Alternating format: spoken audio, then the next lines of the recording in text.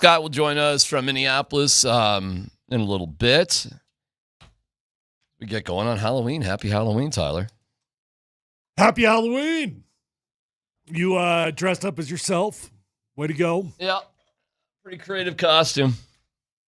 Go as a Buffs fan. I found a Buffs sweatshirt, though, for you, pal. Oh, you would be a fraud if you put that on. Go Buffs. That's right. You are anti-Dion, so you can only wear that on Halloween.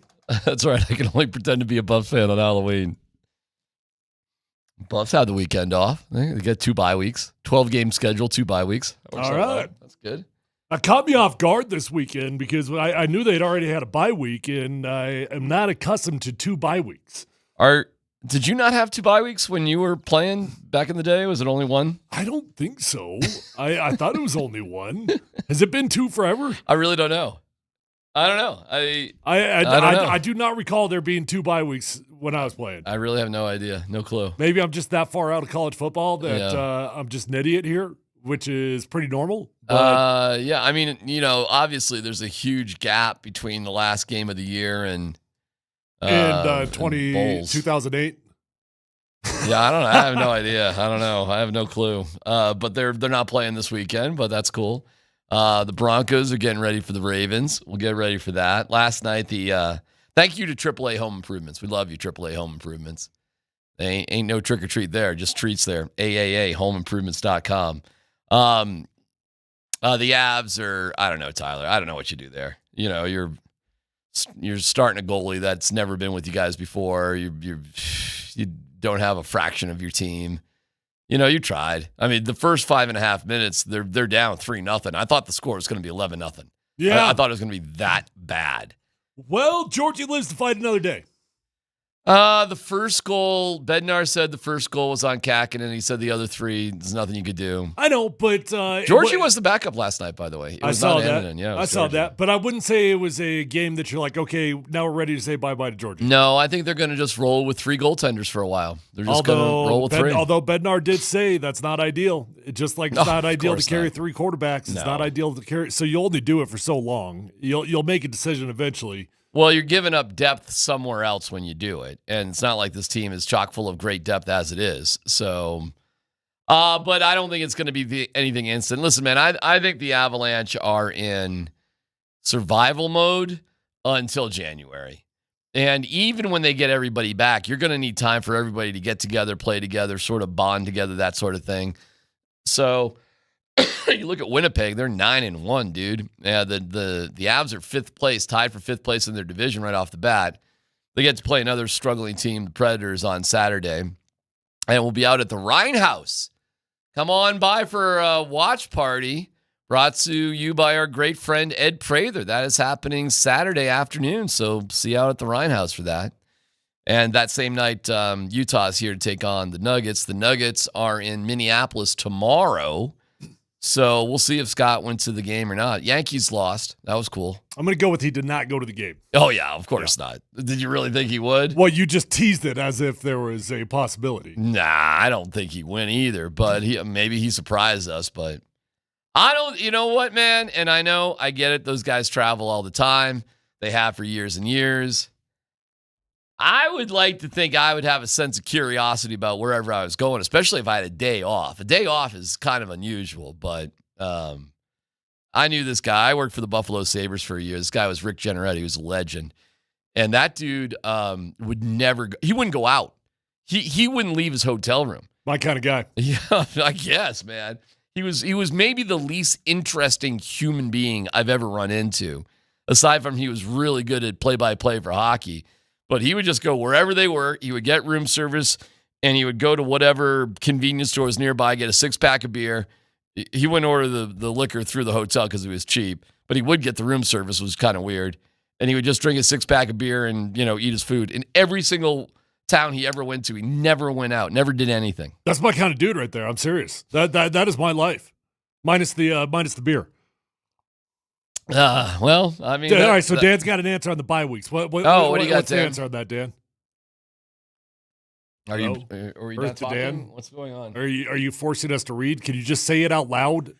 It's a new scheduling kink, so it is new this year. It is? Okay. Yeah, it's due to an NCAA bylaw that prohibits FBS programs from playing their first game of the season prior to the Thursday, blah, blah, blah. So it's something new that they're doing this year. And it does say it doesn't have anything to do with the expanded college football playoff this year. That was a whole lot easier than you just putting a screen up and expecting us to know how to read. So now all FBS schools have 2 bye weeks? I guess so. All right, so I'm not an idiot for being surprised by it. All right, but the season still ends at the same. All right, see, I'm a little confused here because the season still starts the same time and still ends the same time. Let's not overthink it. There's 2 bye weeks. There used to not be 2 bye weeks, and now there are. But yet the calendar was always. All right, you know what? Never mind. There's 2 bye weeks. And then you have Tech, Kansas, Utah, and Oklahoma State. I was getting ready to play Tech like this weekend. Like I was ready to rock and roll. Yeah. Hey, man, good for the Buffs. It's that exciting. It's that awesome. It really does feel like. Hey, Buffs went out. They got an outside chance of making the playoffs. They do. They need a little bit of help. Playoffs. They do. Absolutely. Without the Big 12 championship? Don't ask me to explain it, but people that I know that understand this stuff, if the Buffs win out, there is a outside chance they can still make the playoffs. Humor me. What's the math on that? I just told you, don't ask me to explain it, according to people that I trust. So they could not be one of the top 2 teams in the Big 12, be 10-2, and be in the playoff somehow. That's what I was told. Okay. With no logical reason behind it, just this is the way it could possibly be. Like I said, don't ask me to explain it. All right. Well, that would be great. That'd be exciting. It'd be great for TV. I mean, anybody would be thrilled to have the Buffs, man. It is eyeballs. You know, whatever team they're playing, it is a big deal. All right, so you're telling me the Buffs, according to the people you've talked to, have their destiny in their own hands? No, I just said that. They would need a lot of help. Oh, okay. Oh. You are not listening. Because I don't understand. Like, what has to happen? I said they would need a lot of outside help, but there is still a chance if they win out that they can make the playoffs. I don't know the scenarios. You can keep asking me. So they need outside help, but we don't know who from. I don't know the scenarios. For the love. This is supposed to be. I mean, how many times are you going to keep asking me? Nothing. I'm just curious how it would work. That's all. I had just written it off. I had just dismissed it, that they're just going to be on the outside looking in. I mean, I get it if Iowa State loses, if BYU loses. I mean, I get it. That's how you get into the Big 12 championship. Yeah, right. You need those teams to lose to make. I guess this is where I confuse. I didn't think there was any way to get in the top 12 if you're not in the Big 12 championship. So okay. I do understand if you're in the Big 12 championship how it could happen for sure, and I understand you need Iowa State and BYU to help you out by losing. Yeah. Okay. I won't question your people. I think you're going to keep asking me. You wanted an answer here, and I don't got an answer for you. I'll just root for the Buffs blindly and just say go Buffs. Go Buffs. Meanwhile, big news for Bo Nix. AFC Offensive Rookie of the Month. The month? The month. Not the week. The month. Not the day. The month. The hour. You only get 4 of these. The month. You get September, October, November, and December. That's good, man. Good for him.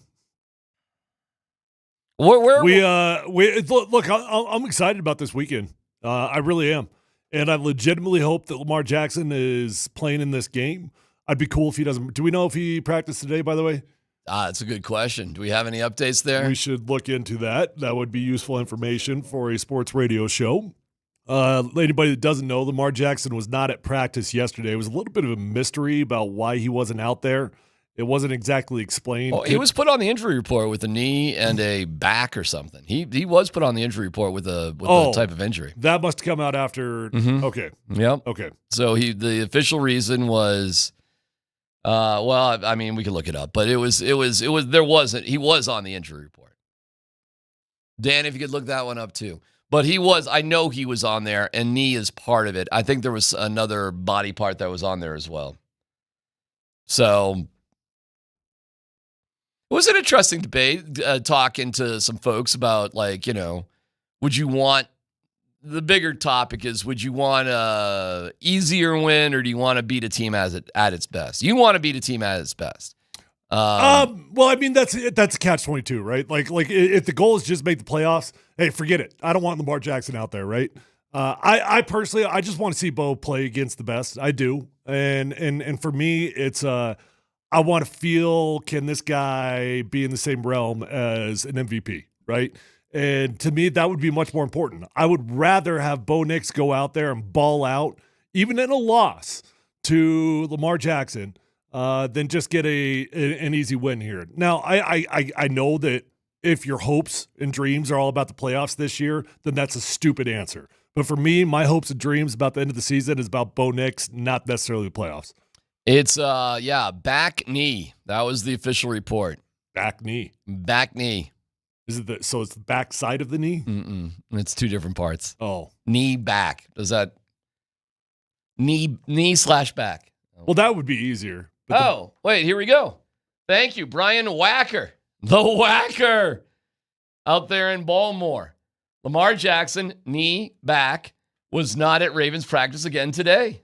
Oh, man. Wow. Okay. 1 day's a rest day, whatever. 2 days? Come on now. Wow. Hey, I'm not saying, it's not just one little piece of the eyebrow now. Now it's a full eyebrow. It's a full eyebrow raise now. Yeah, Adam Schefter literally just tweeted out what the Ravens are calling back and knee issues are keeping Lamar Jackson out of practice for a second straight day. So same thing we were just talking about, but Schefter just put it out. We're going to have Adam on in about an hour and 15 or so we can dig into that. Wow, what do we think out there, man? What do you think? What are we rooting for right now? I'm not wishing ill on anybody, but, it's not like, we rooted for an injury. Would you want to see Lamar or not? I'm not going to be mad if he's not playing in the game. Oh, okay. All right. Yeah, me neither. What would I rather have? I'd rather see Bo Nix ball out against Lamar Jackson. Am I going to be mad if the Broncos get an easy win out of this thing? Nah. And I do think that it's an extremely winnable football game without Lamar Jackson. Shoot, the Ravens defense, they're not bottom dwellers necessarily, but they're darn close. So they might not be like in the cellar, but they're on the stairs on the way down to the cellar. I mean, they're the 25th ranked defense in the NFL. If you get that team without Lamar Jackson, shoot, you could easily be looking at another upset. I wonder how much that would move the spread, which is 9.5 right now. I was just going to bring that up. Yeah. I'm curious to see what Vegas thinks about the injury. It'd be very interesting. I wonder if the line's already moved. I don't know. We can check it out. I mean, 9.5. The Broncos we'll see what it is, the biggest underdog in the league. People are going to start hammering that thing right away if it hasn't moved. It did drop a half point. It did. It's down to 9. It's not that much, though. Yeah, dropped a little. Well, yeah, we'll see. I mean, the news just came out, so we'll see what impact that has now. Interesting. Wow, man. Could the Broncos pick up? That would be a huge break for the Broncos. That would be ridiculous. 2 days in a row, Wednesday and a Thursday. All right, let me ask you, how important is it for a quarterback to be out there on Thursday compared to Wednesday? Well, I mean, what's going on? What matters? What doesn't matter? For Lamar Jackson, it doesn't matter. He'll be fine. They always say that they want you practicing by Thursday. At Friday, it's like do or die time. If you don't practice on Friday, you don't play. But that's only true for certain players. Aside from basic conditioning, what kind of game plan? What's the importance of practice at this point of the season? Like, what are you getting the most out of it? I mean, for Lamar, he's going to be fine. You are working on game plan, and what you're doing is you're missing opportunities of scout team reps going up against the Broncos defense. Mm-hmm. So you've been practicing for a million different defenses with different coverages, 3-4, 4-3, and you're just missing out on an opportunity to practice your own plays against the coverages that you expect the Broncos to give you. Lamar's a well-seasoned vet. He'll be okay without a week of practice. Well, there's an interesting article on ESPN.com by Bill Barnwell talking about what should the Broncos do or not do. But there's a stat out there that is starting to resonate with the NFL community, with the Broncos, that everybody is surprised by. Details on that coming up.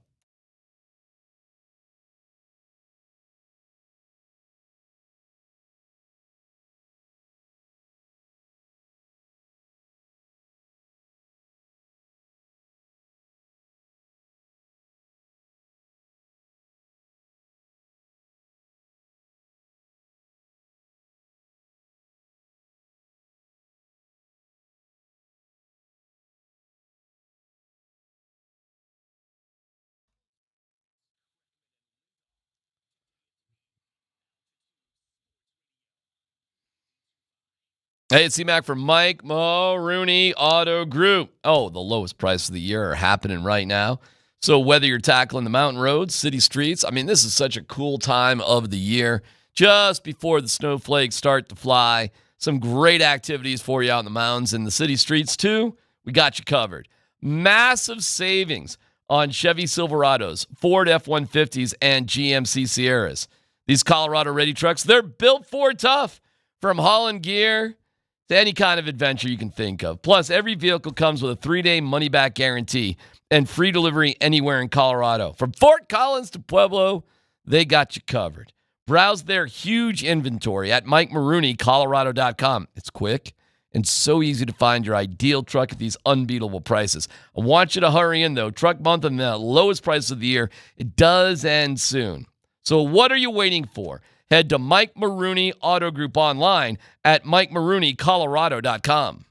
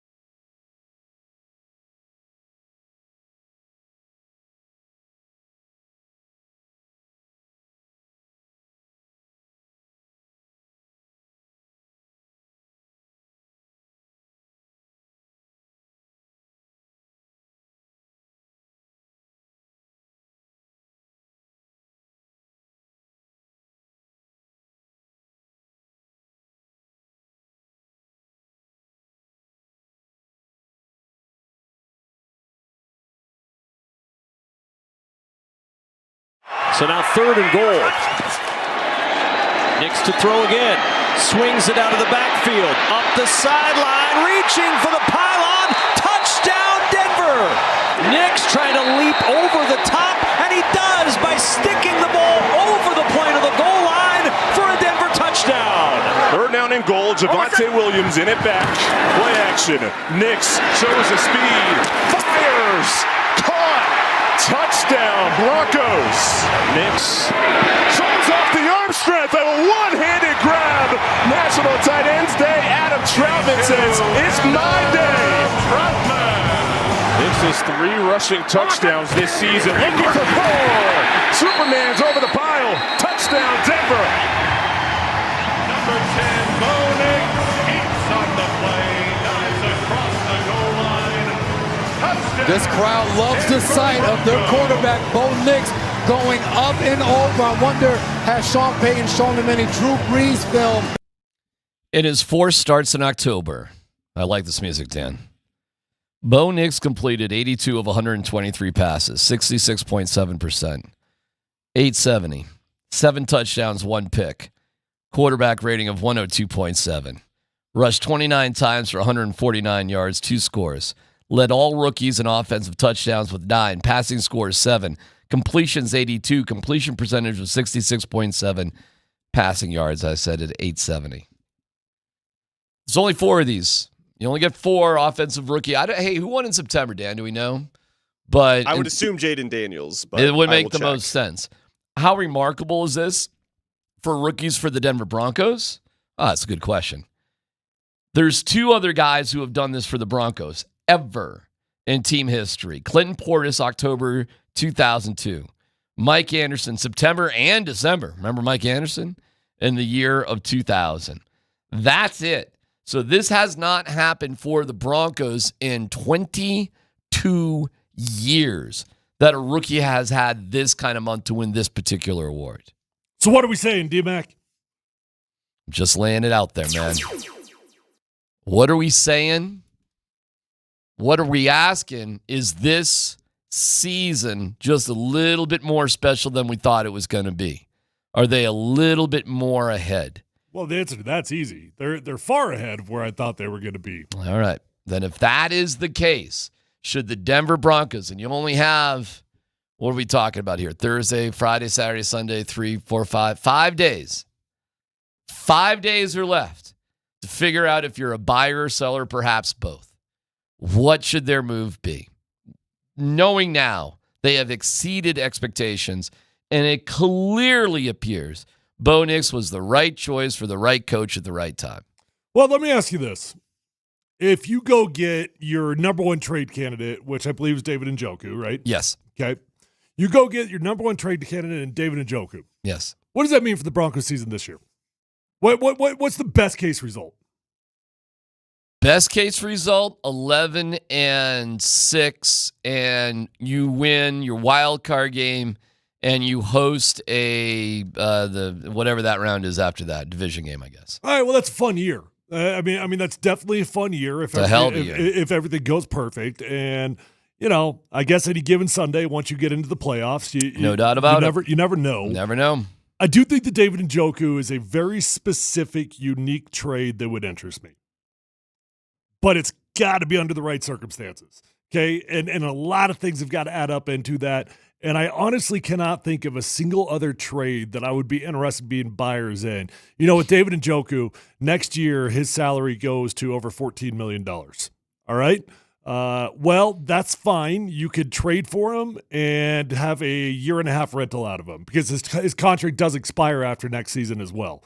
So if you trade for David Njoku, you have to be ready to give him a brand new deal, and you got to be prepared to pay him around $14 million per year because that's what next year's rate's going to be anyways. So he's not going to take less money than that is my point. Are you ready to commit to David Njoku a 4-year deal paying him $15+ million per year? Sure. Why not? He checks every box that I need. Okay. I'm not saying I'm out. He's a damn good football player. Mm-hmm. He's a damn good football player.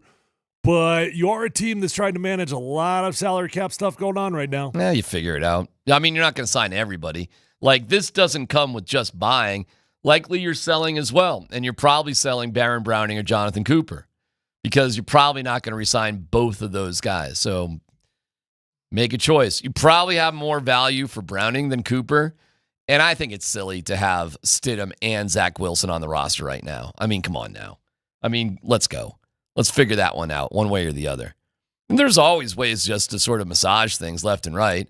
Plus, you're going to have a lot more salary cap available to you because we're not going to be paying the starting quarterback of the Steelers as much money next year. I mean, we'll still paying them, but not as much.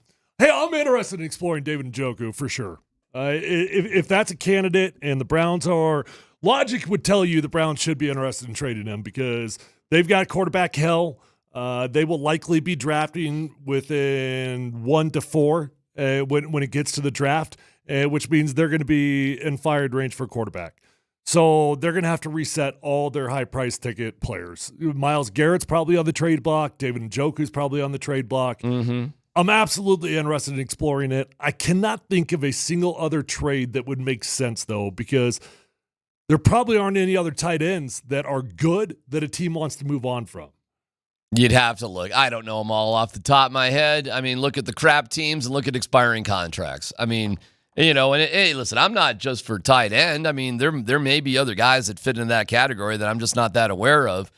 You know, I'm up for it. But that's, you know, I want to bring up Bo Nix and congratulations to Nix on having Iceman. Congratulations Iceman for having a hell of a month. That's not the stat that has everybody's attention, though. This is the stat that is making people start to look at the Denver Broncos. Quarterback pressures.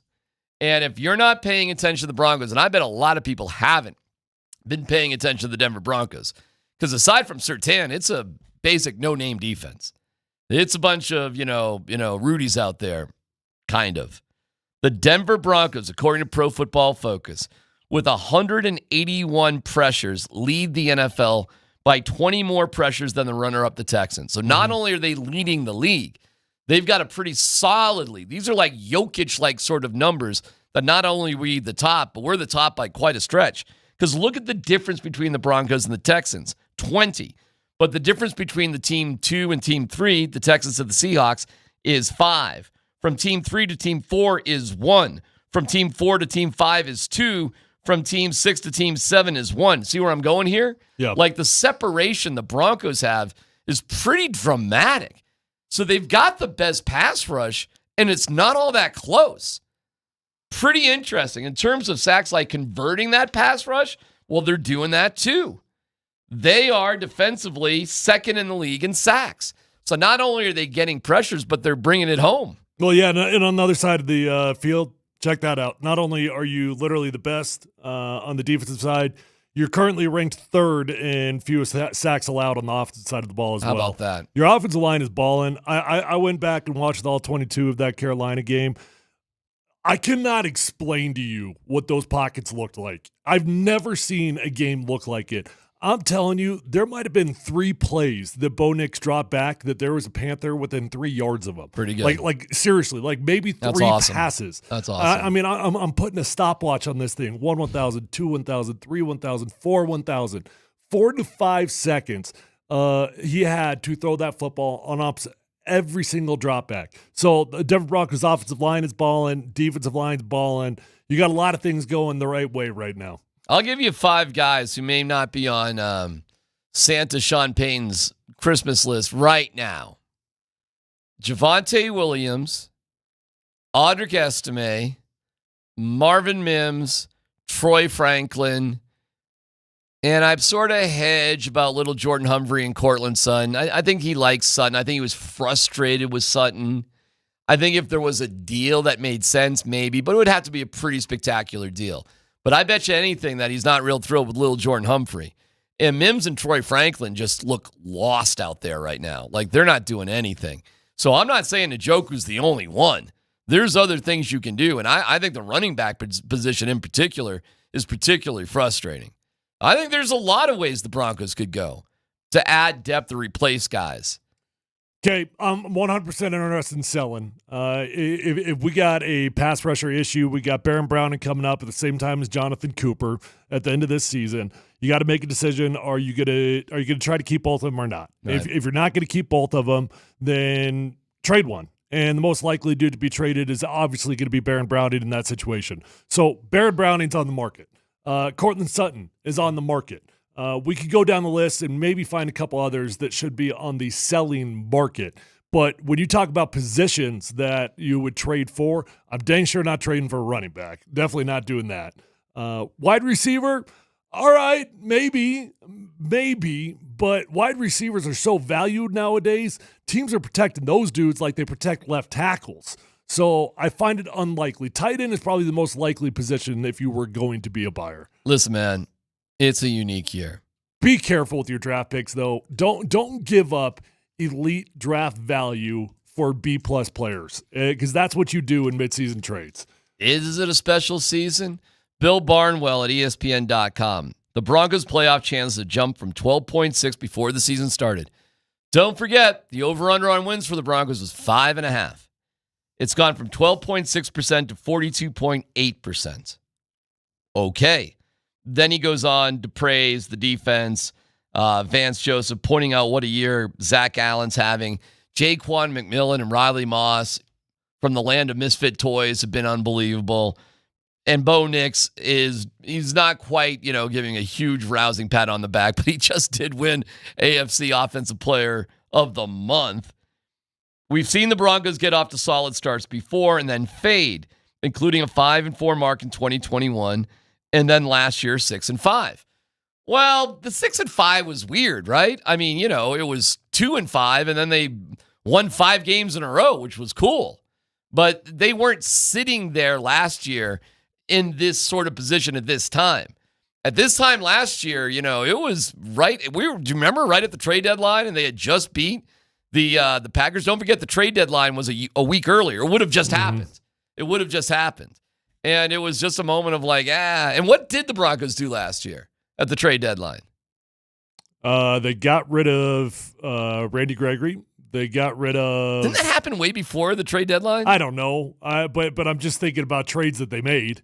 Yeah. Who was the other one that they got rid of? They had 2 additions by subtraction last year. I'm drawing a blank on the second one. The guy from Kansas City, the linebacker. Oh, Frank Clark. Yeah, Frank Clark. But that was earlier on. And what did they even? I think they just dumped Frank Clark. I think they did too, yeah. And they traded Randy to the 49ers. What did they get for Randy? I don't even remember. It was not much. Okay.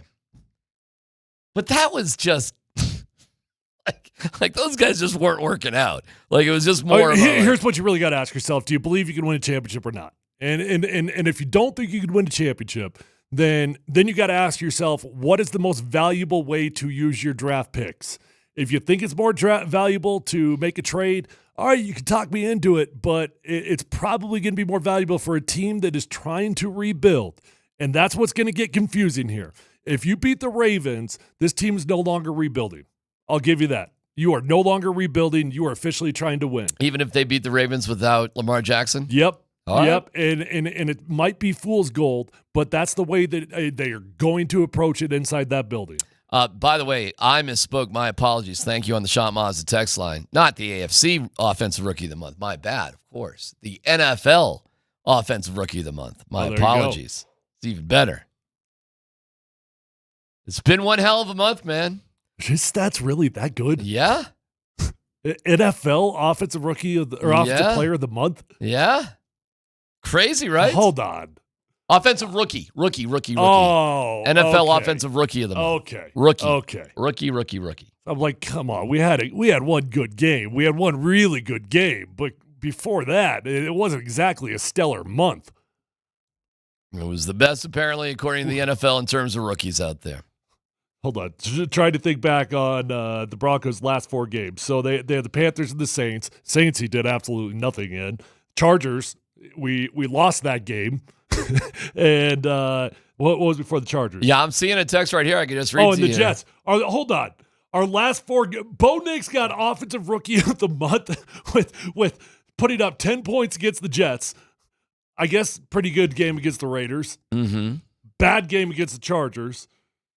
Saints and Panthers. That was 5. I added an extra one in there.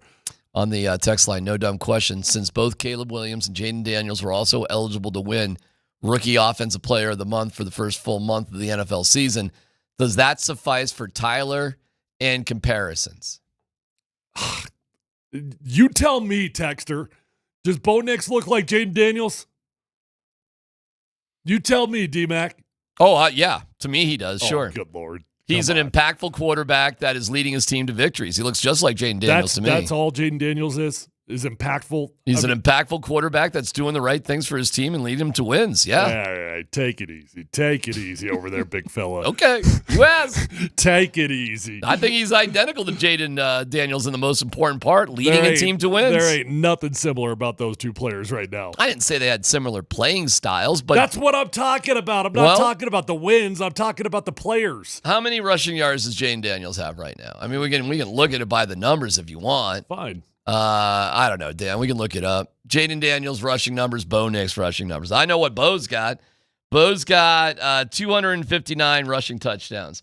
Bo has 250 touchdowns. Damn. 259 rushing yards. Bo has, what has he got? Offensive touchdowns, 9. 82. I don't know, man. Yeah, I bet his numbers are really good with Jaden Daniels. What numbers does Jaden Daniels have that Bo Nix doesn't? What stands out to you the most? Here's Jaden Daniels' stats. Rushing, he's got 424. What'd you say Bo Nix has? 500? Bo has 259. Okay, so Jaden Daniels has double that. Passing numbers for Jaden Daniels, he has got completion percentage. What's Bo's completion percentage? You're killing me. I don't know. I thought you had the stats right there. I mean, I got some stats right here. All right. Well, he's got completion percentage of 71.8%. 66.7. Okay. Jaden Daniels passing 1,700 yards. What's Bo Nix? I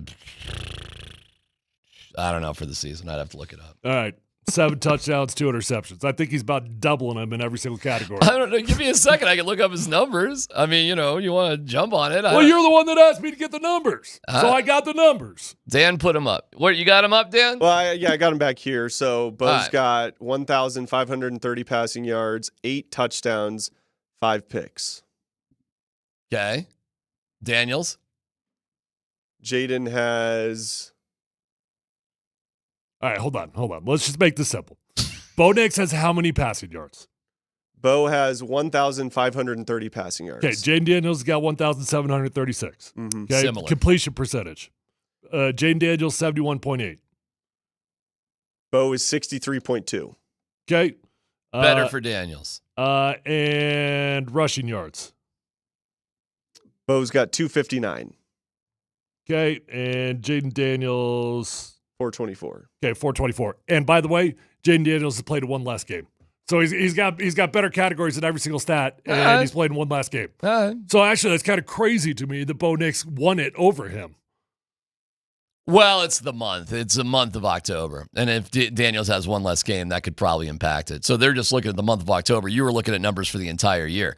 Hey, listen, if you want to tell me Jaden Daniels had a better start to the season than Bo Nix, I'm not going to make that argument with you. He clearly did. No, Bo Nix got off to a rough start. But if you want to look at Jaden Daniels and Bo Nix as it exists right now, just look at the past 4 games for both of them. That's the better comparison. How were they in the last 4 games compared to each other? Yeah, I mean, look, my point, I'm happy with Bo Nix. I am. And what we did against the Panthers, man, I gave him all the roses in the world, and he deserves it. And I don't care. I couldn't care less that he was against the Panthers. Bo Nix had a flat-out phenomenal game.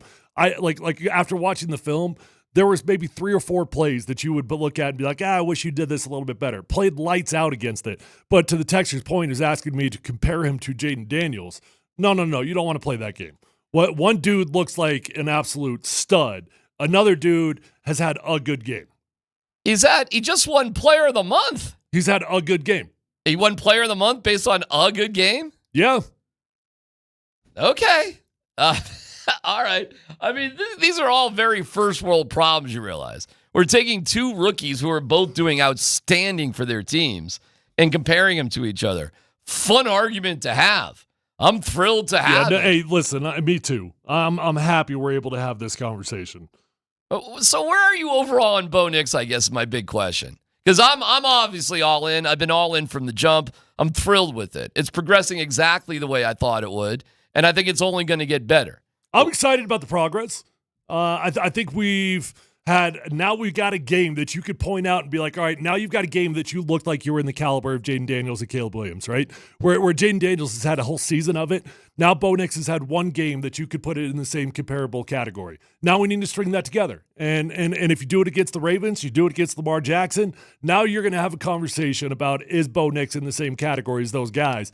But what Bo Nix is missing that Jaden Daniels has is an entire season of being on top of things. We got a game, and it was a great game, but it's not a season like Jaden Daniels has. All right. Well, we have we don't play Washington this year, so we'll see him in the Super Bowl. How about that? That'd be a fun comparison to have.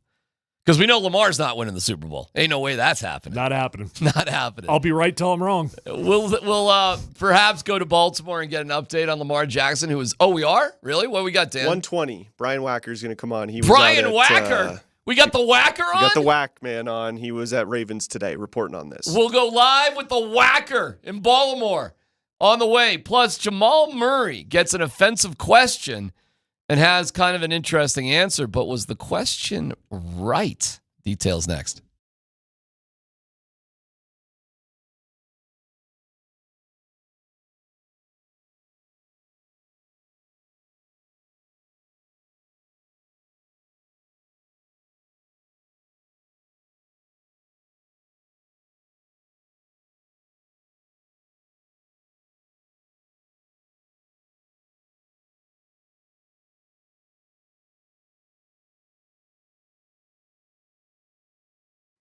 Hey guys, you deserve to feel your best, so don't settle in life feeling like you got low down, no energy. You feel like your workouts aren't going as far as they once did. You're gaining a lot of weight. Do something about it. Call my friends at Revitalize Health, guys. They are changing lives with testosterone, peptide therapy, hormone replacement, and medical weight loss options. Whatever your body needs, they're going to come up with a customized game plan for you, and you are going to feel absolutely incredible. I've been going there for 7 years, and I would not keep going back unless they made a huge difference in my life.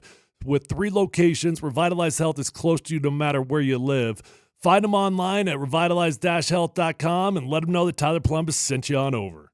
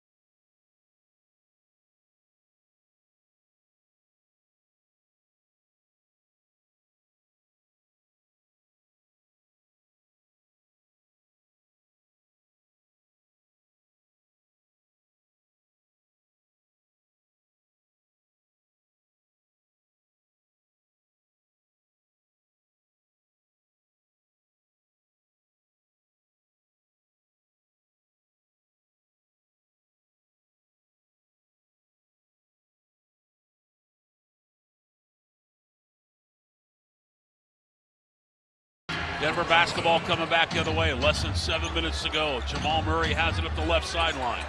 Here comes a high pick from Nikola Jokic. Give and go to Murray. Down the lane and a dunk with the right hand.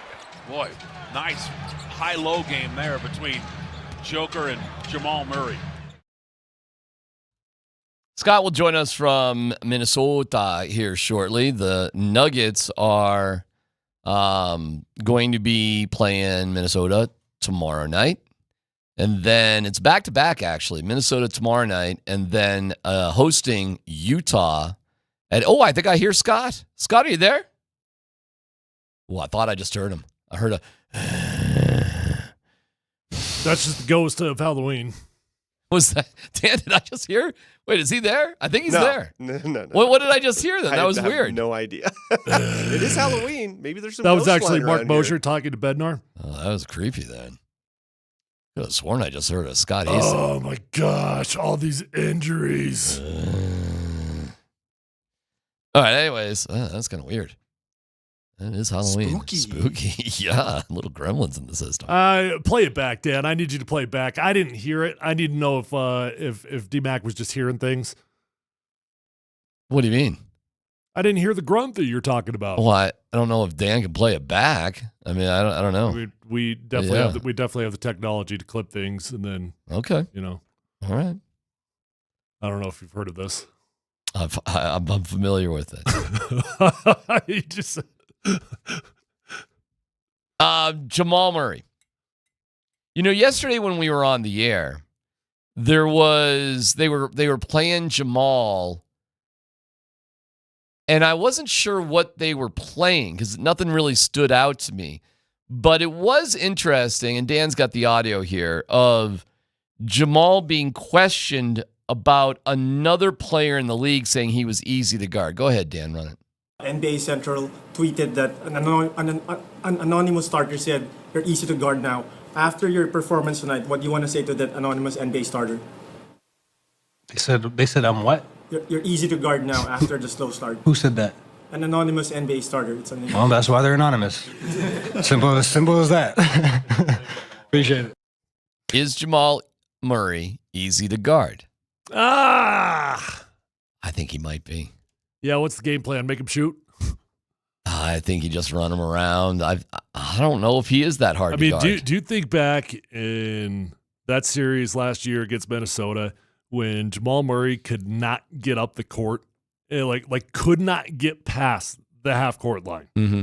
I don't know if that's what they're referring to. I mean, that was very aggressive, sweltering double team press defense. Mm-hmm. But there's definitely been some examples of him not being able to get the ball up the court. Yeah, I think that's that comment doesn't surprise me. Now, that doesn't mean Jamal can't go for 30 and whatever.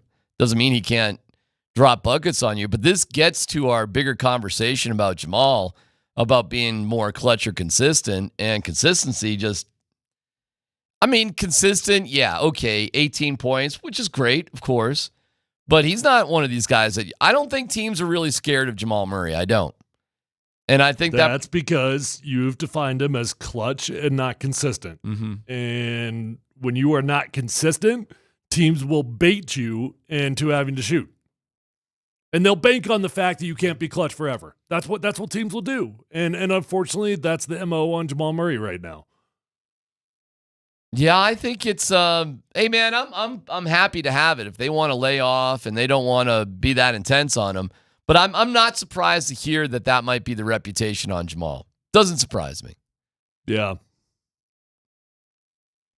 That being said, okay. Who's this anonymous NBA player randomly talking about guarding Jamal Murray? Well, what's the context of this? I don't know, man. I think they should put their name on it. I agree with Jamal there. Tough talker. Put your name on it. I'm sure you have no clue what the guy's referencing to, but I'd be curious what he's referencing. Like what is the article? Who's the person that says that Jamal Murray is easy to guard? I don't know. Anonymous. Anonymous. I don't know. But it doesn't. I'm just going to talk to some random dude in the NBA. What do you think about Jamal Murray? Is he easy to guard? Yeah, that dude sucks. Yeah, anonymous. Don't put my name on it. Anonymous sources suck. That is true. And it's listen, man. I would never ask an athlete about like an anonymous thing. That feels weird, and I don't blame Jamal for having that sort of comeback, but it did make me think about, is he really all that hard to guard? Is it that surprising of a comment? And when I think deeply about it, I bet for most nights this season, really not that tough to guard. I mean, he's a tough, if he can hit a three, okay. It wasn't very tough to guard in the Olympics. He wasn't tough in the Olympics. His percentage shooting isn't great most nights. But when he is tough to guard, when it matters most, then he becomes really, really difficult to guard. But we can dig in with Scott when we get Scott on from Minnesota here in just a little bit. Also, congratulations to Bo Nix, who is the NFL's Offensive Player of the Month. And what is the latest with Lamar Jackson? We'll go to Baltimore to find it out. He did not practice again today, folks. What could that mean for the Broncos? It's PhD on 92.5.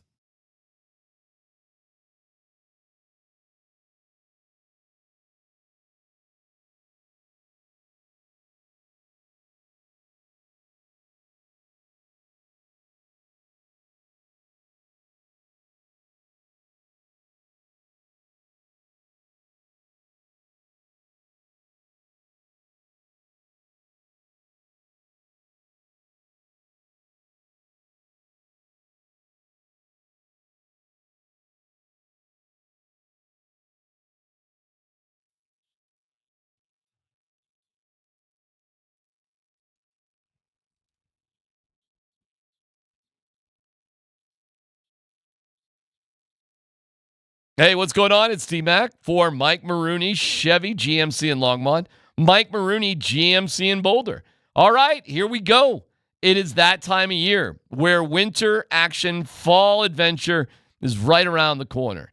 And I could see you in a brand new Chevy Silverado or GMC Sierra from Mike Maroney, Chevy GMC. 2 dealerships, 1 big truck month. And Maroney means more. You can get more with their 3-day money-back guarantee and free delivery anywhere in Colorado. From Denver to Durango, they'll bring that truck, any vehicle you buy from them, right to you. Get truck month savings now at Mike Maroney Chevy GMC in Longmont, Mike Maroney GMC in Boulder. They're waiting for you, and the truck that you're going to get will be spectacular. You can reserve your truck and see it right now at Mike Maroney Chevrolet GMC.com. Together, let's drive. GMC, we are professional grade. Tell them your pal D-Max sent you.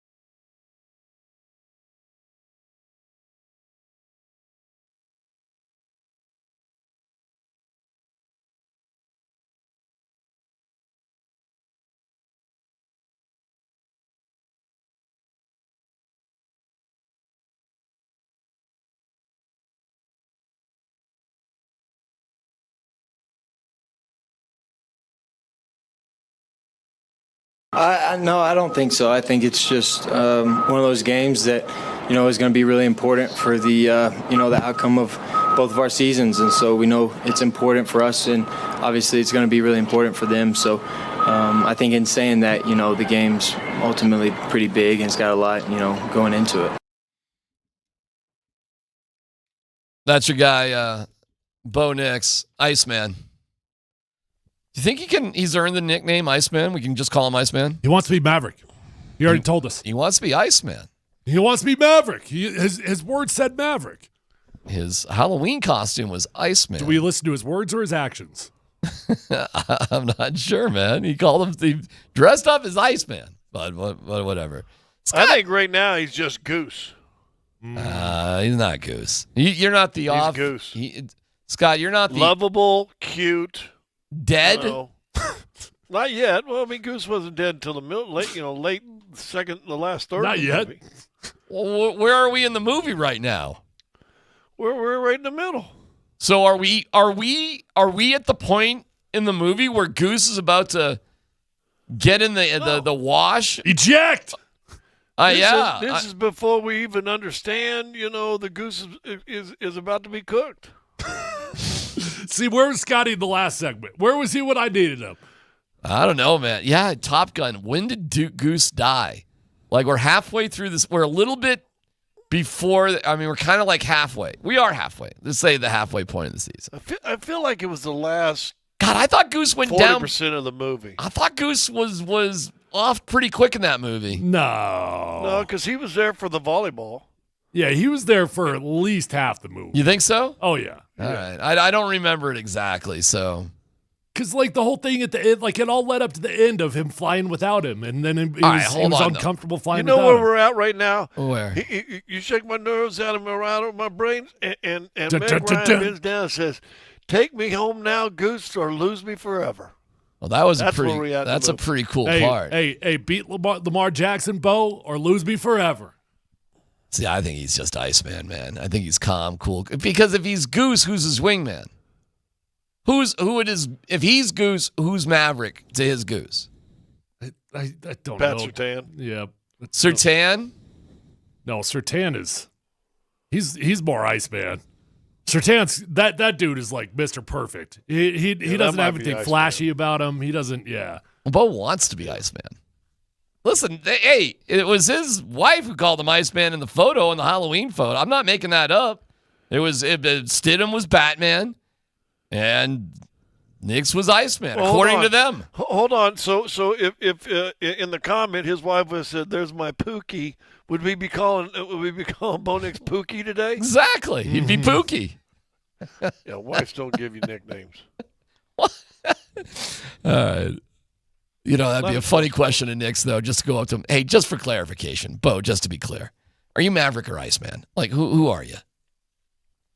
I mean, he looks more like Iceman. Well, look, you talk about it 4 times a week, so why don't you just ask the dude? I'm happy to. I will. I won't see him for a while, but, see him at that Falcons game. I mean, if he is Goose, he's about to be ejected because you play the Ravens, the Chiefs, and the Falcons. I mean, you may be Goose. You may be, clocking your head against the cockpit there. Yeah, so Scotty was right. Well, we'll see what happens, man. Scott, what do you think about your boy? 7-4. What do you think about your boy being the offensive rookie of the month? Ask Scotty to compare him to Jaden Daniels. Okay, Scott, can you compare Jaden Daniels and Bo Nix? No. What were you expecting there? Scotty, are you coming around on Bo Nix a little bit?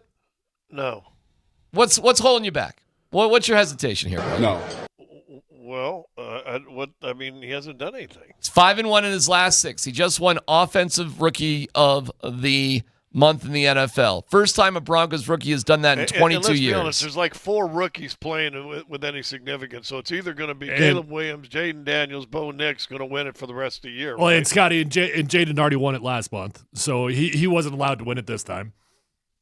I suppose in theory sure, he's he could allowed have. to. Bo Nix had a better month than Jaden Daniels. He's allowed to. Well, he just had a better month than Jaden Daniels. They're both good. Jaden Daniels set historic records in his first month, like records no NFL rookie's ever done. Came back to earth a little bit in October. Still great. Bo Nix had a better month. I mean, I'm not sure where else to go with this. I mean, I don't know what else you have need. a better month, or did the Denver Broncos have a better month than Washington? How do we rank? This is really a fair question. How do we rank rookie quarterbacks? By the stats and yards and all the numbers we see, or by wins? I'm looking at Jaden Daniels' stats, and if you're just doing it by stats in the last 4 games, the dude was outrageously good. I mean, he threw for 326, 269, 238. He missed the game in there. The week before that, 233. I mean, the dude is lighting the world on fire. So is this a go ahead, call it a BS award. Say Jaden Daniels should have won it again this month. It's a BS award. Jaden Daniels should have won it again this month. Boy, that. Well, what did Caleb Williams do last month? Hater. But see, again, Jaden missed a game, so that's why he doesn't win. Bo has been solid and not made mistakes. Let's be honest with that. Mm-hmm. Even the fumble that Cortland Sutton had in that last game was, at the line of scrimmage pass, and Cortland just fumbled it. But he hasn't had any mistakes. He hasn't had turnovers, and they've won games. So if you're judging on that, he's exceeded probably where you thought he would be. I think he's doing great, and I am super happy he won the Offensive Rookie of the Month in the NFL. Congratulations, my guy, Bo. Sweetie, Iceman. Thanks for confirming everything that I thought on draft night. Away we go. He'll be a contender for Rookie of the Year. And maybe he'll lose to Jaden Daniels, but he'll be right up there. There's like 5 rookies that are playing this year. Well, you got to make the team. You got to play. You got to be good enough to play. It's like I had a buddy of mine from a little bitty old town in Kansas. I think it was Hayes, Kansas. He was from Hayes, Kansas, growing up, and he goes, "Yeah, man, I was second team All City quarterback." Hell yeah! He goes, "Yeah, I was second team All City quarterback." He said, "How many teams you have in that?" He goes, "We just had one. I was the backup." Too funny. All right, we're going to have Brian Wacker from the Baltimore Sun on with us to give us an update on Lamar Jackson. Kind of begs that question, what would you rather have? Would you rather have a test against the Ravens at their best, or would you rather just, hey, man, let's just take that W. Take that W and get out of Crabtown there. What would you rather have? If you're Baltimore, don't you think if they beat Cleveland and as banged up as Jackson seems to be, he might rest against Denver? He may rest against Denver no matter what. I mean, that might be the case. But they're 5-3. It's not. And, no, they need to play. And the Steelers are kind of annoying in that division right now. Yeah, they've got every reason in the world to need to win football games right now. They're too streaky, and it's a dang good division. All right, well, we'll have Shefty on a little bit. We'll have Wacker coming on with us next.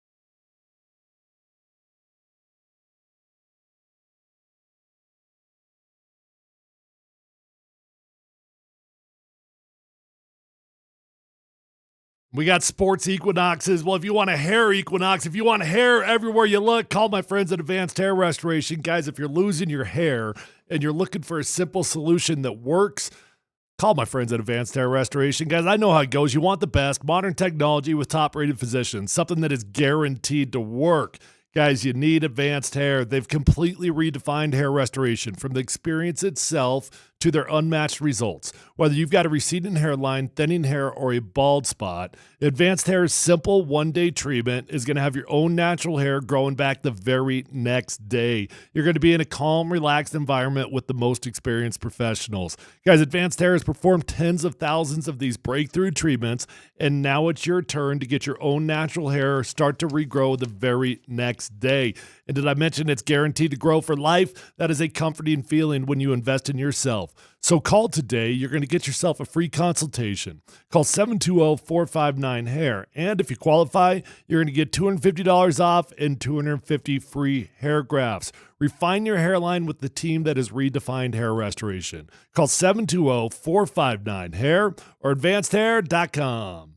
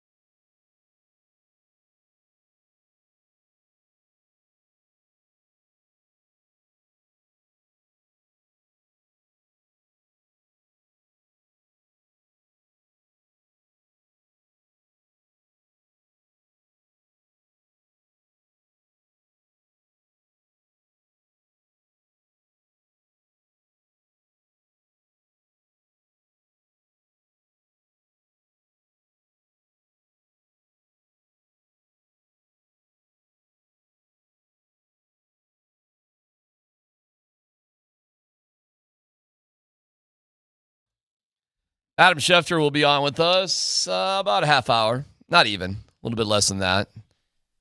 The breaking news today out of Ravensland is that for the second day in a row, Lamar Jackson is not practicing with a knee/back. Brian Wacker of the Baltimore Sun will join us in a couple minutes. He was out there at practice today, so get a little insight there. How much does that change the game? Well, that's a silly question. A lot. Lamar Jackson with the Ravens without Lamar Jackson is a radically different football team. Well, Baltimore's just lucky that it's not a playoff game because then it wouldn't matter whether Jackson was quarterback or not. Boom! I see what you did there, Scott. I did that for you. Thank you. That was a gift. That was hand-delivered gift. It's a massive deal. And listen, Eddie Sutton used to say this when I was in college about the NCAA tournament. He said, first of all, you got to be good enough to get there. Mm-hmm. He said, once you get there now, you've got to get a little luck. Is the Denver Broncos good enough that we should honestly be thinking about a playoff team? Well, maybe, right? Mm-hmm. Definitely. So yeah. Now, to be honest with you, if you're talking about a league MVP guy who's not going to play against you, that might be a little bit of luck for you. I agree. I see where you're going. As Tyler said last week, the best tandem running game in the NFL, you just take one of the 10 and all you got left is dumb. Nobody ever questions throughout history how you got to the playoffs, do they? No. Never. They don't have there's not essays attached to the win column. No. When you look at things in the past, it's either you got there or you didn't. I don't know if it was easy or it was hard. Who cares? The Nuggets got sort of in a weird who'd they have to beat? They beat this deep seed. They beat that deep seed. It's like, well, you got to get there, bro. Hey, Celtics, get there. Never mind that the Nuggets beat the Heat. The Heat beat the Celtics. Figure it out. The stars are absolutely aligning for the Broncos to make the playoffs this year. The amount of bad football teams in the NFL this year is actually crazy. There are 10 teams that currently have 2 wins or less. That's nutso, man. A third of the NFL has only got 2 wins or less, and it just so happens to be the Broncos have already played 3 teams that are on that list, and they've got 3 more teams that they're going to play that are on that list as well. So the schedule, the fate of whatever's going on in the NFL, it adds up that the Broncos should be a playoff team.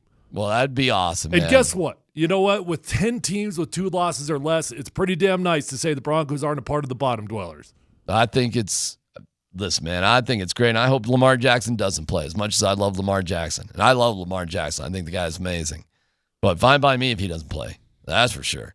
And I'll take it. And I think if all you have to stop is Derrick Henry, you don't have to account for Lamar Jackson. I don't know. He could go for 125 yards, but that's not going. In my opinion, that's not going to amount to points. So I'm not saying you could stop Derrick Henry, but what they're doing in Baltimore is not only is he running for the world, but they're accumulating a lot of points on top of it. So they're a scary offense, man. They've got a million different weapons, but it all centers around Lamar Jackson. If it's just Derrick Henry, we saw what the Titans were like with just Derrick Henry. It wasn't that crazy.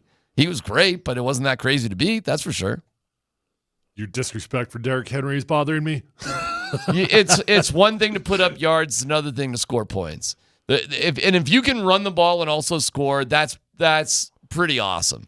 A lot of teams just can't do that. They run a lot, but they don't convert it. The Ravens do both, and that's unreal. But a lot of that has to do with Lamar Jackson. Yeah, there's no question it does. Now, one thing that Baltimore has, though, in their backup quarterback is they've got another running backup quarterback. Although he's aging, and I'm sure his speed is not what it once was. Josh Johnson, who we know, who was the backup quarterback here a few years back, that's his game, right? So they take Lamar Jackson out, and they're able to replicate the same offense with their backup quarterback. Now, what makes the Ravens... That's on paper, though. On paper. Yeah, exactly. And the dude is my age, okay? So he's 39 years old. And I'm sure he doesn't have the speed he once did. But yeah, D-Mac, I mean, you have a fair point.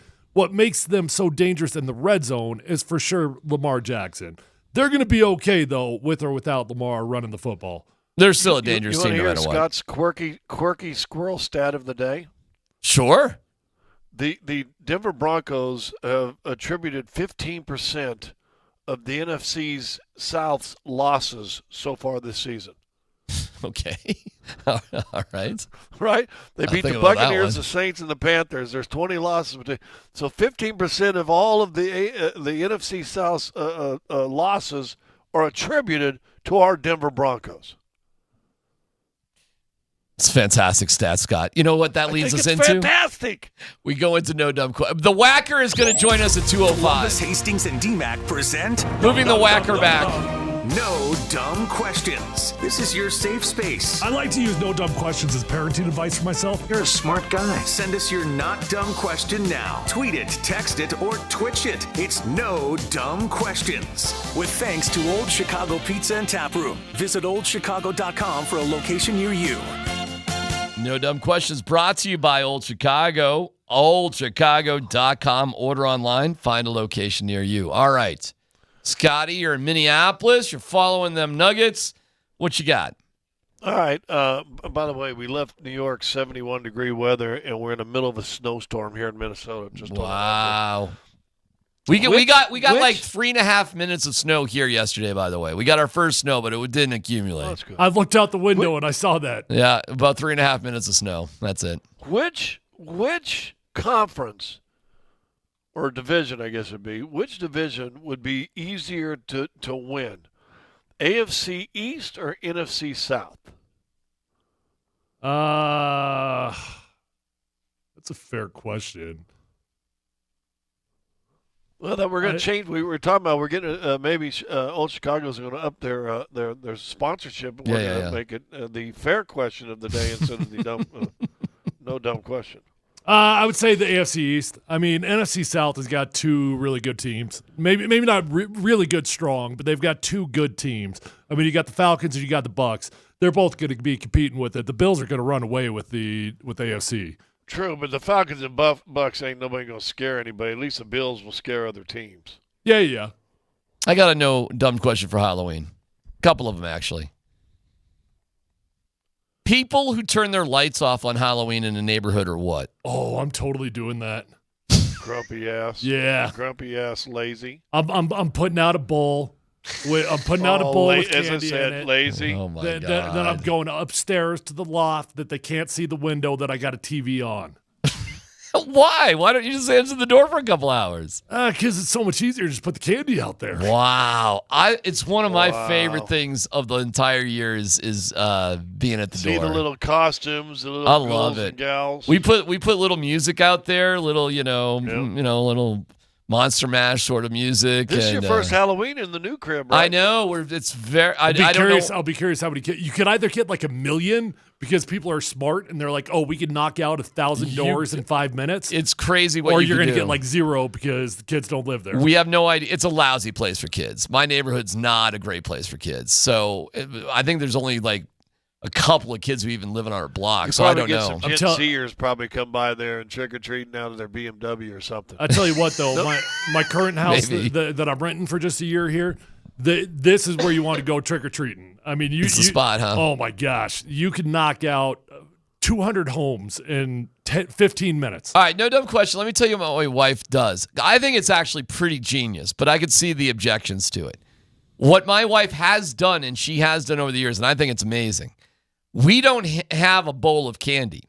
She has made 50 packages of snacks. Like they're all like, so when a kid comes to the door, they just get a package. Like it's all tidy together. It's ribbons and it's collected together. It's and high class. It's pretty cool. So you don't put your hand into a bowl. You don't stick a bowl out there. And there's no real debate about it. You get it. It's more than one snack. It's not just like one candy bar. It's actually a bunch of stuff. It's mostly healthy stuff, though. It's not like garbage candy. Well, I went from thinking that was high class to just being like, well, you're buzzkill. Like, are you kidding me? So there's walnuts and pennies are you? in Hold there. on. Are you being serious? It's mostly healthy We're passing snacks. out healthy snacks on Halloween. Yep. It's all. Nobody is ever coming back to that door. But it's more than one snack. It's a bunch of stuff, but it's more health-based. So hold on. Let me just tell you. If I take a dump and I put one turd in my left hand, but I got a big pile in my right hand. You know what I got in both hands? 2 piles. Crap. Yeah. Yeah, it's just crap. I just happen to have a little bit more in my right hand. It's still crap. Yeah. Give me your address so people will avoid going to your street to get the crap gifts. The arrogance and the smugness of that is actually next level. Wow. How is it arrogant and smug? It's arrogant and it's smug and it's judgmental. It's all of those things. Wow. All you kids out there eating all this candy, no, you shouldn't be doing it.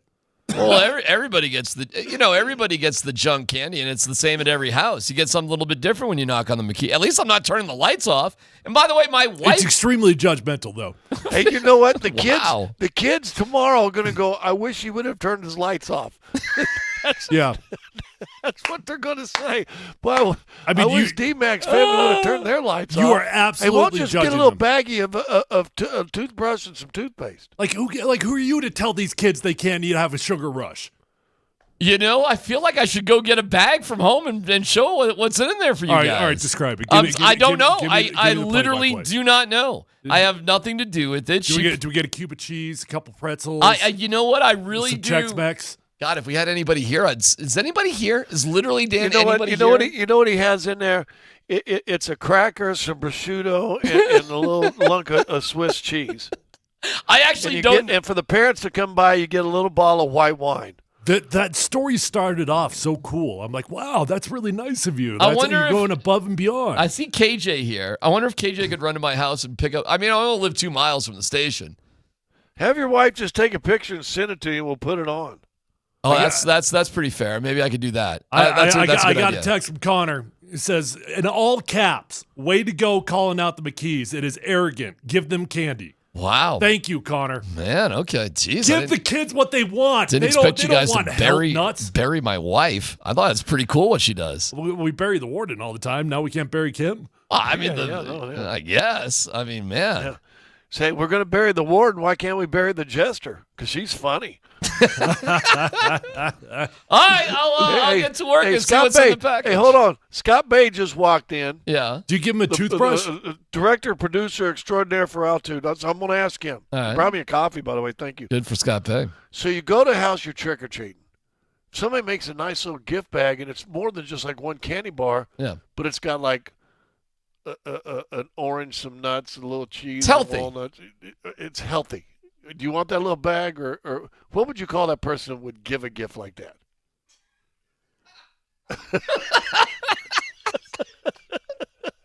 He said, I can't say it.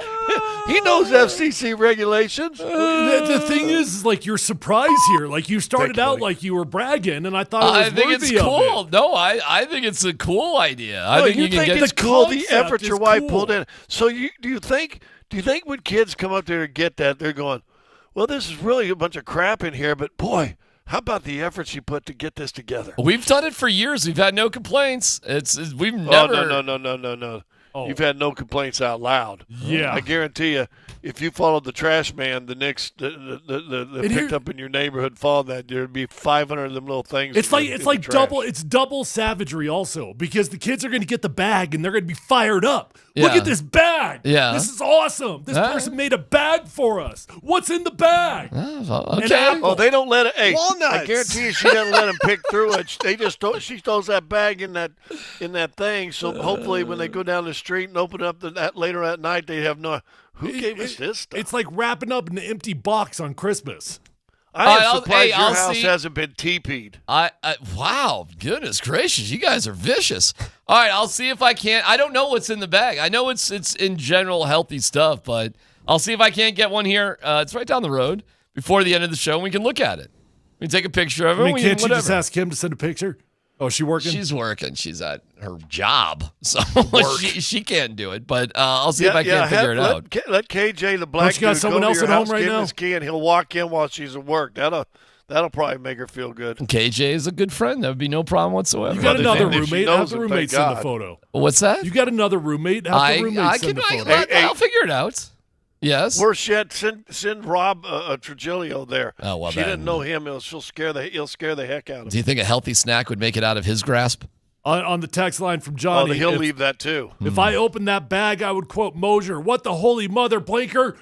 We have Adam Schefter. We can run it past Adam.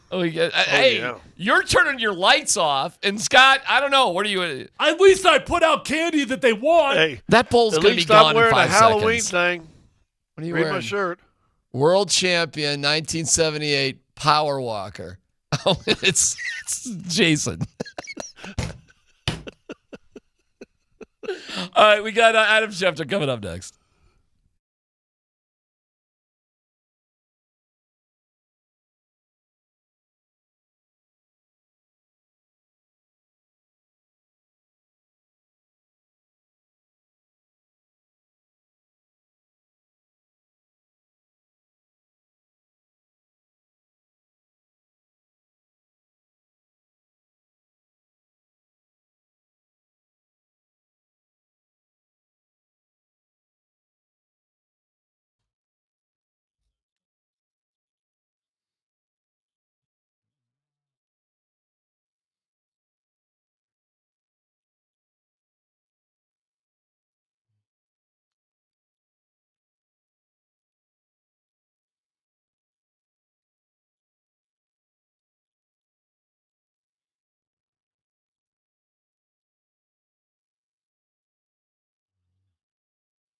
Hey, what's going on? It's C-Mac for Mike Maroney Ford Longmont. They're located at 3rd and Alpine, and they've got your back. They have brand new Ford F-150s being sold at their lowest prices of the year. Truck Month is back and bigger than ever. Whatever your adventure is in the mountains, Mike Maroney Ford Longmont has your back. I love Mike Maroney Ford Longmont. Been associated with them for years and years and years. So proud to be with them. And a brand new Ford F-150 with payments lower than you can imagine could be yours. And of course, as always, you have to know Maroney means more. More with their 3-day money-back guarantee and free delivery anywhere in Colorado. No matter where you are, they'll bring that truck or any vehicle, whatever your purchase is, right to you. So get shopping at MikeMaroneyFordLongmont.com. MikeMaroneyFordLongmont.com. The Truck Month savings are for a limited time. So reserve your truck now at MikeMaroneyFordLongmont.com. Don't be shy. Go ahead and visit him at 3rd and Alpine. It's Mike Maroney Ford Longmont.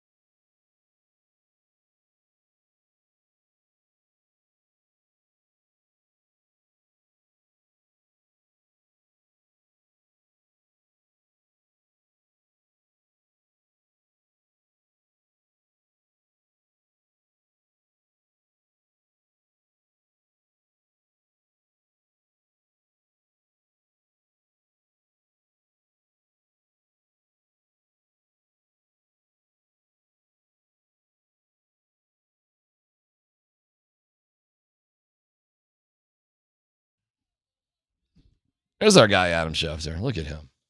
Adam Schefter, brought to you by Colorado Credit Union. Love where you live.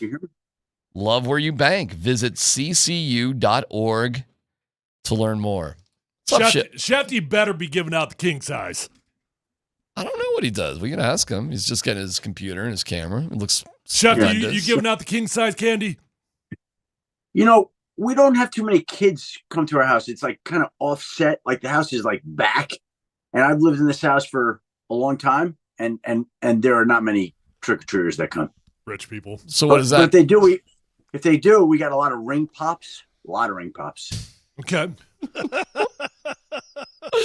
So you're saying at least for the handful to come, a ring pop would be better than, say, a small little bag that you put like a tangerine in and some nuts and a piece of cheese. Let me explain to you. My wife is the most giving, generous. Like whatever she has, I don't know what she's got. Like she's got all kinds of.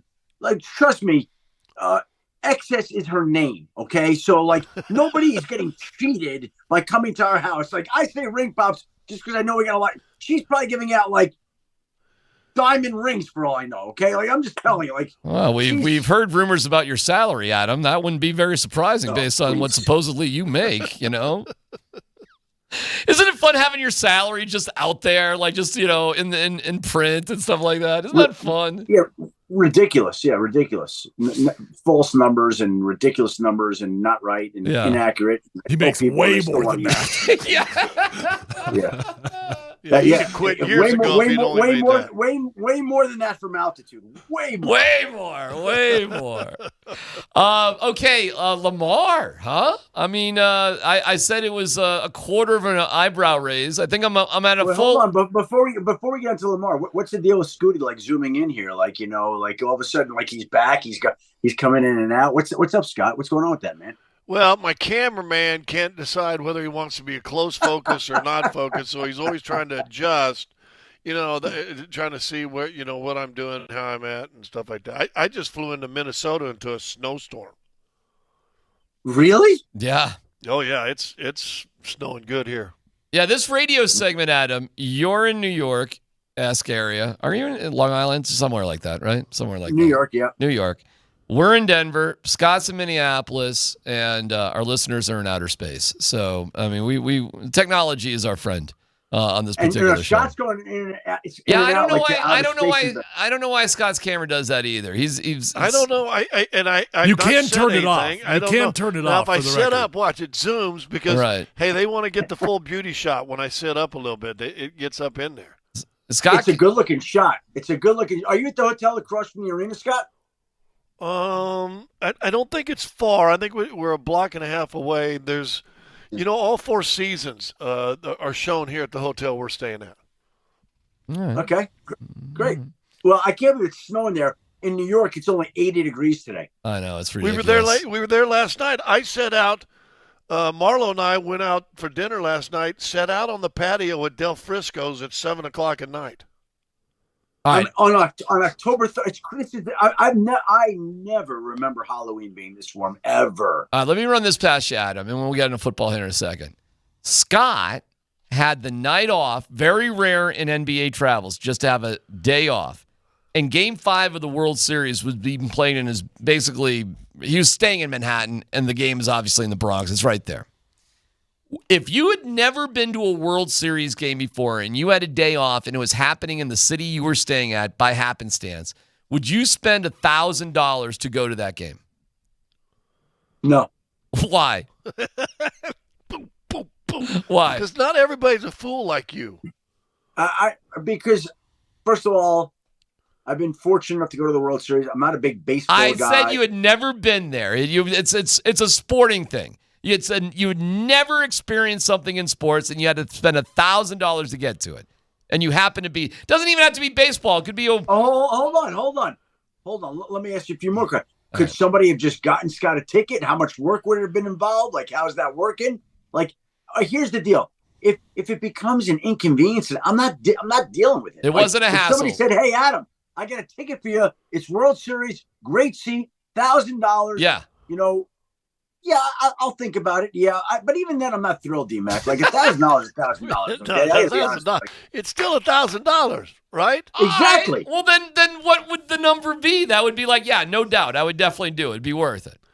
Hey, Adam, I got an extra World Series ticket. You want to come along? Free. Exactly. Okay, free. That's what free, I then thought. you might go. All Well, right, I told him yesterday what I did is Stan Kasten, who's the president of the Dodgers, part of the ownership group. So I wrote Stan yesterday and said, hey, man, wish you luck, but we're stuck here in New York for another day. Head to Minnesota on Thursday, blah, blah, blah, blah, blah. Just do it out there so he knows I'm in New York. So if he wanted to say, hey, Scott, I got an extra ticket. You want to come on down to the game? Then I might have gone. But I wasn't going to ask. Haven't talked to Stan in a year, and I'm going to ask Stan, hey, Stan, I know you're in New York. No one's probably bothering you. You think you can give me a ticket? You guys are cheap asses, man, and not very interesting. Let me tell you. It's just not a priority, D-Mac. No, That's I get it. You're boring people. My God. Like, experience You know life. what? Look, you got three guys right here talking to you that all had the same opinion. You appear to be the odd one out here. I'm the only one that has a sense of adventure and loves sports, apparently. It's boring, and boring. Hey, I had My God. beautifully pepper-encrusted 10-ounce filet with a little deviled egg appetizer. I gotta tell you something.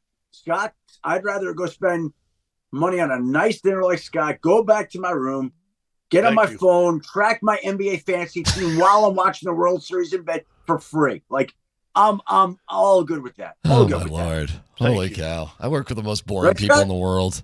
What hotel were you at in New York? We were in the Four Seasons in the financial district.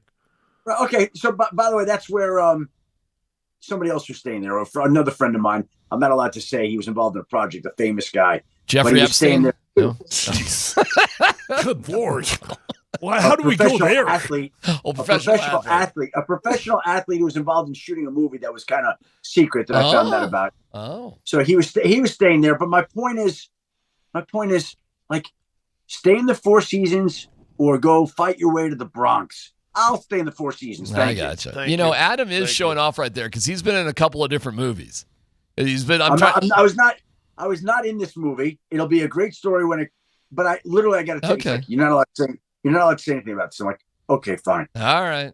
But you were in Draft Day. What other movies were you in? You were in Draft Day. Got to be in an Entourage at some point, not a movie. But I was in The Longest Yard in the press box. That's right. Back in 2004. Right.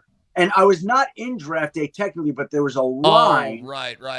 In which Kevin Costner tells his secretary, tell Adam Schefter to kiss my, Sonny.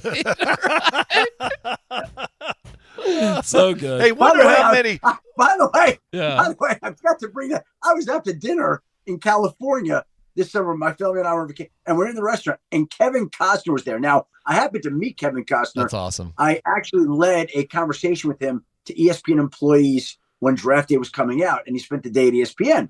And I went over to say hello, like, hey, Kevin Adams. Oh, yeah. I forgot to bring up that line, and I would have loved to have brought that up to him. Not that he would have remembered. Oh, still. Of course he would have. Of course he would have. He would have definitely. Actors, like they memorized their lines, so maybe when I said that, he might. I don't know. It was a great line. It was a great moment in the movie. The movie is so bad, though. Like I love that movie. Oh, come on. When can you teleport from Cleveland to New York in 35 minutes? I mean, there's all sorts of. All right, we won't get into that. It was great having Adam's name mentioned. It was great having Adam on. That's right. Lamar Jackson. So now we're now 8 minutes in. We've covered the weather. Right. I know. I got a great appearance. I got you. I had a hell of a time with you guys today. I got you. Steakhouse at Del Frisco. Lamar Jackson. Is he playing or not? What's going on with Lamar?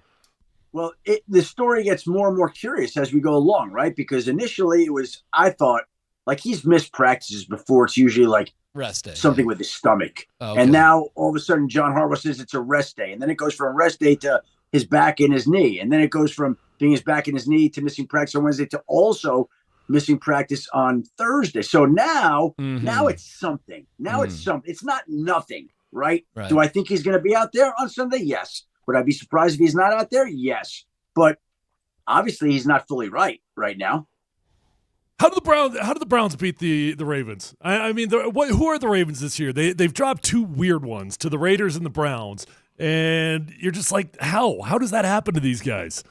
Well, they dropped a few interceptions. If you watch the game, like they make any of these interceptions, the game's probably over. They didn't put it away when they had the chance. Cleveland played inspired football, and Baltimore let them hang around and make some plays. And next thing you know, the Browns win the game.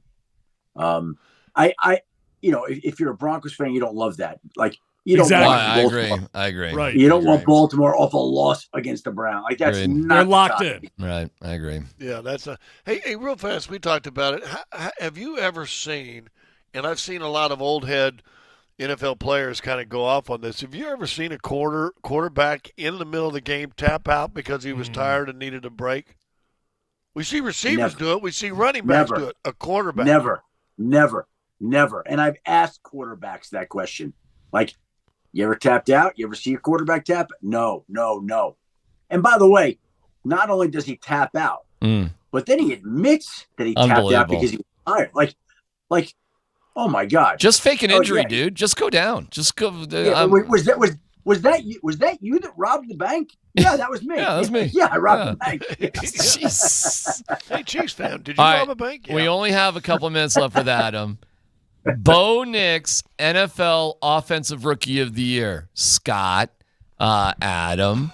What are we looking at here? Where are you, Scott? I'll ask for you, Adam, here. Bo Nix just won NFL Offensive Rookie of the Month. Jaden Daniels won in September. Bo Nix wins in October. Right, Adam? I mean, this guy's for real, correct? I think Jaden Daniels has won the award, Rookie of the Week, 6 times now. And he missed one game, though, so he couldn't win the month.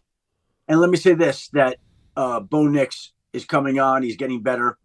I don't know that he's winning over the support and approval of Scott yet, but you can't deny that he's not playing well. But he's not to date the Offensive Rookie of the Year. That's Jaden Daniels. He's just not. Like, Bo Nix right now is playing well, and the Broncos are 5-3. And Denver's next 2 games are at Baltimore and at Kansas City. And if you're a Broncos fan, I think if somehow they could find a way to win one of these next 2, that's a huge. If they could do that, that's the challenge, right? Like, get one of these games here coming up the next 2 weeks. But look, and here's the deal: like, I don't care whether Bo Nix is the Offensive Rookie of the Year. I care whether he's going to be the quarterback of the future. And more and more, it looks like he certainly is. I agree. Much to Scott's disagreement. I haven't seen anything that says he can't be. I haven't seen anything that says he is. I will say this, that if Jackson doesn't play this weekend and Bo again can take care of the football and the defense can play like it's been playing, and it's a top 1, 2, or 3 defense in the NFL right now, you could go in without Jackson. You could go in and win that game. Now. That'd be something. That would be impressive. I'm just like, that would be really impressive if they could find a way to win one of these next 2. And I'm not trying to limit them. Like, go win both if you can. But to win one of these next 2, that would be enormous.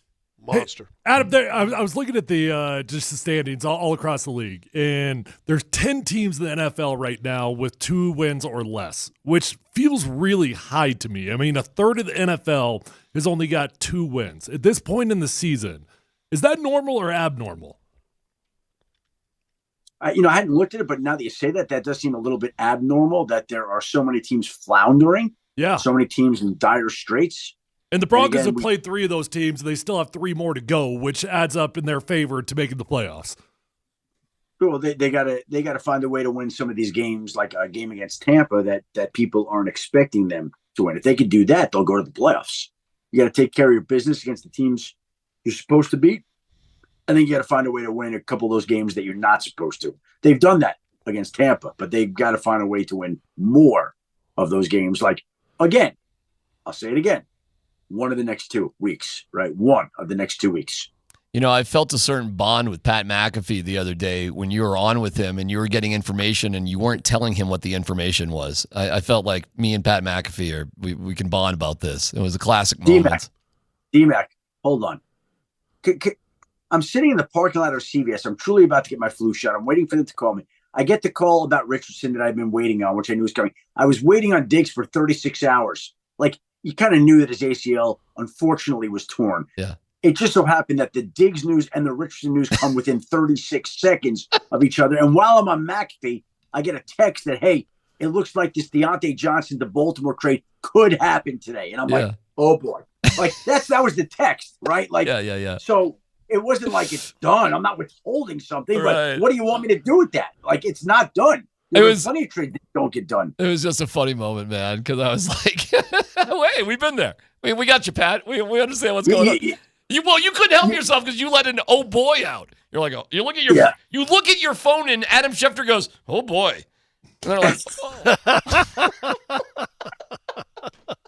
Yeah, ESPN's sitting there going, McAfee's going, we got a break or something. Oh, boy. Adam Schefter, oh, boy. All right, oh, boy, I'm over on ESPN, Adam, and we love you, and we'll talk to you later, and happy Halloween. We'll see you, pal. Take care, guys. Happy Halloween. All right. See you, buddy. It's Adam Schefter, brought to you by Colorado Credit Union. Love where you live. Love where you bank. Visit ccu.org to learn more. Sports, not sports. Dan Tanner, let's go. PhD presents Sports. Breaking news out of the NFL. Breaking news out of the NBA. Not sports. A driving violation. Suspended for 4 games without pay. Former Red Sox pitcher is under arrest. That was not acceptable. Sports highlight. All right, we're going to go to the world of the NBA. You know, when teams are getting blown out, Scott, a lot of guys get in the game, right? You know, just it's a great opportunity. You know, get in there and just Hunter Tyson show, you know, and let's down see. 20, I called it Scott time. Get in there.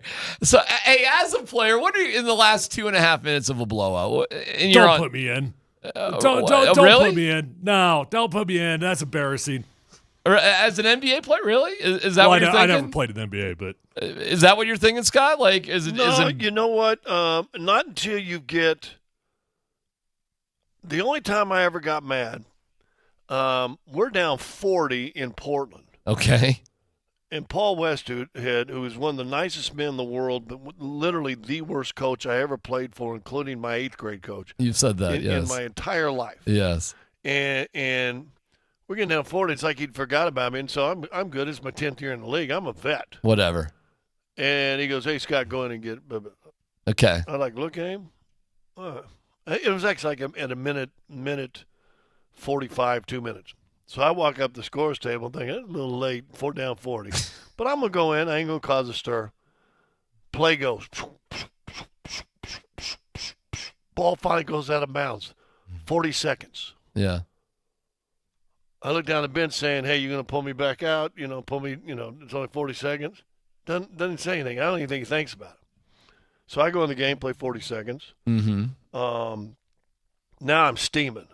I went, it's the only time I say it, I went to the assistant coach. And I said, you ever embarrass me again like that and put me in 40 seconds, I'm going to refuse to go in. That's a joke. That's ridiculous. Right. It was ridiculous. I'm not even playing anyway, but you're going to put me in 40 seconds to embarrass me? I ain't never going in a game like that ever again. Okay. And it never happened again. Well, but he was fired like he should have been. But okay. Well, but as a younger player, like if you're a younger scrappy guy. You just wanted to get a run, man. Something, anything, right? Yeah. So with 2 minutes and 3 seconds left in Cleveland, the Lakers down by 22 points, this magical moment happened, Dan. Right here. James. Bronny's going to fire it up. There it is! First NBA basket. I told you he'd score. Welcome home, LeBron James Jr. that really happened. That winning the Super Bowl, getting NBA championships, and Bronny James getting a bucket. Can you believe that reaction? And here we go. He was born about 45 minutes from Cleveland, right? I mean, was he? Local. I don't know where he was born in Akron. He was? Okay. All right. Yeah. So, okay. I mean, he's born right down there. The funny thing is, I watched the highlight, and it was Davis, and what's the one guard's got his hair painted blonde now? Oh, him, LeBron, and this guard, they're all sitting there talking. Davis and this guard are talking. They're not even watching the game, and I'm watching Bron. He's trying to watch, and his son makes a shot. And he can't really react. You're down 20. So, as a dad, you got to be going, yeah. You know? He tried to You're getting beat 8-0 in a baseball game, and your kid comes up in the bottom of the 7th, and he slaps a single. There's a part of you, even if you're coaching, going, yeah. You know what happened, though, after the game? They did a press conference. Together. Bronny actually did jack up another shot. He missed it. I didn't see the bucket. How was the bucket? It was actually a pretty good shot. It was a mid-range baseline. Contested, though, and kind of a little bit of a turnaround action. I mean, it was actually a pretty cool shot. It wasn't like, unguarded or whatever. It was a contested shot. Yeah, it was all right. But here's the problem is the NBA is got to be really careful because it's turned itself so hard into a marketing league as opposed to a true performance league, and we got to be careful. All right, but here is a bit of the press conference. So Bronny played 5 minutes, 1 of 2, total blowout. Cleveland won 134-110. He hit one of his 2 shots. I am laughing about this because how many times in garbage time have Nuggets guys got a bucket? I mean, did we ever have Jay Huff come to the podium? Hold on. Did you see the news this weekend or I don't even know what today is, early in this week? You remember Huff that would come off the bench and he was our guy that was How's he doing? Signed as a two-way player. Oh gosh, now who with Detroit or Memphis? Somebody. Yeah. They converted it to a full contract and gave him a 4-year deal. Good for him. Good for Jay Huff. I like Jay Huff, and he would put on a show in warm-ups. Listen, the guy's a 7-footer who played legit at Virginia, right? College basketball. And I always thought it was weird that they just dismissed him. I like Jay Huff. And he's a small forward stuck in a 7-footer's body, and probably some people can't get over the 7 foot, and he can shoot jumpers. Anyways, that being said, he deserves to be in the NBA way more than Bronny James. I'll give you that. No doubt about it. Now the Lakers have checked every box, okay? They played LeBron and Bronny at the same time. Yep. Bronny's gotten a bucket. He got a bucket. November's going to be here tomorrow, and now we get to send him away to the G League. If you're Bronny, real quick here, do you want to be in a press conference with your dad after hitting like a bucket in total garbage time? I mean, all right, so here's the moment. Here's the press conference that they had together after the game. Go ahead, Dan. A few years. He's better than I would have been in that situation. 20,000 fans screaming my name to get in the game and wanting me to be in the game. And if the roles reversed, I don't know if I would have been able to handle it. So just commend him on, his composure, the way he approaches, not only the game, but just approach, life in general. And to see him get his first NBA basket in this arena where he grew up not too far away from here, it's an unbelievable moment. Unbelievable moment for him. First of all, for our family. Did the self-anointed GOAT just say that he wouldn't have been able to handle that moment? He's so ridiculous. The self-anointed GOAT wouldn't have been able to handle it? I like LeBron overall, but that is so ridiculous. It's absurd. Oh and Bronny's sitting there. You guys see it. Bronny's sitting there. He's not smiling. He's not laughing. He never seems to be in like a good mood or anything. It's pathetic, man. It's never truly about Bronny. It's always truly about LeBron. Always about LeBron. And if they were brilliant, they would have kept LeBron back in the locker room, let people come and ask him, but let Bronny get a little bit of limelight by himself. Exactly. I feel bad. I do too. To be honest, for him just a little bit. I do too. I feel bad for Bronny. It was Bush League of Bron to even LeBron to say yes to that. Absolute Bush League. No, let my son have his moment. Listen, LeBron. Well, the problem was they aren't going to let Bronny come up there. I mean, how many rookies have had a press conference when they got their first NBA? I didn't see Jay Huff when he got his first bucket here, or Tyson, or anybody else when they finally scored their first NBA bucket. No one does that, but this is, again, the NBA marketing machine. We really don't care about playing. We care about marketing. Yeah, I feel bad for Bronny, man. I'm feeling bad for this kid. He is stuck. He probably does love basketball. He probably does work hard. He doesn't deserve to be in the NBA. He'd be a good, solid Division I player right now. And I don't know, man. Hey, speaking of sons that have had to overcome their dad. Yeah. Did you see the video of LaMelo Ball? Is that the one that's with Charlotte? Yeah. And he's walking down a hallway, and he walks to this door, and they've set up like this animatronic clown scary clown. Scary clown, yeah. And he jumps back and hits it, and it comes over and hits him again in the head. And dudes are walking up the steps behind him, falling down because it's legitimate. You could tell that must have legitimately scared him and put him down. I thought that was hilarious. I did too. All right. But there's another family. There's a Ball family had to overcome a dad. Well, I saw an interesting video with LeVar Ball and Melo a while ago. You know, he did emphasize, I get it with the dad stuff, but, you know, he always emphasized with his kids sharing the ball, getting assists, getting other players in game. I saw a video where he took LaMelo to the woodshed for being selfish and jacking up shots that he shouldn't. And look at how his kids do play basketball. They do play an unselfish brand of basketball. And at least Lonzo LaMelo doesn't. Lonzo does. Really? You don't think LaMelo does? No, I think LaMelo's all about show, look at me. Okay. And he's really good. LaMelo's really good. Really good. I think they're both. I think they're 2 out of 3, and the other one's stealing purses in China.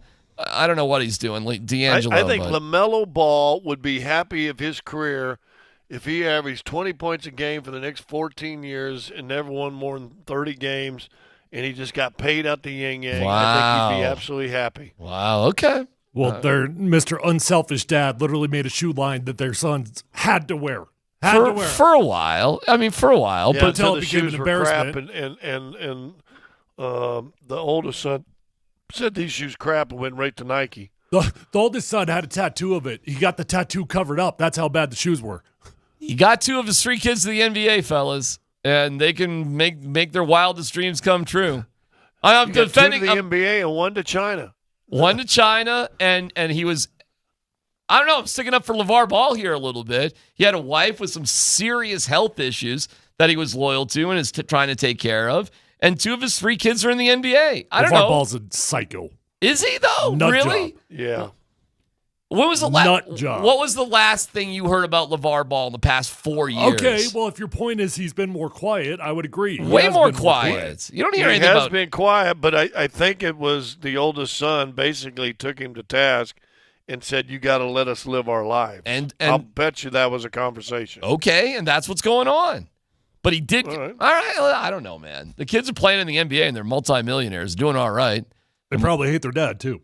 Oh, come on, man. You think they hate their dad? I think there's part of them probably despise him.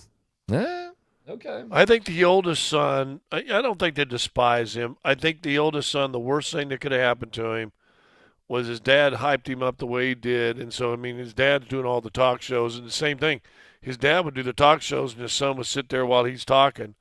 And then he gets drafted by the Lakers, and that was, I think he is a sensitive, wants to play basketball the right way guy that had a bad hitch in his shot when he first came in, and that was too much pressure to go to L.A. because – and now he's got that terrible injury he's trying to overcome. Yeah. He turned himself into a really good basketball player. Did you hear Did you hear unrelated to his previous injury, he's going to miss some time because he hurt his wrist? Did you hear about that? Something to his wrist or hand or something. That sucks. All right, hey, it's 2 o'clock, the most important hour of the day. Go ahead.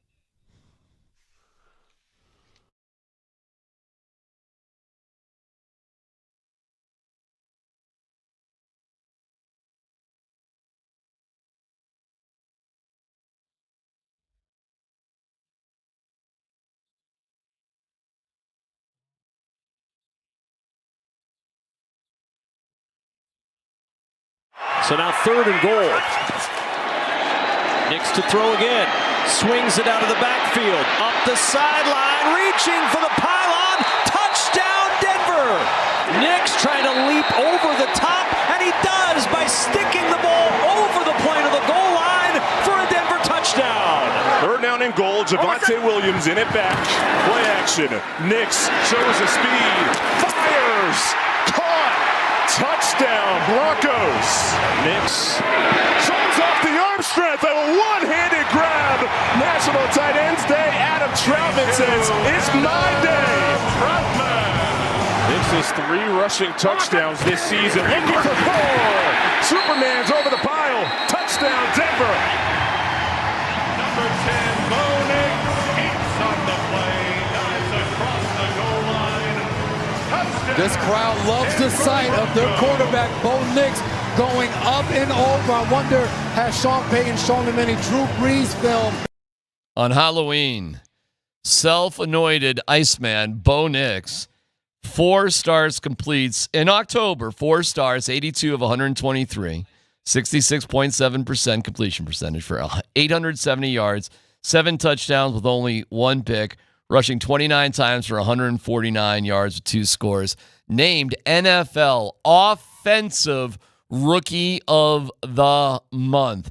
Is that enough to convince you, big question here, that Bo Nix undoubtedly is the Broncos quarterback of the future? No, but it's certainly a great step in the right direction, right? It's progress. That's all we're looking for. We need progress, and this is a huge step in the right direction. You dominated a bad football game, a bad football team.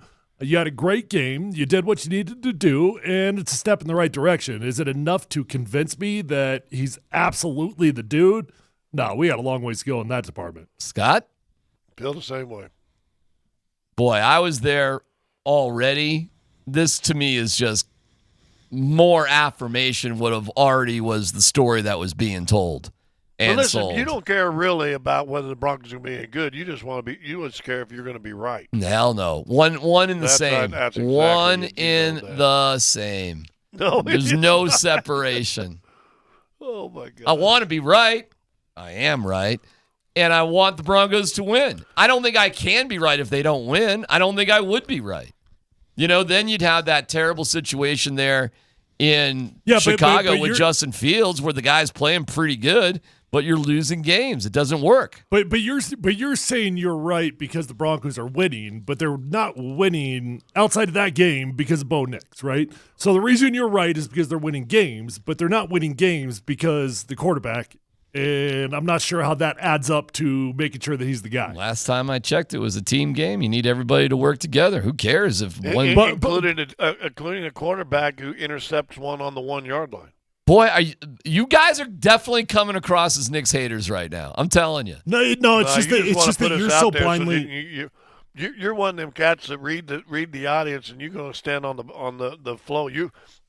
You know what you are? What am I, Scott? You're the trout that's swimming down the stream because you don't ever want to get caught swimming up the stream. I'm telling you. You're just so blindly loyal to him that any analysis. See, I wouldn't even call I don't think I'm critical of Bo Nix. I think I give analysis of Bo Nix, right? So I call it great when it's great, and I call it bad when it's bad. That's not being critical of a man. That's just giving analysis of where the young kid is at. But you're so blind to it that any analysis of him is criticism to him, to you. The question is are you convinced he's the guy for the future for the team? That's the question. No. I'm convinced. So you were convinced on draft night. I was fairly confident it was going to work out. Yeah, I was. I'm very optimistic about it. Like, why does it have to be black and white? Yes or no? Like I feel very optimistic about it. I tell you this, I'm in a better place now than I was to start the season. Okay. And I think that's part of the progress you want right there. But let me ask you this, and be honest about this. Yeah. If the Broncos somehow lose 9 straight games in a row, is Bo Nix the franchise quarterback you think he is now? Wow, you're asking me for a crazy scenario. They lose 9 games in a row. Okay, I mean, that's a weird hypothetical. Hold on. But I can play that game. The Broncos lose 9 games in a row. So they go from 5-3 to 5-12. 5-12. They hit the under, not the over, and they have one of the most disastrous collapses in team history. All right, so, or they go 2-7. 2-7. So they finish at 7-10, which is a number a lot of people had them at. That's a more interesting conversation. If they really lose 9 games in a row, it's likely everybody's being replaced. I mean, that's what kind of incredible collapse that would be. 2-7 is not crazy. Excuse me. 2-7 is more like, hey, man, that could happen. They got some tough opponents. It's a tougher run of the schedule. 2-9-7, I would still believe in Bo Nix. I'd still be like, hey, we're on track. Brother, it was literally last week that you said out loud into a microphone that if Bo Nix lost to the Panthers, he should be benched. Correct. Now, I got it. He didn't lose to the Panthers, okay? But just a week ago, you would have been ready to bench the dude if he lost one game, and now we're convinced, like as a fact, like there's no question that he's the dude. Because we're playing these weird hypothetical games. No, we're not. No. Let's play in reality. Okay. Like there's nothing hypothetical about where we are right now. No, but you just said we're playing a my prediction on that, or what I'd want, is based off a hypothetical that they would lose to the worst team in the league and he would play poorly in the game. That's a hypothetical. And I said under that hypothetical, yes, he would be a choke artist of epic degree and would deserve to be benched. That's not a prediction. My prediction is they won the game 38-6 and would blow out Carolina, and he would have a great game, which is exactly what happened. I think aside from the score, it's entirely fair to be totally optimistic. Be like, man, I got a really good feeling about this guy. I got a great feeling that we got the quarterback of the future. But, man, we don't even know about Caleb Williams. We don't know about Jaden Daniels. You know, like Robert Griffin is the ultimate example of all time. Offensive rookie of the year, and then couldn't do anything after that first year. God, you guys have doubts about Caleb Williams or Jaden Daniels right now? Really? Seriously? I have no doubts about those dudes. No, see, you like to live in extremes. That's not what I'm saying. I didn't say I doubt it, but what I'm saying is you don't know. So even if those guys were my quarterbacks, I wouldn't be like, yep, for sure, this is going to work out. I'd feel very optimistic. And I would feel more optimistic if those were our quarterbacks. When did you believe Scott in Elway? Because he only won 4 games as a rookie. When did you believe in Elway? 96, 97. It took you 13 years to believe in Elway? Yeah, because I didn't work for the Broncos until that season. I didn't work for the Broncos that season, and I was a Chiefs fan. So yeah. So he went to 3 Super Bowls, lost them. I was killing him. Who's your favorite? Listen, I had to suffer through highly regarded Todd Blackledge as a Kansas City Chiefs high draft pick. Come on now. Let me back up here. Whoever your favorite quarterback was, whenever you want to put it, what did it take for you to finally say, that's my guy no matter what? I believe in him. Tell me what it is, and when you believed in somebody in the past, like, that's a guy. I would say postseason success. It's fair to have a long-term opinion after you've seen postseason success. All right, so do you have anybody? Bob Greasy. Johnny Unitas. Did you believe in Dan Marino after he went to a Super Bowl in his second year? Yeah. Okay. Every year we were shocked he was never back in there. Agreed. Do you believe in Kansas City could have drafted him, that's the same draft. They took Todd Blackledge instead of Dan Marino. The RG3 one's a really good one because he did win Rookie of the Year.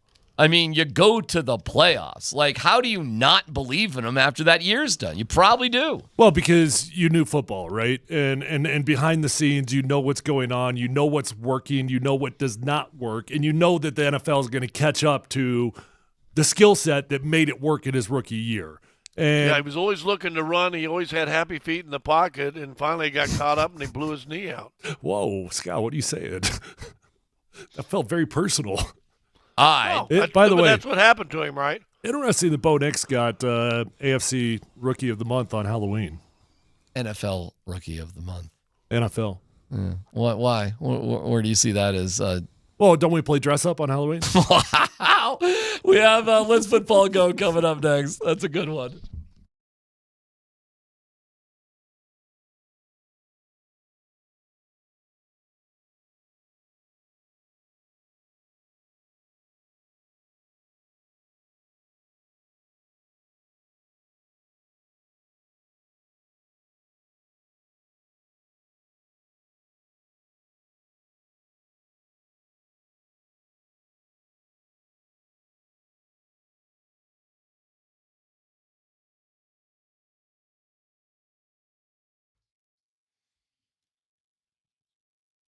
Rocky Mountain Men's Clinic is the best. They don't have any spooky surprises. The only scary thing is, failing to perform.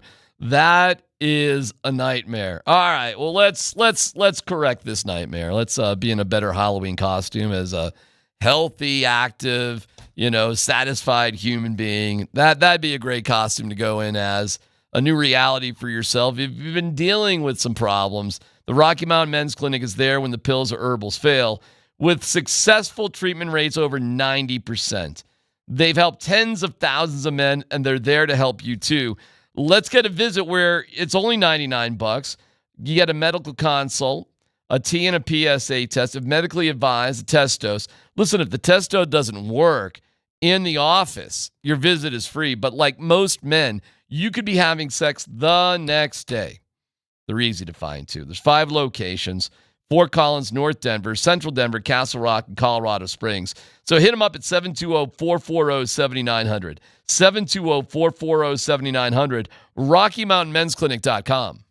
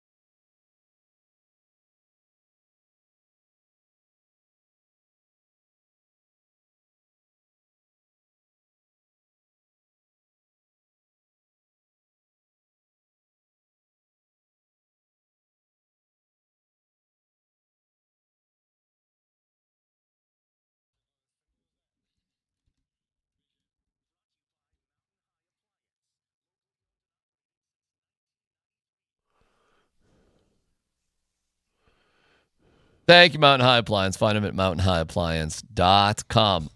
Brian Wacker. What a name. The Wacker. He's out there in Baltimore. He'll give us the latest on Lamar Jackson here in just a few minutes. But first, Dan Buds Quince Tanner, the world of football. What do you got, Dan? All right, fellas. We've sort of touched on this a little bit, but let's hear from Bo Nix. We've talked about the meaning of this game coming up on Sunday between the Broncos and the Ravens. Bo was asked yesterday, is this a measuring stick game for the Broncos? No, I don't think so. I think it's just one of those games that, is going to be really important for the, the outcome of both of our seasons. And so we know it's important for us, and obviously it's going to be really important for them. So I think in saying that, the game's ultimately pretty big and it's got a lot, going into it. Okay, so Bo doesn't think it's a measuring stick game. Do you guys think this is a measuring stick game? 100% a measuring stick game. This is the definition of it. Look, you got a lot of wins. I mean, on paper, the Denver Broncos look like they're one of the better teams in the NFL. I don't know how this could be anything other than a measuring stick game. And very specifically for you, Bo Nix, this is a measuring stick game to see if you are the AFC Player of the Month, Rookie Player of the Month. That's what that is. You got to go toe-to-toe with the best in the world. Scott? Yeah, I think it's differing, and I don't think we'll know till Sunday. Because if Lamar Jackson does not play, to me it changes the entire tenor of the game. If he plays and say he was healthy, then this is a real measuring stick for our measuring tape stick for the defense. Because now they're going against one of the best offenses in the league, and now we can really, we can put mash and potato together with Baltimore's offense and our defense. I think it's always a good test on the road and a tough place to play. And now you're going, listen, I don't know if it's fair to compare Josh Allen to Patrick Mahomes or Bauer or any, great quarterback to great quarterback, Elway to or Manning to Brady or whatever. But that's what happens. If Jackson plays, this is a great chance to sit there and go toe-to-toe with the quarterback that's won an MVP. And so it is a measuring stick game, in my opinion, unless Jackson doesn't play. Hey, I know Lamar Jackson is an MVP, so he should look good against anybody. But in theory, wouldn't you think that Bo Nix's stats should look as good, if not better, than Lamar Jackson's in this game? Lamar's going up against the best defense in the NFL, and Bo is going up against the 25th best defense in the NFL. I think Bo could have some pretty good numbers in this one for sure. It's not a great secondary. He even acknowledged, Bo Nix did yesterday, a lot of these numbers teams are piling up on this defense. The 32nd ranked pass defense are because teams are trailing and they're, putting up some phony numbers basically. And then the rush defense of the Ravens probably isn't as good as that's listed for the same reason. They're first. They're first in rush defense. They're last in pass defense. However, they're pretty good in sacks. What that really indicates is their offense is pretty tremendous, and teams are, they're not running. They're not running against them because they're desperate to throw, and their defense is soft enough to allow numbers. So the numbers might be a little weird in this one. Bo will probably have pretty good numbers. I don't know if that's going to translate to a win or not, but the numbers will probably be pretty good. Yeah. They probably throw for over 260 yards, something like that. It'll look all right. It'll come down to turnovers, and it'll come down to Lamar Jackson. And we're having Brian Wacker on here shortly. Dan, you want to do another one, or what do you want to do? Well, I want to get your guys' thoughts before I call Brian here, just real quick. I saw this tweet yesterday, and I wanted to get your guys' thoughts on this. So Sam Block, somebody who works at ESPN, honestly, I've never heard of him, but interesting tweet. They tweet out Anthony Richardson is 22, benched. Bryce Young, 23, benched. Trey Lance, 24, benched. Justin Fields, 25, benched. Will Levis, Zach Wilson, Mac Jones, Kenny Pickett, all in their mid-20s, benched. And at the end, he says the NFL has a quarterback development problem. Do you guys believe that's true? Oh, for sure, of course.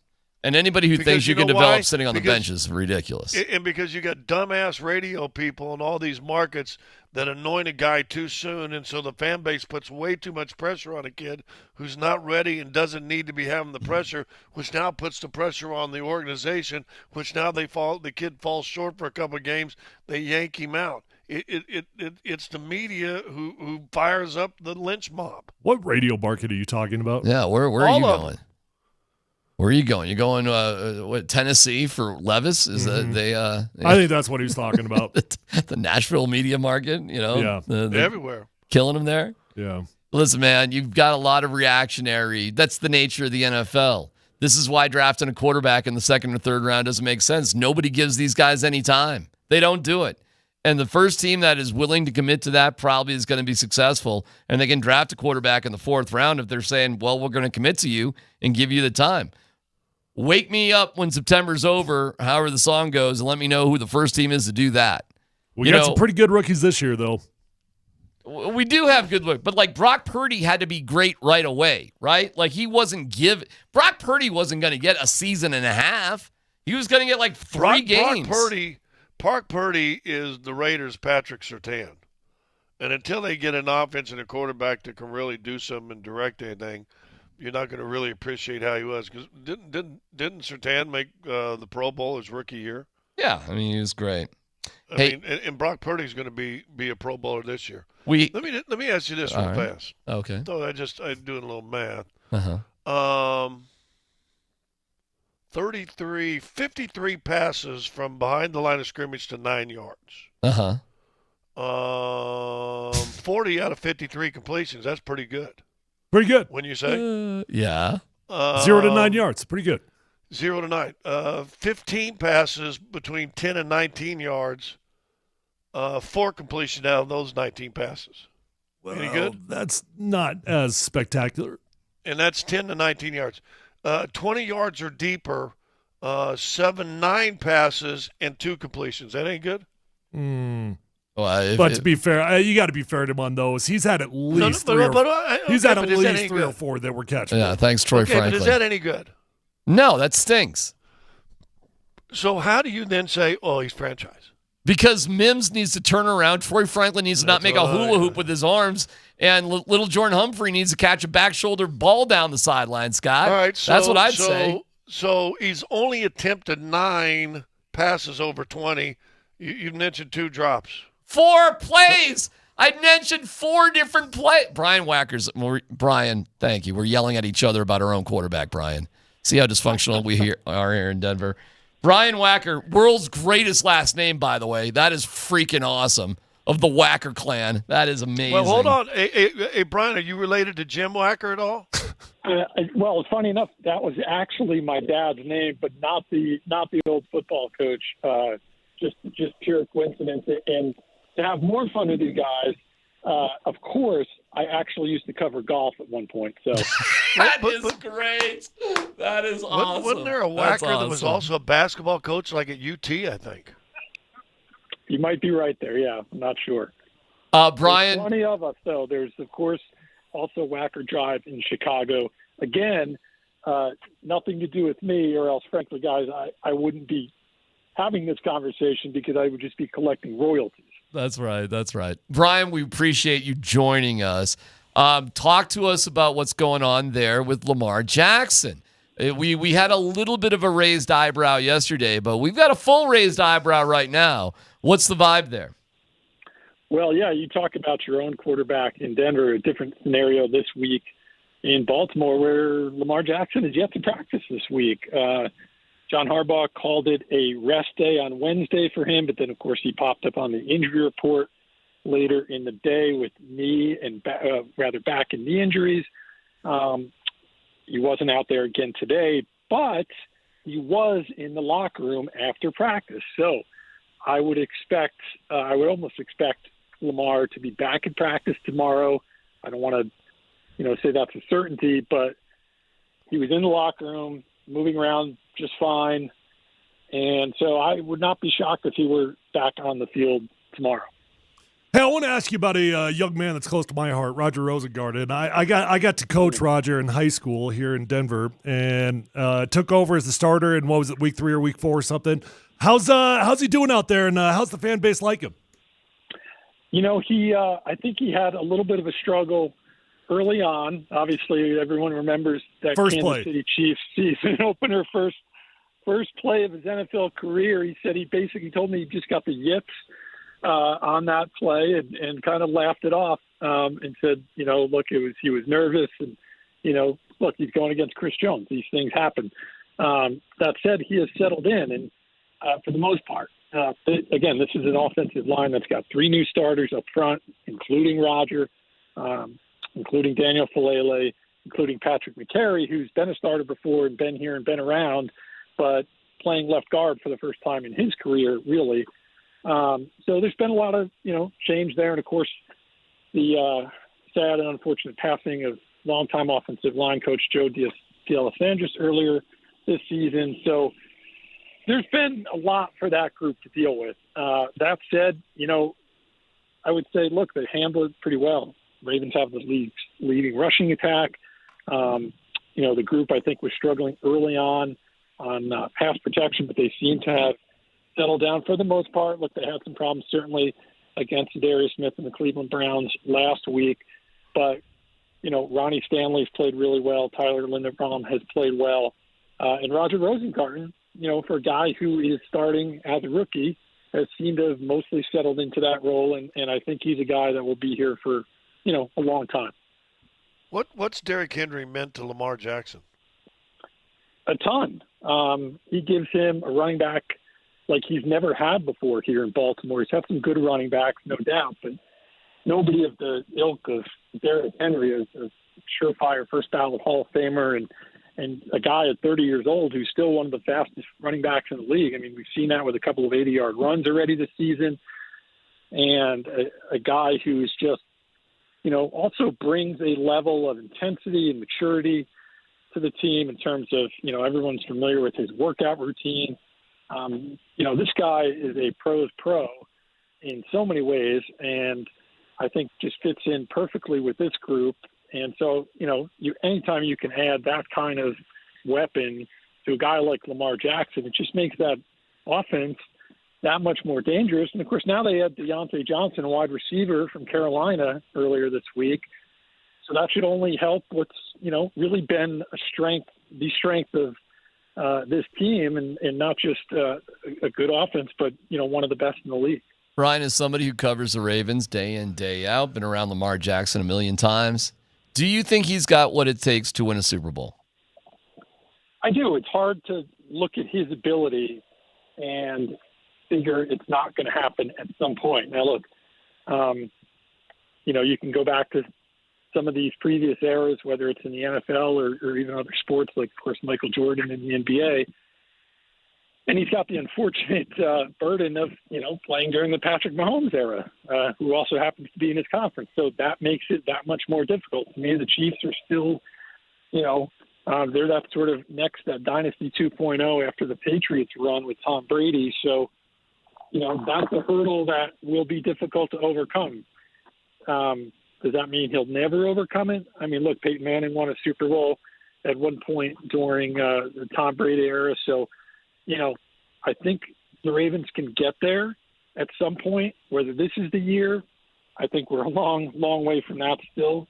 But it's hard to think that at some point, given the talent of Lamar and given the talent of those around him, that they shouldn't at least have a shot at it. All right, Mr. Wacker, we appreciate you being on with us. And we'll see how it goes for the Broncos against your Ravens. We'll see how it is. Thanks, pal. Appreciate it. Can't wait. Thanks for having me. All right.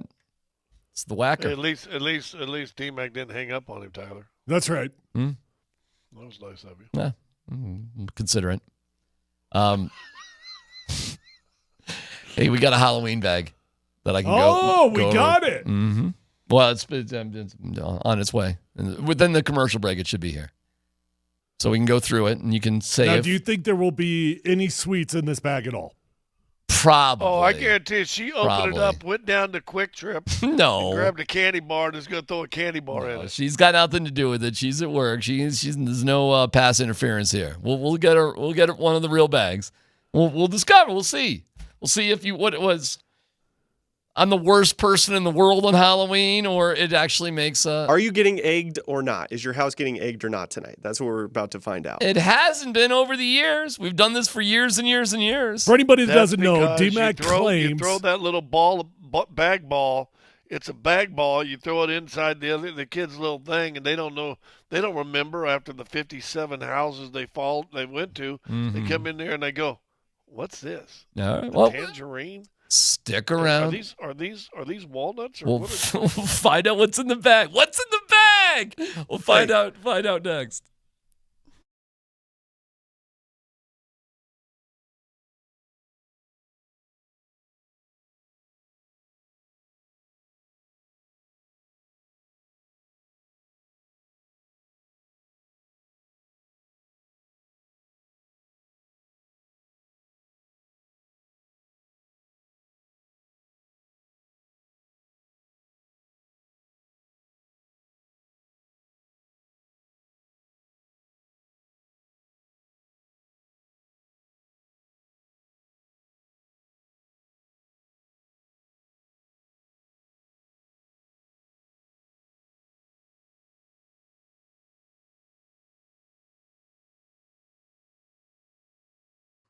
Hey, if you need a new ride, go check out Phil Longford of Denver. You're going to love your experience over there. Guys, I don't care what kind of ride you're looking for, new or pre-owned, whether you're looking for a car, truck, van, SUV, electric vehicle, or even a commercial fleet vehicle, you're going to find it at Phil Longford. The inventory is incredible. Matter of fact, the inventory is as strong as it has ever been over at Phil Longford right now.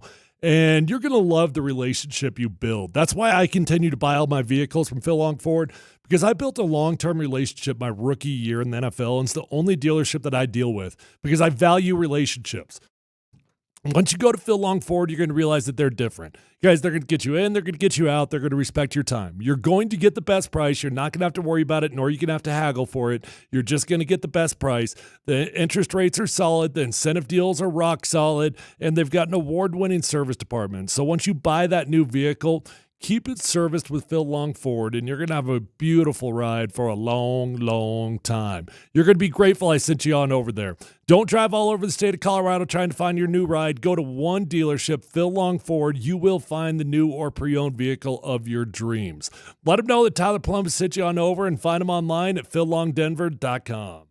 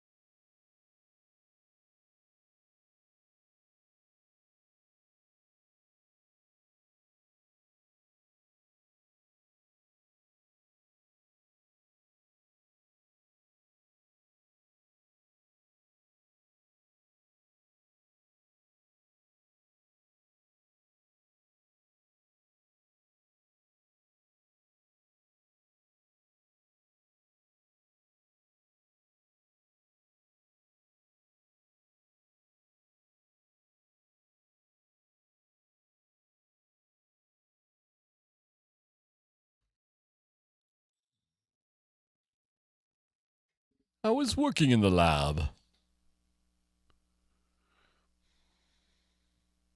Late one night. Well, happy Halloween to everybody. And I didn't know this would be such a thing. But listen, we're on the road a little bit here. We'll be at Joe Willie's on Broadway from noon to 3 tomorrow. Our guy Scott will be in. I don't know where you're going to be. Oh, well, Minneapolis, right? The game's tonight. I'll still be in Minneapolis. Right. Sorry about that. Oh, I'm telling you. The boys, Andy and Nate, are out at Stoney's for Thursday Night Football. Wow, they're there for the Jets are playing. Every Thursday night? Well, it goes back and forth between a couple spots, but it's Stoney's for the most part. Yeah, they're out there. They Andy's out there Thursdays and Mondays. They have seen more Jets or Giants games than anybody in Denver. Rhinehouse on Saturday night, there's an Avalanche watch party brought to you by Ed Prather that the station's out at. So that very you active. weaseled your way into. Very active. And I do have now, and Dan is putting it up on Twitter, on Altitude's Twitter page. But I got the very famous Darren McKee, or should I say Kim McKee? Kim McKee. I got nothing to do with it. Halloween package. All right. So it does look like it. Like that looks like a Valentine you would hand out. Like there's a lot of effort that goes into it. So when you guys want to reverse course, and you guys are killing my wife for doing this, because the vast majority of things in here are somewhat healthy, but I mean it's not completely. But here's what you get. No, you said healthy. You described it as all healthy, so don't you put that on us. All right, we'll just describe what's in it. We'll just describe what's in it. Open it up and let's go. All right. So here we go. You can see it on the Twitter. It's a nice little bag. So instead of sticking your grimy little hand in and taking a bunch of sweet tarts out, you get a nice little bag of the McKee household.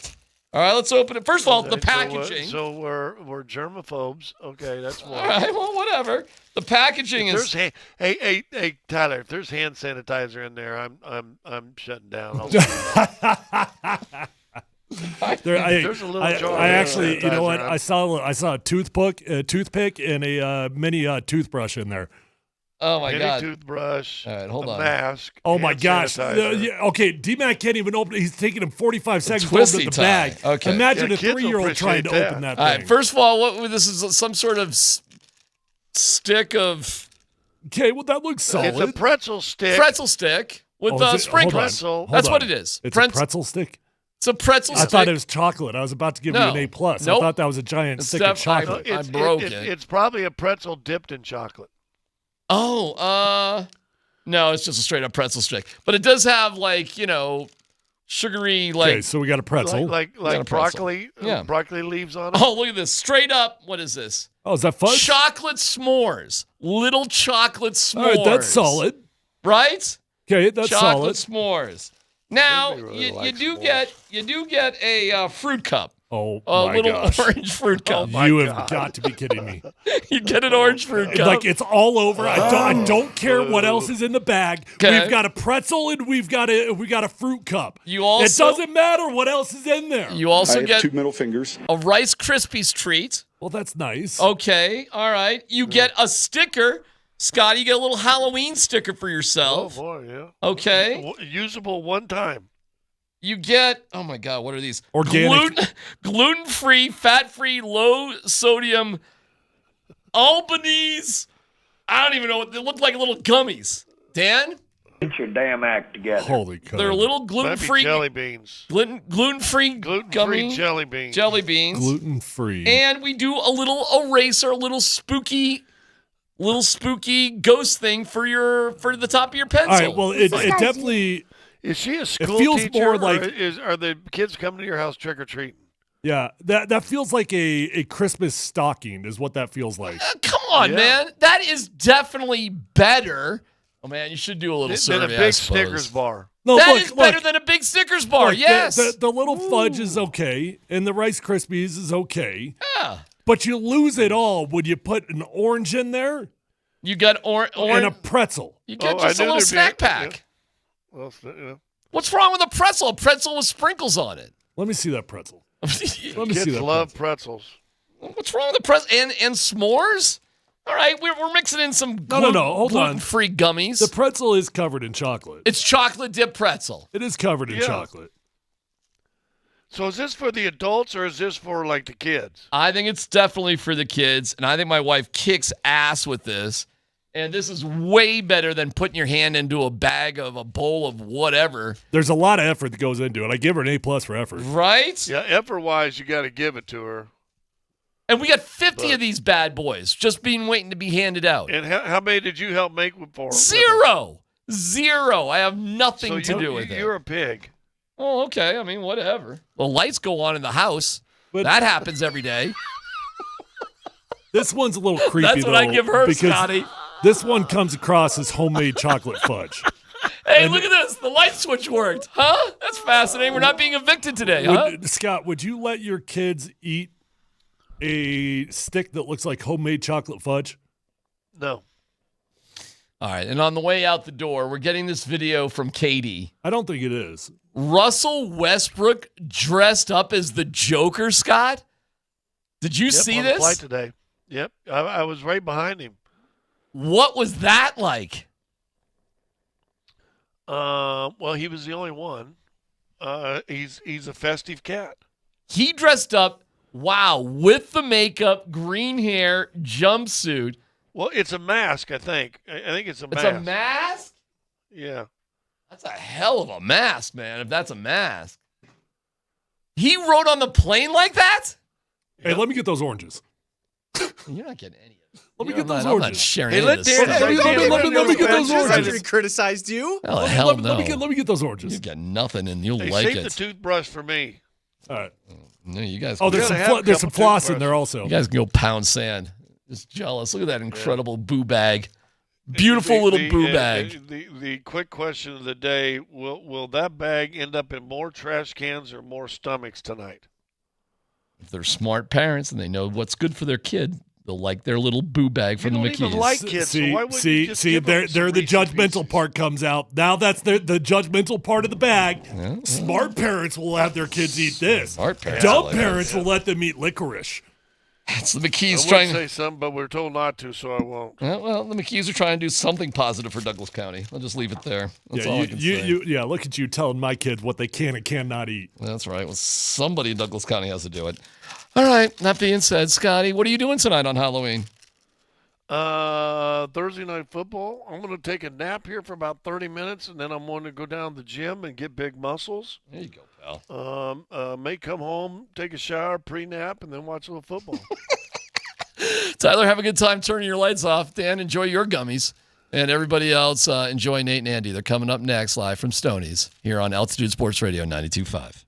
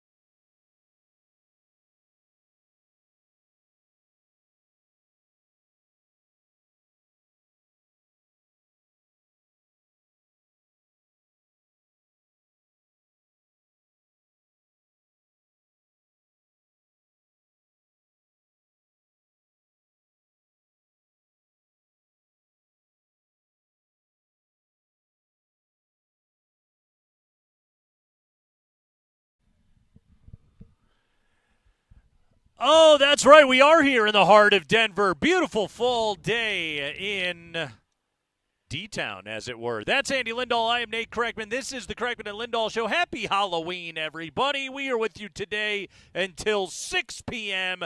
Thursday night football tonight. Texans and Jets. Watch the game right here at Stoney's. Hang out with Andy Lindahl here today at Stoney's. He'll be watching the game with you and giving away helmets and whatnot, and have a Tullamore Dew while you are here. A Dew and a Brew and a Boo on Halloween. Hey! There it is. There's the tagline, everybody. I wrote that myself. They didn't even put that in the copy. But yes, it is the Kreckman and Lindahl Show. Big day today here on the show. We're going to go to Baltimore. We're going to check in with our pal Jeremy Kahn, longtime sports yacker out there in Baltimore, but he's going to join us coming up here in just a few minutes. Andy, the big news, Lamar Jackson, that back in that knee, not better after a full day of rest, did not practice again today. No Lamar Jackson in there. We are that much closer to 97-year-old Josh Johnson on the job Sunday at M&T Bank Stadium. Or are we? Yeah. At what point of the year do we hit? Because I feel like Lamar does this because he runs. That's part of the threat of his game. Sure does. And unfortunately for him, that means he's going to get hit a lot and get beat up and all that other kind of stuff. Yep. So at the end of the day, he always seems to get to this point in the year where basically he doesn't practice anymore. Now, I don't know if it's ideal for a quarterback, but, Steve McNair once upon a time used to do this a lot for Tennessee because he was a little like Lamar as far as the beating he would take during the year. Veteran team, they know what they're doing, right? Sure. One other factor to consider, the Ravens play again a week from today. So they'll be playing on Thursday Night Football against Cincinnati at home. So 2 games in 5 days. Could this be Baltimore's way of saying, all right, rest him up during the week, play on Sunday?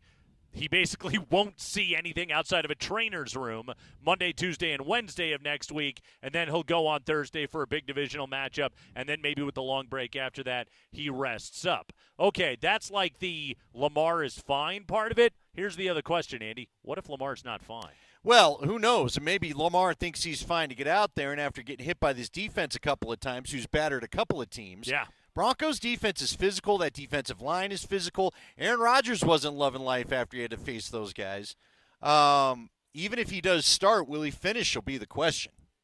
A paragraph caught my eye today in a report from The Athletic, and Jeff Zrebiec doing the reporting on this one. It isn't clear what play or plays Jackson got hurt on during the Ravens' 29-24 loss to the Cleveland Browns on Sunday. However, he did appear to be battling some discomfort in the locker room after the game. A few Ravens players approached him to check on him. Well, maybe he doesn't play. Discomfort. In which case, that would be a huge, huge help to the Broncos. Now, well, the last time they faced the Ravens in Baltimore, they got a chance to face the backup quarterback and found a way to lose that game.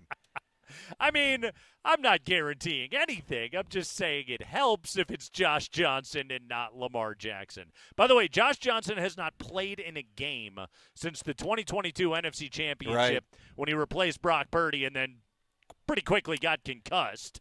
And then they had to put Purdy back in the game and they couldn't throw, and they lost by 1,000. Look, if you're the Broncos, just go ahead and prepare for Lamar Jackson. You probably should. Don't worry about the other, because here's the deal. You've got to – Hey, I don't know if you've ever heard, but one time Sean Payton was getting ready to play Dallas, and they thought DeMarcus Ware wasn't going to play. Right. I don't know if you've ever heard this story before. Was that a Saints story? It was. There you go. It's what do you know? Yeah. What do you know? Derrick Henry is still a problem, so you still can't take these guys lightly, right? The good thing if you're Baltimore is you have 2 potential MVP candidates here right now. Yeah, that part of it certainly does help. So no Lamar Jackson again in practice today. Todd Monken, the offensive coordinator for the Ravens, talked to the media. We'll hear some of that audio a little bit later in the show. He didn't seem all that terribly concerned about the whole thing. He basically put it as, it's good for Josh to get some practice reps. Yeah. Which I'm sure is true. Sure. Yeah. Also, Josh Johnson, okay? We might as well get our Josh Johnson content out of the way here. Do you want to hear the Josh Johnson resume? Sure. Are you What ready has for Josh this? got going on? What, all the teams now? All the teams. He's not doing Eddie Kennison and crossing off the logos as he goes to a new team on his tattoo thigh. I don't is know. he? I don't know if he has that or not. Right, or whatever that was, his back. At the very least, he has like a poster board up in his room or something like that. So, out of San Diego, 5th-round pick, 08 by Tampa Bay. He's with Tampa for 4 years, 08 to 11. Niners in 12, never sees the field, goes to play for the Sacramento Mountain Lions. Yes, the Sacramento Mountain Of Lions. what league? Great question. Okay. It we'll look it is up later. The United Football All League. right. All right. According to Wikipedia, he played in 2 games before the league folded. Sounds about right. Hey, good news for him. The league only made it 3 weeks. That was like me when I was the voice of the Crush. I called 9 games for one season, and then the league folded. What are you gonna do? The Cleveland Browns in 2012, Bengals in 13, Niners again in 14, Bengals in 15. So this would have already been 2 stints with the Bengals, 2 stints with the Niners. Jets in 15 for Camp, spends part of the year with the Colts, part of the year with the Bills. 2016 Camp with the Ravens. 2016 season with the Giants. 2017 Houston. 2018 Camp with the Raiders, and then he went to play for football team after that. The San Diego Fleet in 2019. The San Diego Fleet. Remove an L, and you've got Rex Ryan's favorite team ever. They were in the Alliance of American Football, Andy. The Alliance of American Football.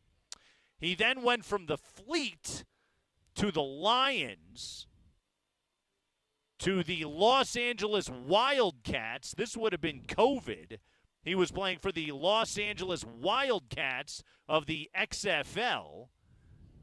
Back to the Niners. I think that's 3 stints now with the Niners. Jets 21, Ravens 21. Is that now? I think that's 3 stints with the Ravens. Denver in 22. Yep. We talked to him in training camp. Yep. He was great. Everybody loved him. Loved Josh Johnson. One of our favorite guys.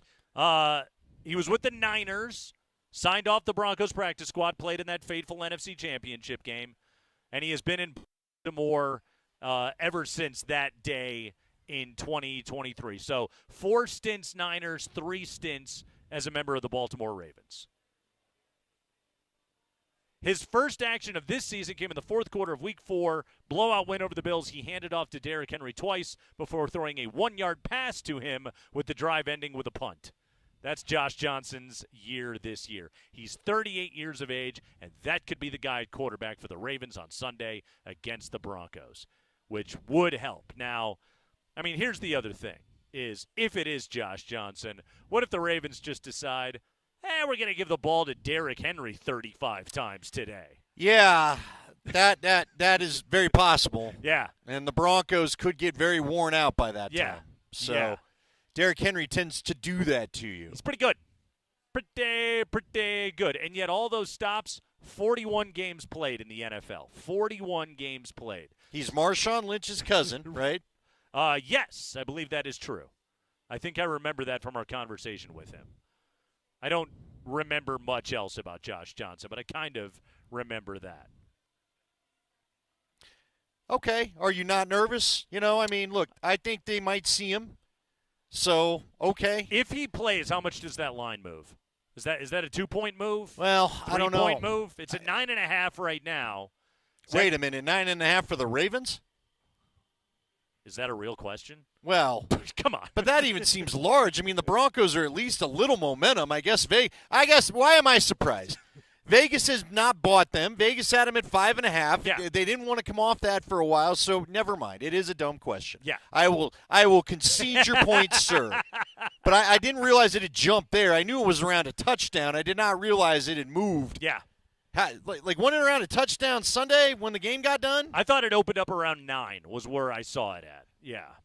All right. It's a substantial spread in the favor of the Baltimore Ravens. Do you like that? If you had to throw money down on that game, which side would you go? I wouldn't go anywhere near this game. Oh, you don't like it? No. Spread too big for your liking? If I was leaning, I would lean Baltimore. If I had the lean. And I'm merely reading the tea leaves of hot Denver team, back-to-back wins, inflated reputation maybe, Baltimore coming off of bad divisional loss, pissed off team back at home. It sets up in a very difficult place for Denver, early East Coast game, all those things. It sets up as a tough game for the Broncos. Now, I don't think the Broncos will get blown out because I just don't think this team really gets blown out. I could see the Broncos losing by 10, though, in which case that would give you a Ravens cover. Well, there you go. Yeah, I mean, But again, like there's too much damn variance in that for me to have ever felt confident about. Here's the deal. You're right. We're living off of 2 games against bad opponents that makes you feel probably better than maybe you should. And really, when you go back to the Saints game, there were a couple issues there too. But this Baltimore team does give up big plays. They do. And quite honestly, the Broncos don't live off a bunch of consistent long drives. They live off a big play. Yeah. So I do feel like the Baltimore weakness technically is something I think the Broncos can exploit. Now, my big question is, can this defense legitimately hold back this Baltimore offense? I mean, look, the questions have been about Denver's offense, fair enough. We're going to get a real read, though, on this Denver defense because some of the offenses that I think lead to the reputation have not been as good as you look back as we thought they were at the time, and Jeff's chief among them. Yes, this is it's the best offense in football, and it's the best offense the Broncos will have played so far this year. And then they get Mahomes in Kansas City a week after that. So, yes, this is sort of rubber meets the road on what this defense is. My gut feeling is this is a good defense that probably some of their numbers are a bit overinflated right now. Right.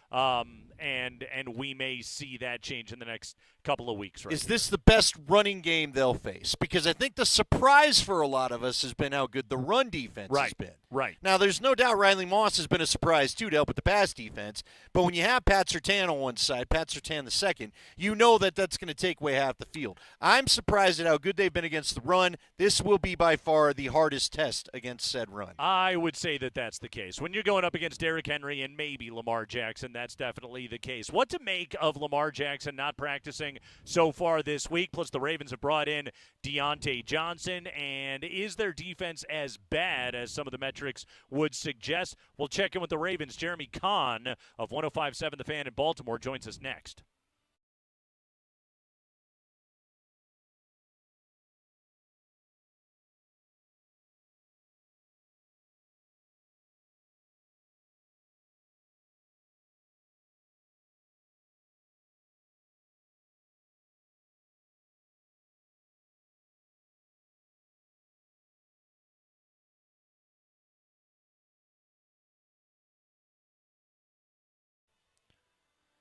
Well, do you want to be the king of your cul-de-sac? Well, then you need a Rad Power Bike. Go pick up a new e-bike over at Rad Power Bikes, 3863 Steel Street in the York Street Yards, or check them out online at radpowerbikes.com. Stop in, test ride any bike that they've got in the store before you buy. Rad Power Bikes have been here in Denver for 3 years, but we're talking about 16-plus years of innovation that sets Rad Power Bikes apart. It is why they are the undisputed industry leader. So what is so great about a Rad Power Bike? Number one, super easy to ride. I mean, you can get on one of these things. You don't need spandex or anything like that. Any age, you can get on an e-bike, and you can just go and rip it. They're so comfortable, fully customizable. Get any accessory that you need on your bike. You want a child seat? Boom. You want a basket or a cargo bag? Boom. They've got all of that. Super low maintenance, and they'll get you 50 to 60 miles per charge on those UL-tested and certified Safe Shield batteries. And when you purchase a Rad Power Bikes, guys, you can use Colorado's e-bike tax credit. That'll knock off $450 per e-bike to make it that much more affordable. So let's recap. Rad Power Bikes are easy to ride. Rad Power Bikes are super convenient. Rad Power Bikes are extremely affordable. RadPowerBikes.com. Go into the shop, test ride any bike in the line. You'll fall in love like I did.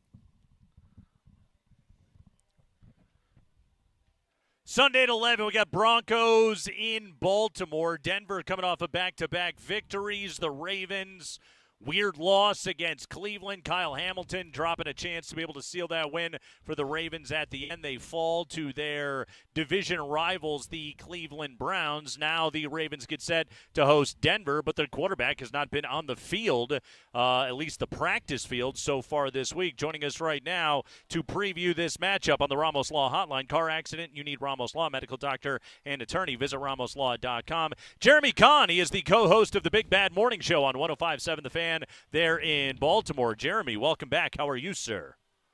I'm good. Thanks for having me, guys. It's great to have you. Let's start with Lamar Jackson. What is to be made out of Lamar not practicing so far this week? What's going on with him? And what do you think this portends for Sunday? Yeah, look, if there happens to be something serious and that's why he's being held out, obviously that's going to have a huge impact on the game. I'm not sure there's another quarterback or another player in the league that would have more of an impact coming out of the game than him. I'm sure there's others that are comparable. But, I mean, my thought process is he did run a little bit on Sunday, took a couple of hits, and maybe he's a little nicked up. And I think they're going to handle him this way moving forward, where he does get some time off here and there. But I'm not worried about it because he's actually picked up this offense really well, and that's one of the things they can hang their hat on that they've done well this season is running the football and having some success in the red zone as well. The the switch to Todd Monken as the offensive coordinator there in Baltimore. We saw Lamar win an MVP last year. In totality, Jeremy, what has that done to unlock his entire skill set? Well, look, we had a lot of questions of whether or not they were kind of handcuffing Lamar. When Greg Roman was here, I mean, I hated it. It was such a terrible offense to watch where they're just running the football. I mean, you guys can watch it with the Chargers this year and see how much fun that is. But when you get down to it, we wanted to know, can Lamar read defenses? Can he go through his progressions? Can he change the play at the line of scrimmage? And now he's doing all those things. There's some trust between he and Monken. And, look, it doesn't hurt to have that beast in the backfield, Derrick Henry, with him, because I think the biggest cheat code in the league this year is that mesh point between Lamar handing the ball off to Derrick Henry or keeping it himself. Good luck to whoever's trying to make a decision and tackle there. But the difference is, I mean, the proof is in the pudding. You can see how much better of a passer he is. And then now with the addition of Deontay Johnson, they've got three of the best separators in the league.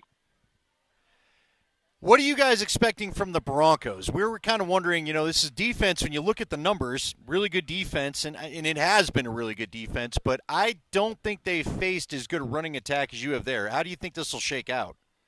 Yeah, I think this is one of the best rushing attacks we've ever seen, and the ability that they have.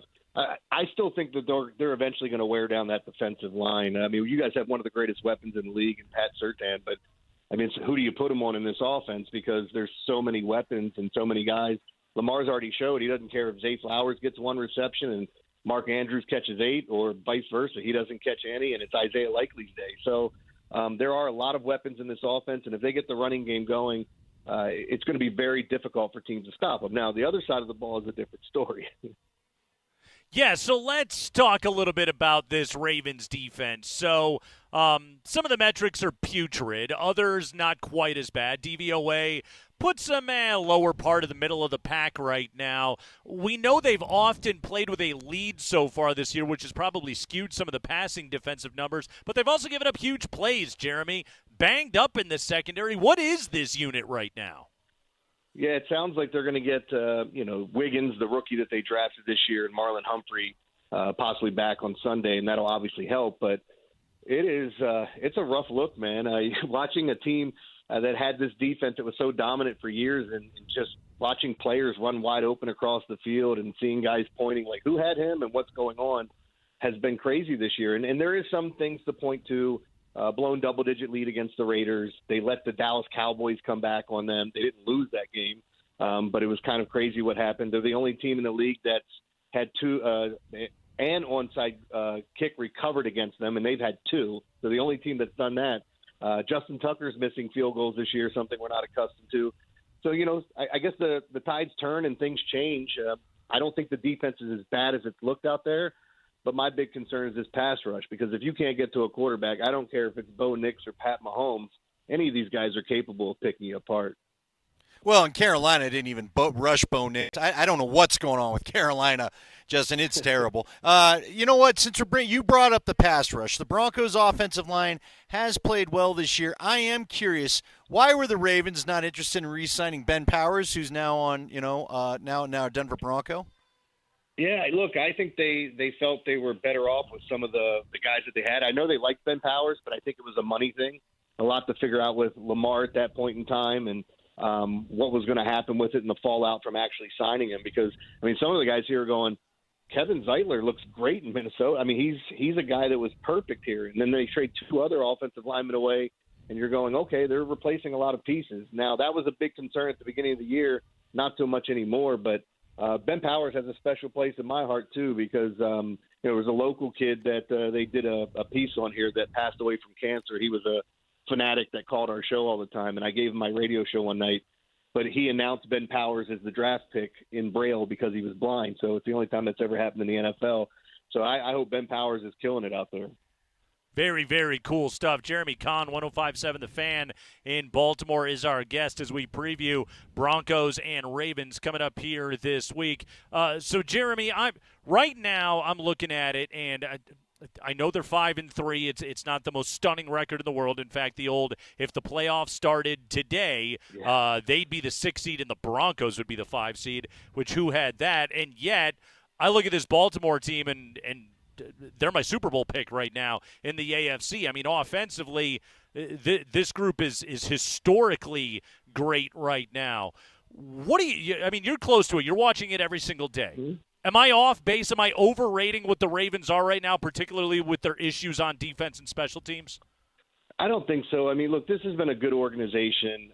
Eric DeCosta's made amazing trades at the trade deadline. I still think you're going to see them make some sort of move and get somebody on the defensive line or a pass rusher, something to kind of bolster that. But it's been weird. I mean, nobody expected the Deontay Johnson trade, but I don't know who's running in the front office there for the Carolina Panthers, but the Ravens basically got him for nothing, and it's one of the craziest trades I've seen. So, but with this Ravens team, I do think that we were talking about, is this the best team in the league last week? And then you lose a game like they did to the Browns where they dropped 4 interceptions.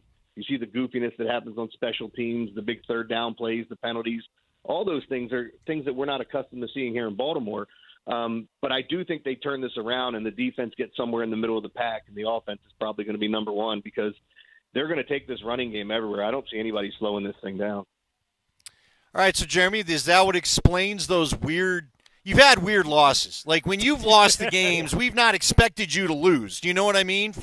I think from all over the country. Is it just what you described right there, how they lost? Like the Raiders game is just inexplicable, Jeremy. What happened that day? Yeah, I mean, look, I think you get they go to this prevent defense, and it's kind of weird. They brought in Dean Pease, a former defensive coordinator here, and everybody hated him because he's like all his cornerbacks are off the ball. They give up all this dinking and dunking, and they get killed. And they bring him in to try to help the secondary, and it's only gotten worse. It's kind of it's going to be interesting to see what happens with that side of the ball and what they can do. It is a little frustrating, though, to sit here and look at all the things that have happened this year with the blown leads.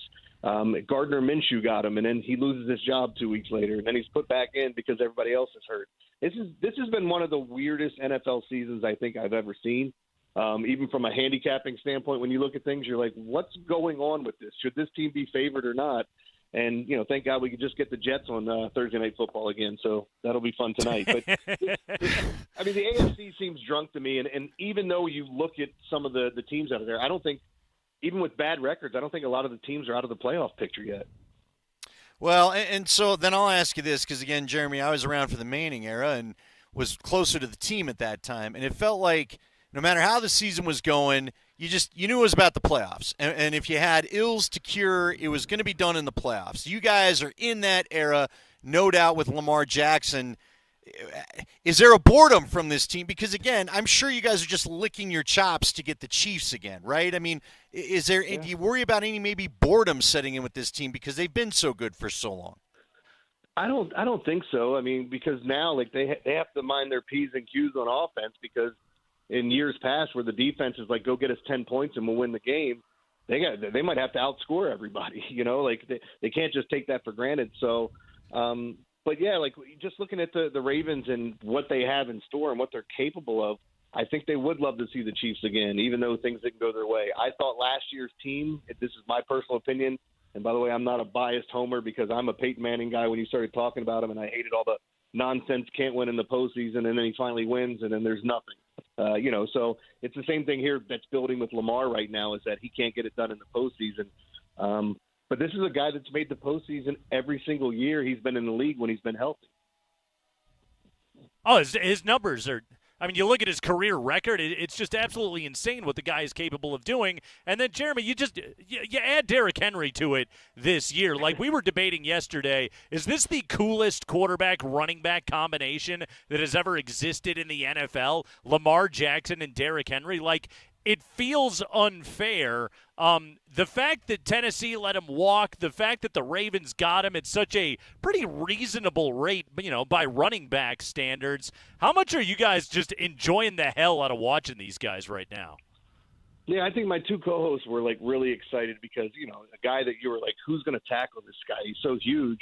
And look, there are plenty of guys that can take him down, but guys in the secondary make business decisions when they see him coming their way. So, it is a lot of fun not being on that side of it. When he first got to town and they started having their practices, all we heard is that he was giving defensive backs piggyback rides into the end zone. So, this guy's – you watch him out there working and all the things he's capable of, and it's kind of funny because you could feed him 7 times and not get much, and then the next one turns into an 80-yard run. But it does seem like, and I called it that earlier, a cheat code, that mesh point when they're running the RPOs, it's good luck. And with Lamar's ability now to see downfield, still some trouble getting it from point A to point B at times, but the completion percentage is there. The deep balls have been better.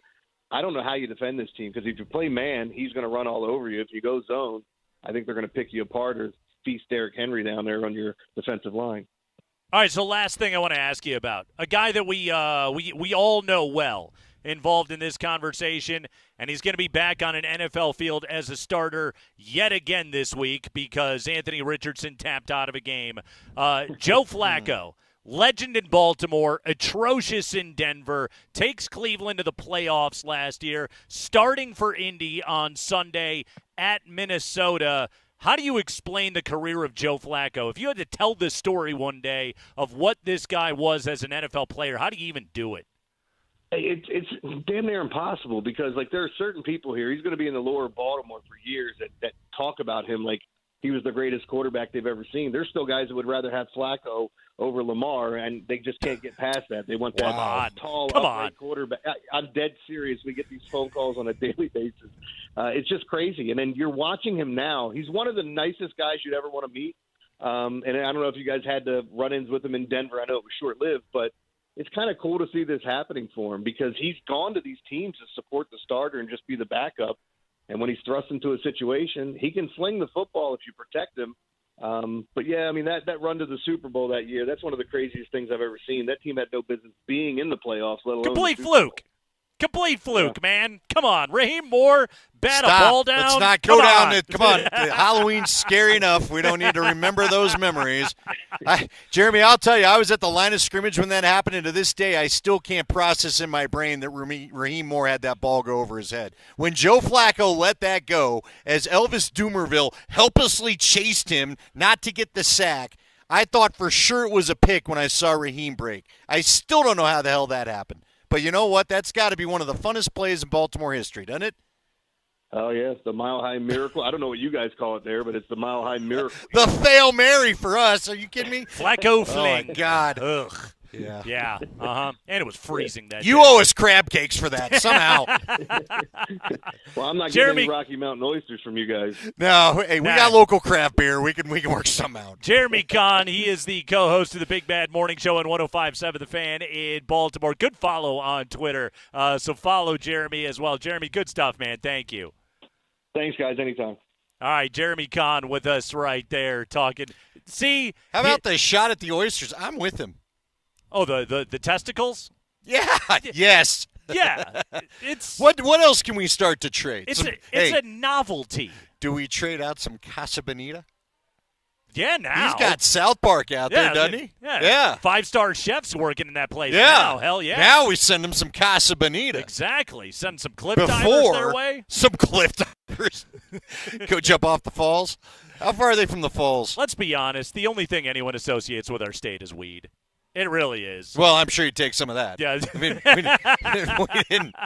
we didn't get his opinion, but maybe not. Yeah, you got to. He's a morning radio show host. I'll roll the dice. Yeah, take your chances. Exactly. You don't want to wake up with a headache. You got to roll in like that. Good stuff right there with Jeremy. He's basically looking at it like Lamar. It's maintenance. They're used to this. And it's this part of the season. They are used to this. Now, yeah. I guess I'll say this is a little earlier than maybe they're accustomed to. Oh, by day 2 of him not practicing, now it's kind of like, yesterday, we talked about it yesterday, but it was just like, But when I saw that come across this morning, I was like, okay. Here, I'm not going to really buy he's out unless he misses tomorrow. Yeah. Again, if he goes off the McNair plan, McNair would go Fridays. For those that don't know the schedule, although most NFL fans do, Friday is just the easy walkthrough day. He could go through the practice and at least get a look at the plays that he knows anyway, and he'll be fine. But if he doesn't go tomorrow, then, I think some may be up. Yeah, if he is not out, they could be sitting him. Who knows? Yeah, you're right. Which would be wild. Who again do they have a week from today? Cincinnati. Well, that's a divisional game. Division game. It's going to be a slugfest in Baltimore. Although Joe Burrow just crapped all over the spirit of Halloween, so maybe maybe he's about to, I don't know. We need to play that audio. God, Joe Burrow seems like such a fun guy that he said that today. I was like, oh, sorry, handsome quarterback, that you don't need a reason for women to dress scantily in front of you, I guess. We all like a Halloween party, Joe. Glad you're so hot and whatever. You just get to sit there and they all apparently flock to your table. Can the rest of us have a Halloween party, Joe? We're going to play this audio when we come back. Also, we are going to give away a pair of tickets to Rapids Galaxy tomorrow night at Dick's Sporting Goods Park. We'll tell you how you can win those when we return. It's Craigman and Lindahl live at Stoney's, brought to you by our friends at Tullamore Dew. Grab a Dew and a brew on Halloween tonight here at Stoney's.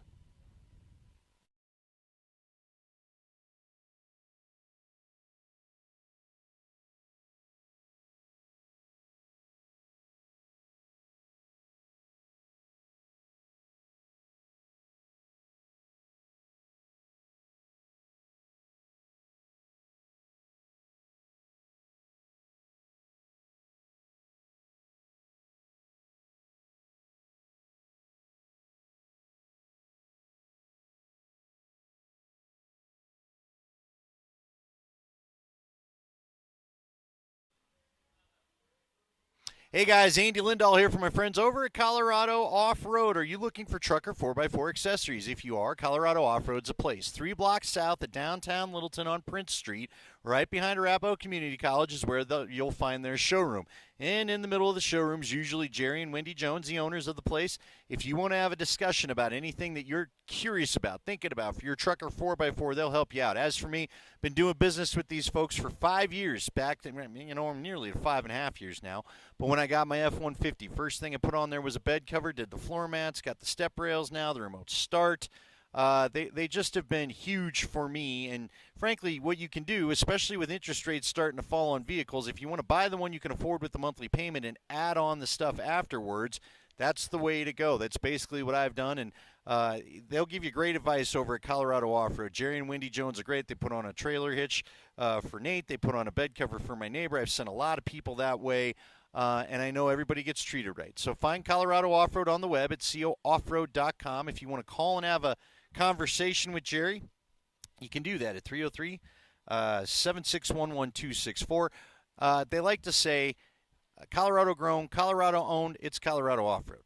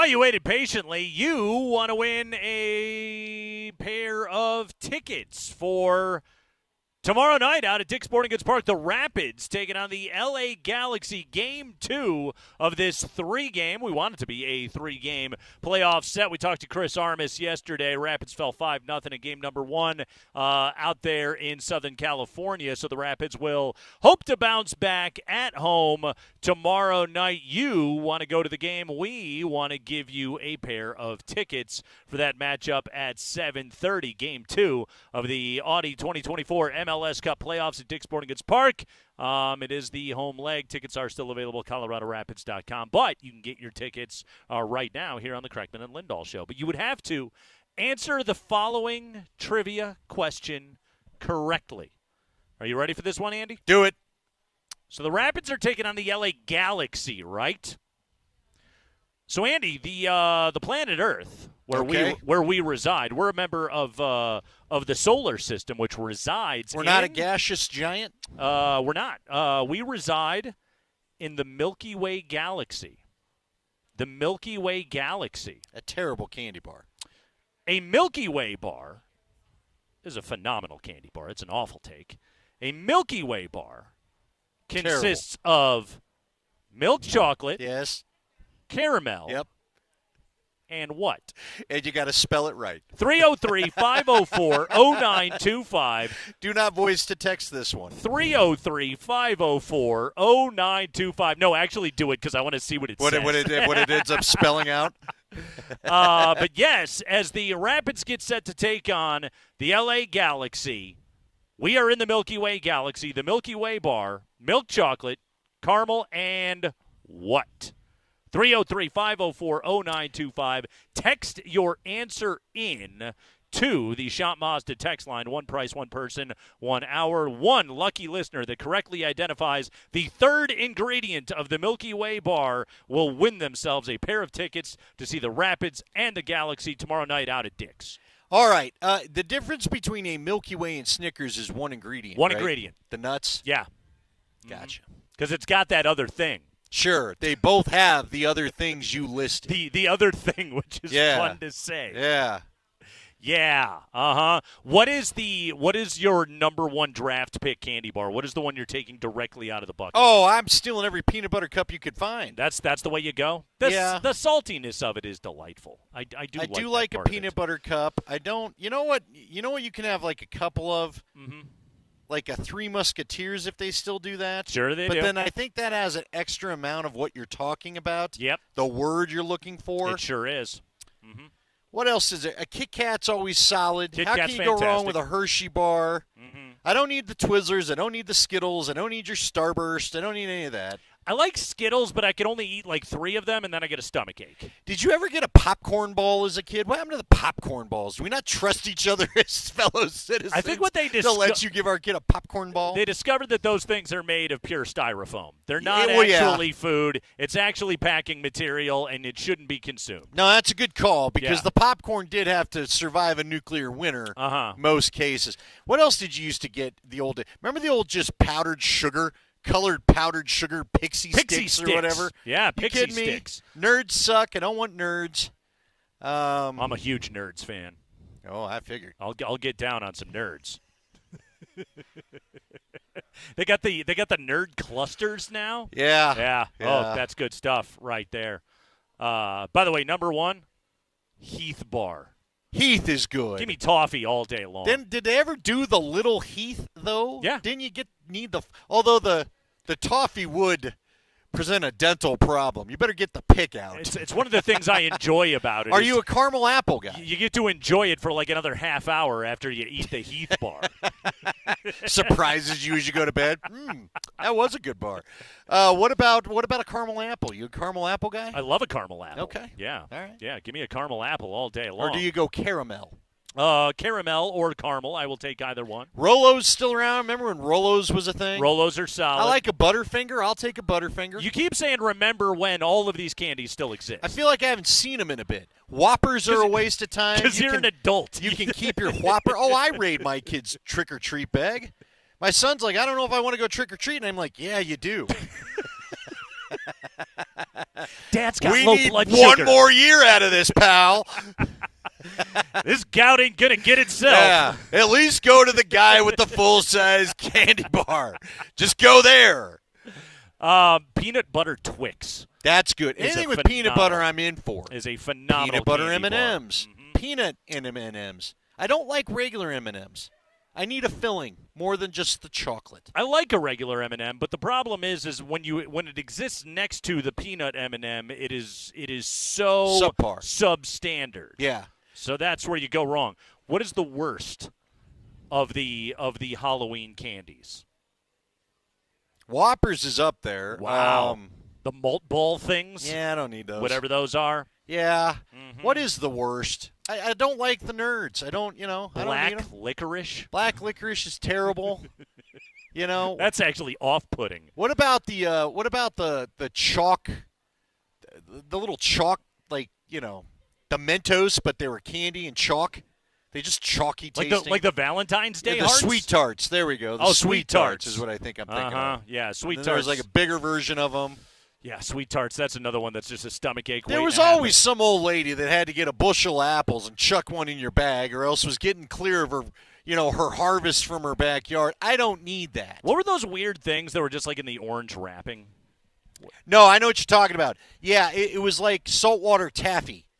Yeah. But it was rubbery. Yeah, it wasn't good. Yeah, we ain't near the Jersey Shore. I don't need this fake saltwater taffy. That was like the thing that was like still in your bucket in like mid-December, and you were like, well, desperate times. You were like an addict that was, combing through the floor. Hey, I trying worked to find for this. I drugs. might as well eat it. Yeah, exactly. All right, I got a question for you because people are getting on me on Twitch for not joining you in the Halloween costume again this year. You dressed like you're a fan of Halloween today. Oh, I love Halloween. This is the Pumpkin King shirt. You dressed like Halloween's your favorite team today. I did. Yeah. You're right. Uh-huh. I did go that way. Yeah.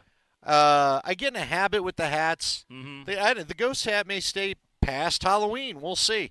No, I felt like we couldn't wear the same thing again. I felt like that was a faux pas.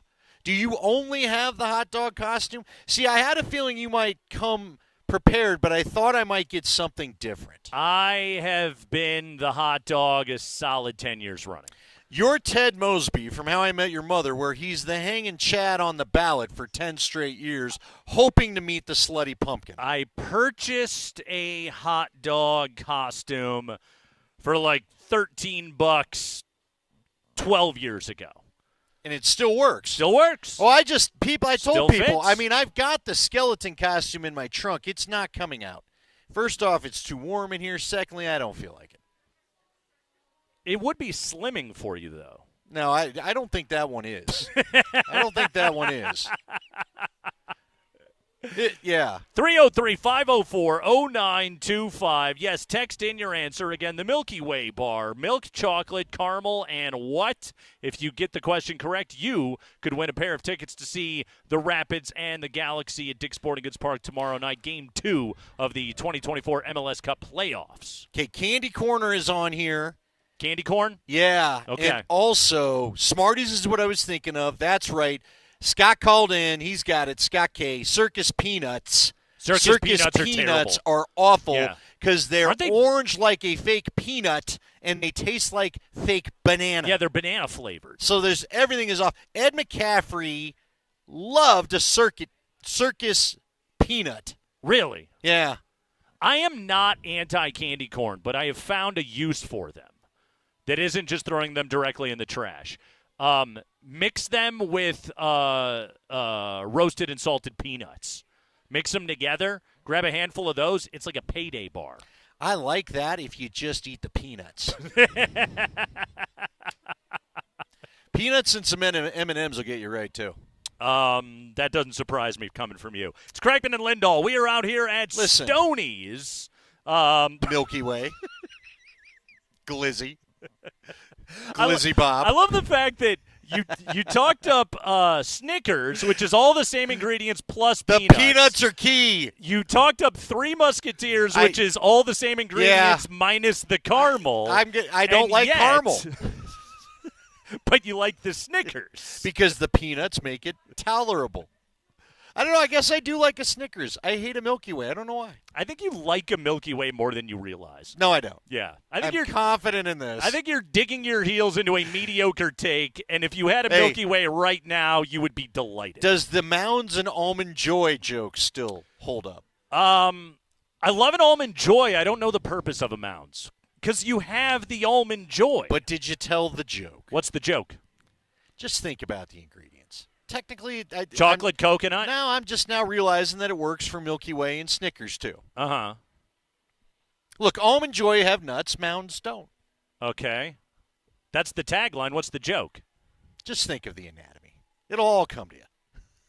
Oh, it's about testicles? Well, technically the Mounds are. Did you not tell them? Were you not ever in 5th grade as a boy? Were you never a prepubescent 5th grader? Or were you just always Sherman the super brain Nate Kreckman, where you had an aloof taste, you were too smart for these jokes? I will not have it. You love a good bathroom joke more than anybody. You had to tell these stupid things at one point in your life. Did you not wear the rubber costume and have the mask that broke as soon as you got to school? We're adults. Scrotum, testicles, nuts, balls, nads. Say it all. Wow. And the staff's cheering you on. It's going to be that kind of party tonight. Come down, $500 costume contest. That's Nate's already right. got the hot dog. It's Kreckman and Lindahl. We are live at Stoney's. Get a Tullamore Dew and a brew right here at Stoney's.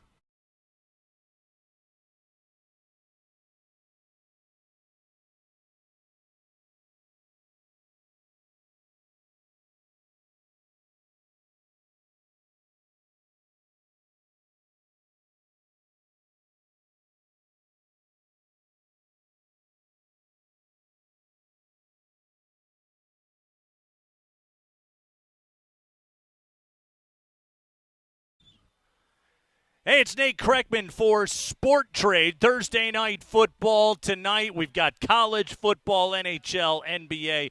Baseball is wrapped up, but it is a great time to be doing some sports betting, and you should be doing it on Sport Trade. Brand new app in Colorado just for you. Better prices on those lines. We're talking minus 106 on the main lines. The in-play wagering on Sport Trade, phenomenal. Instant in-play betting, no spinning wheels. They're not canceling your bets or anything else like that. Fair cash outs, massive menu of props. Download Sport Trade on your phone today. Use code Nate. Earn 10% cash back on every bet you place in your first week. But yes, the live wagering experience, phenomenal on Sport Trade.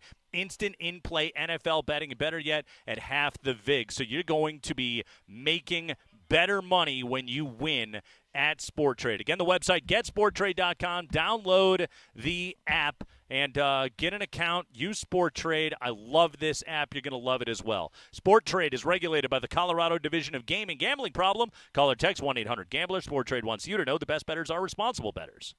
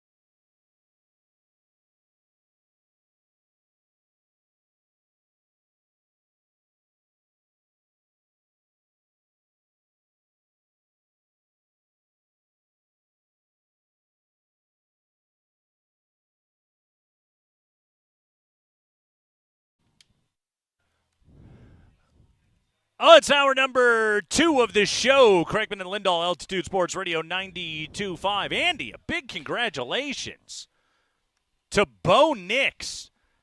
That's not who I thought you were going to congratulate. I thought another local athlete that isn't you were going to congratulate. But yes, Bo Nix. NFL Offensive Rookie of the Month. Now, here's the thing. I was surprised he got Rookie of the Month because I don't think he got any Rookie of the Weeks. I expected him to be Rookie of the Week this week.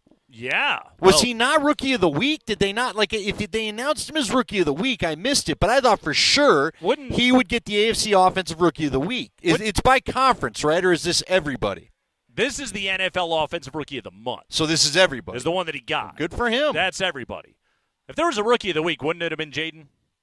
Well, but I thought they broke it up by AFC and NFC. Pretty good numbers. Yeah. That he came basically on one throw. Yeah, but I mean, Bo had his best game. Look, man, that was the game that made me like Bo Nix. How about that? I like Bo Nix after that game. Wow, you got a Bo Nix after that. I wouldn't go that far. There's a like and then there's a love. D-Mac is walking around with that all the time. Wait, you need love for a Bo Nix? I do. Okay. I do. You know what? I'm an old soul. But yeah, I'm You're like, all right, there we go. That's a little what we saw. That might make this offense fun again. Now let's go do it again this week in Baltimore. Jaden Daniels, by the way, is the Pepsi Zero Sugar NFL Rookie of the Week for Week 8. So it is by the NFL, huh? Yes. But see, Bo was up for it at least 2 weeks in a row, I want to say. I thought he was up for it. Wait a minute. Hold on. I'm looking at this right now. None of this makes sense. So I'm looking at the Pepsi Zero Sugar Rookie of the Week award.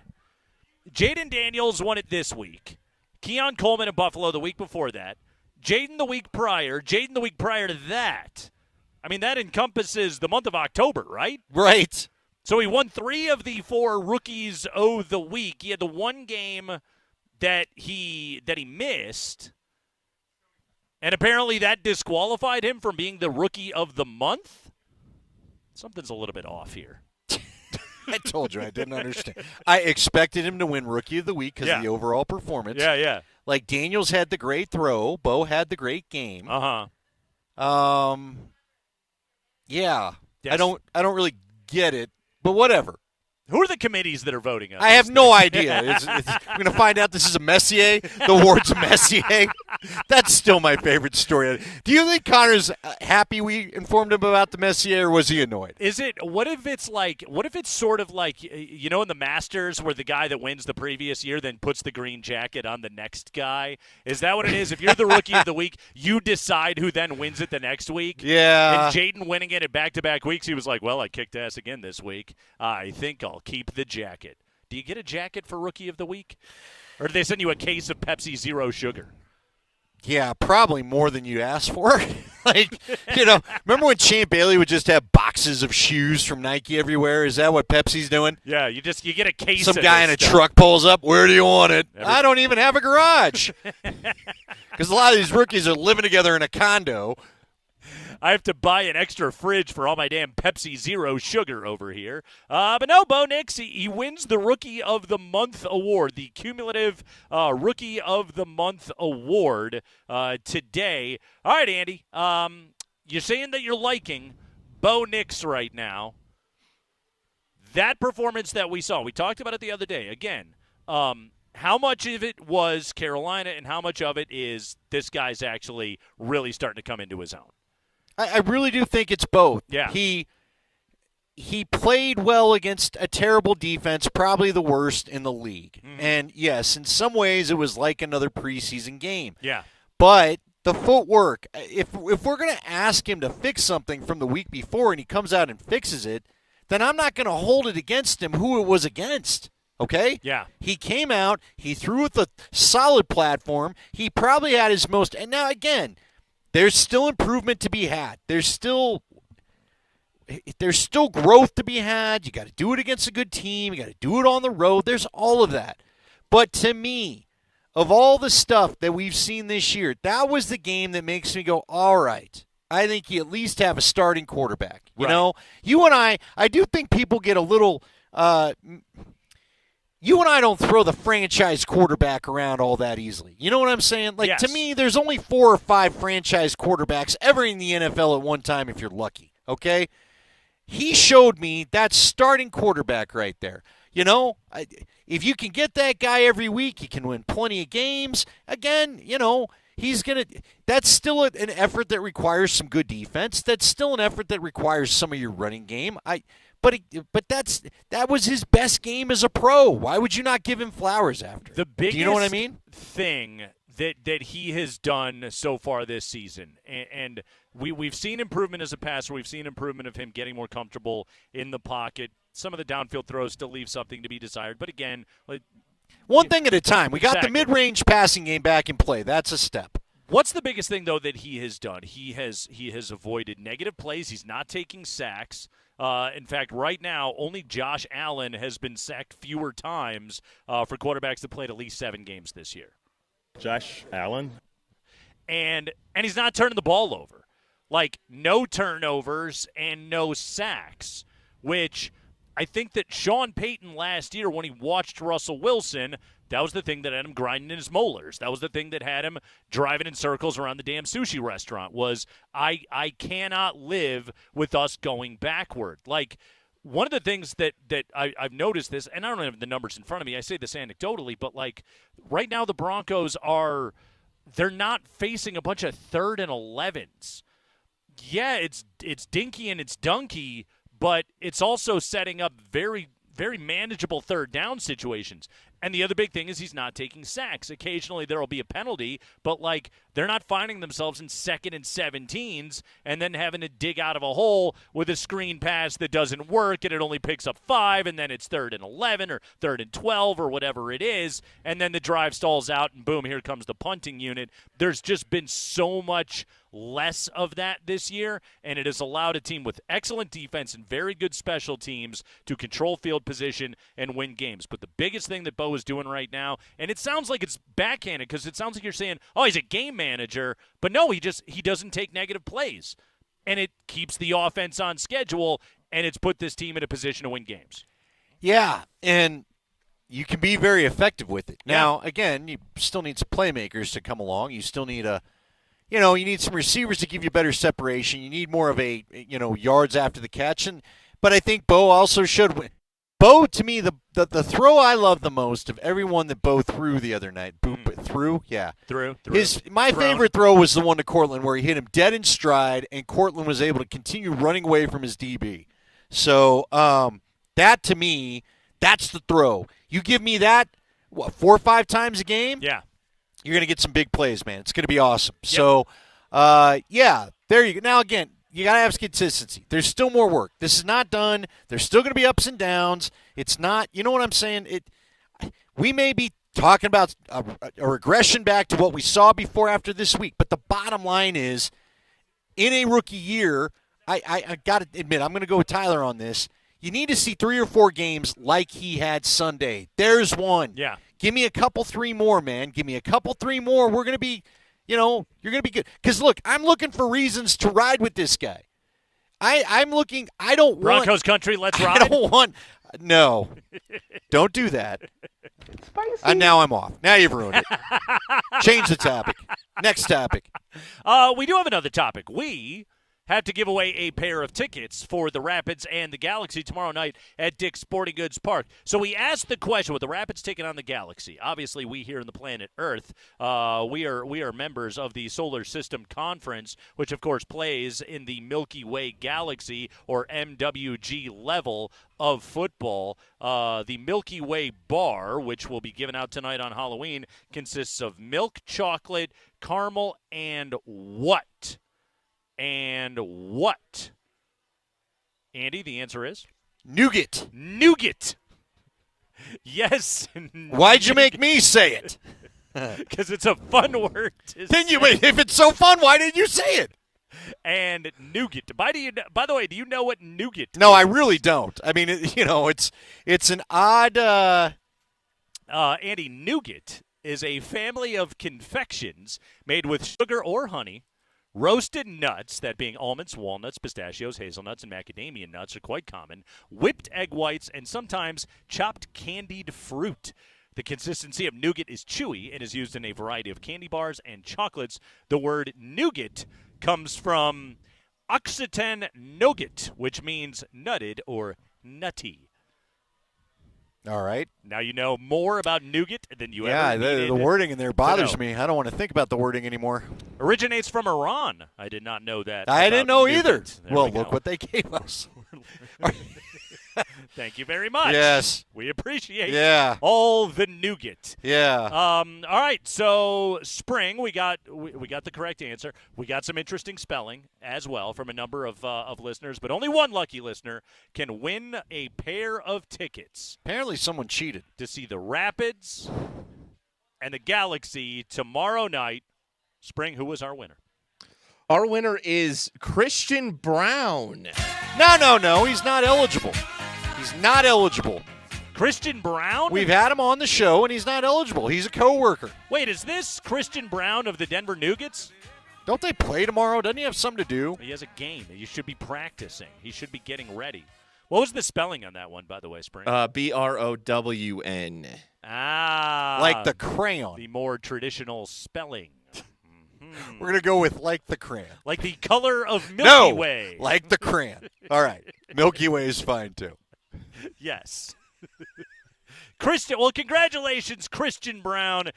Christian Brown is going to see the Rapids and the Galaxy tomorrow night out at Dick's Sporting Goods Park. Way to go, man. We're all super pumped for you. Has this been the best Bronco offseason since 2014? Let's take a look at what some of these additions are doing for this squad. That's coming up next as we join you live from Stoney's, courtesy of our friends at Tullamore Dew.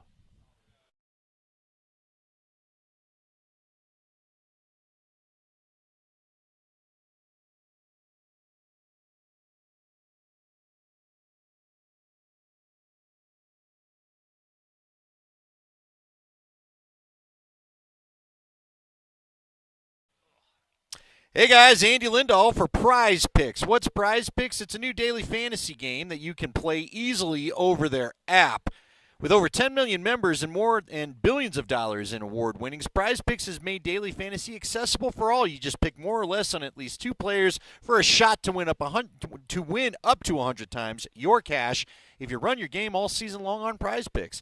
So, real easy. You know how it works. If you're a daily fantasy player, higher or lower is the number. They've got plenty of, they got all the sports availability tonight. You can do a little college football if you want, basketball, hockey, you name it. Just go and pick your favorite 2 players. You can go 3 players, maybe pick more. You can mix the sports. You don't have to stay in one league or one sport. You can do it all now. And if you sign up today, you get $50 instantly when you play 5. You don't even need to win to receive the $50 bonus. It's guaranteed. And Prize Picks offers weekly promotions that can lead to big payouts like Taco Tuesday. Each Tuesday, Prize Picks discounts select player projections up to 25% so you can to provide even more value, I should say, in your lineup. Real easy. Download the app today. Start having fun on Prize Picks.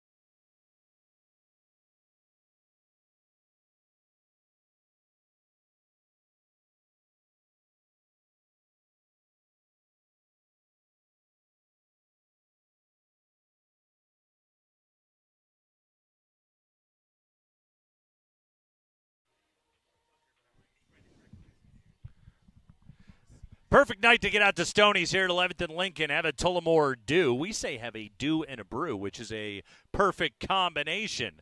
You know, like milk chocolate and nougat. Yes, have a dew and a brew tonight right here at Stoney's. There's also a costume contest this evening. So dress up in your finest Halloween costume. Come watch Thursday Night Football. Texans-Jets tonight. Last gasp for the Jets, Andy? Maybe. 2-win team? Don't you feel like there's a part of – well, but what if they rip off like 900 – well, can they rip off 9 – where are we at? 2 and what? 2 and 6? 2 and 6. That'd be 11 and 6. That'd be the season. So I don't know if they can rip off 9 in a row yet. Yeah. They only got 9 left. Doesn't feel like that's necessarily in the cards. I don't know. They're the team that you want to – like, they've got all the names that you know, and they're all the fantasy superstars, or at least were at one time. So I feel like everybody wants to keep on. Like, I can't believe they're favored in this game tonight. I know Houston's had a couple of, lost Stephon Diggs and all that. But don't come have on, Nico man. back yet. Yeah. Mm-hmm. But I don't know. It just feels like you did the Eagles thing. What was that? The Eagles in 2009 or 8, where they signed everybody, called themselves the super team, and then were just awful under Chip Kelly. I guess that's what this Jets team is.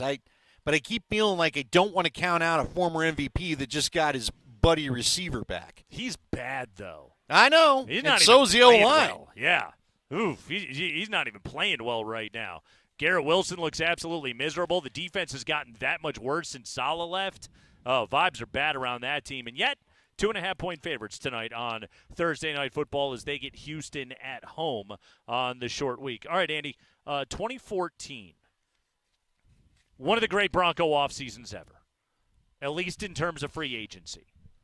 They signed DeMarcus Ware, Aqib Talib, T.J. Ward, Emmanuel Sanders for critical pieces to winning a Super Bowl the following year. And they were all pretty good that year in 2014, right? Yep. They were really good in that year in 2014. They were good in 2014. They were really good in 2015. How about we go that way? Yeah. I think that was true of pretty much every Bronco. Right. So, 2014 was a weird year, but nonetheless, you're right. Critical offseason.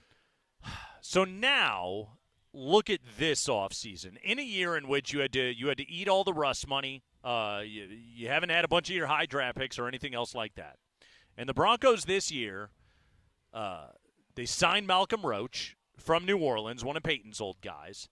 They trade a 6th-rounder to get John Franklin Myers, kind of an under-the-radar move at the time, but one of those savvy kind of additions that you make that's going to help out Zach Allen and open things up for him. You sign Brandon Jones to a sensible deal. What did they give him, $20 million or whatever it was? Like you make moves like that. Cody Barton, you bring him in. Again, not a splashy signing.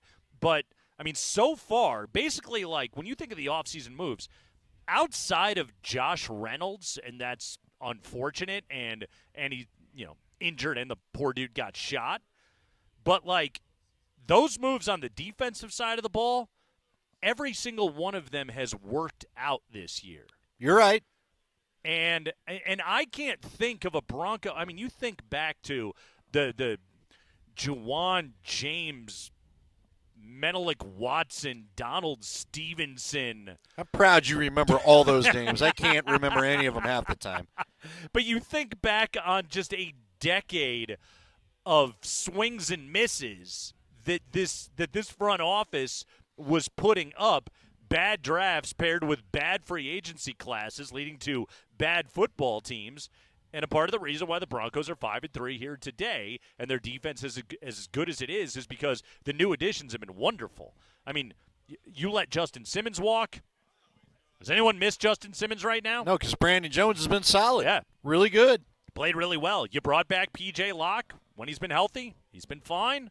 You have no deficiencies basically on this defense, and a lot of it was savvy offseason moves that George Paton made in an offseason where, like, he didn't have big spending ability. He had to be smart with his money, and he did a great job. Frankly, I think the days of the huge free agent splash, how often does the big free agent splash prove to be overrated? And quite honestly, look, we can look to just a couple of years ago. Zach Allen has worked out as a big free agent splash, and Mike McGlinchey's been fine, but you're probably overpaying for what the guy is. You're probably overpaying for what Ben Powers is. Yep. That doesn't mean they're not good players. Just means they're not set the market kind of guys, which is what they were when you signed them. I mean, we were talking about Vaughn's deal yesterday with Buffalo. Right. Whew. Yeah. That's How a much killer. would they love to redo that? Right. What I love about this what the Broncos need, because, again, you brought up the great class of 2014. How did they complement that in 2015? Everybody forgets they went and got Darian Stewart for like 2 years at $6 million total. Yeah. And Darian Stewart was perfect piece. Perfect addition to the no-fly zone. That's the kind of stuff that you need to do. Those are the kind of free agent classes that you need. You want to draft well enough so that you're not the exciting headline first day of free agency, frankly. Unless it's Peyton Manning, unless it's someone special like that. But, I mean, look. The irony was this year they weren't, but it wasn't because of anything good that they were doing. No. Right. But, I mean, look, how about the Jets? Remember a couple years ago, the Jets allegedly won the offseason. They got Aaron Rodgers. 3 years ago, it was the Broncos that won the offseason because they got Russell Wilson. Nope. You got to draft and build with some savvy free agent signings. Second contract guys that maybe are underappreciated, but again, you know how you get guys like this, and I'll give Sean Payton credit for this. I give Vance Joseph credit for this. You got to know the role you're going to ask them to play, and that's what they play. Yep. And you can't do that when you're switching coaches and coordinators every 2 or 3 years the way Denver was. Yep. And frankly, I know a lot of people want to take their frustration over the Russ thing out on George Payton and whatever, and that's fine. I still would submit most GMs and most fan bases would have been happy with the Russ deal the day that they made it. And I know people say don't give him the contract, but the reality is when you trade what they traded, you're giving the guy a contract because you trade what you trade to say, yes, this is a long-term plan. But look, George Payton's done more good than bad here. If you really total it up, he had a couple of dud first free agent signings, but he had a couple of dud coaches. Frankly, I'm more upset about the whiff on Nathaniel Hackett with him than I am anything else. But George Payton, I think, has been good for Sean Payton. And I think you need the balance in the building. And I think they're good for each other, and I think it's good that there's a plan. Yes, the Broncos, it feels like, are on the right path. That you can have these subtle free agents fit into something and make it work. So this Broncos team right now that we talk about it all the time, they win on the margins. They have excellent special teams. They have the second best starting field position differential in the entire NFL. Riley Dixon is.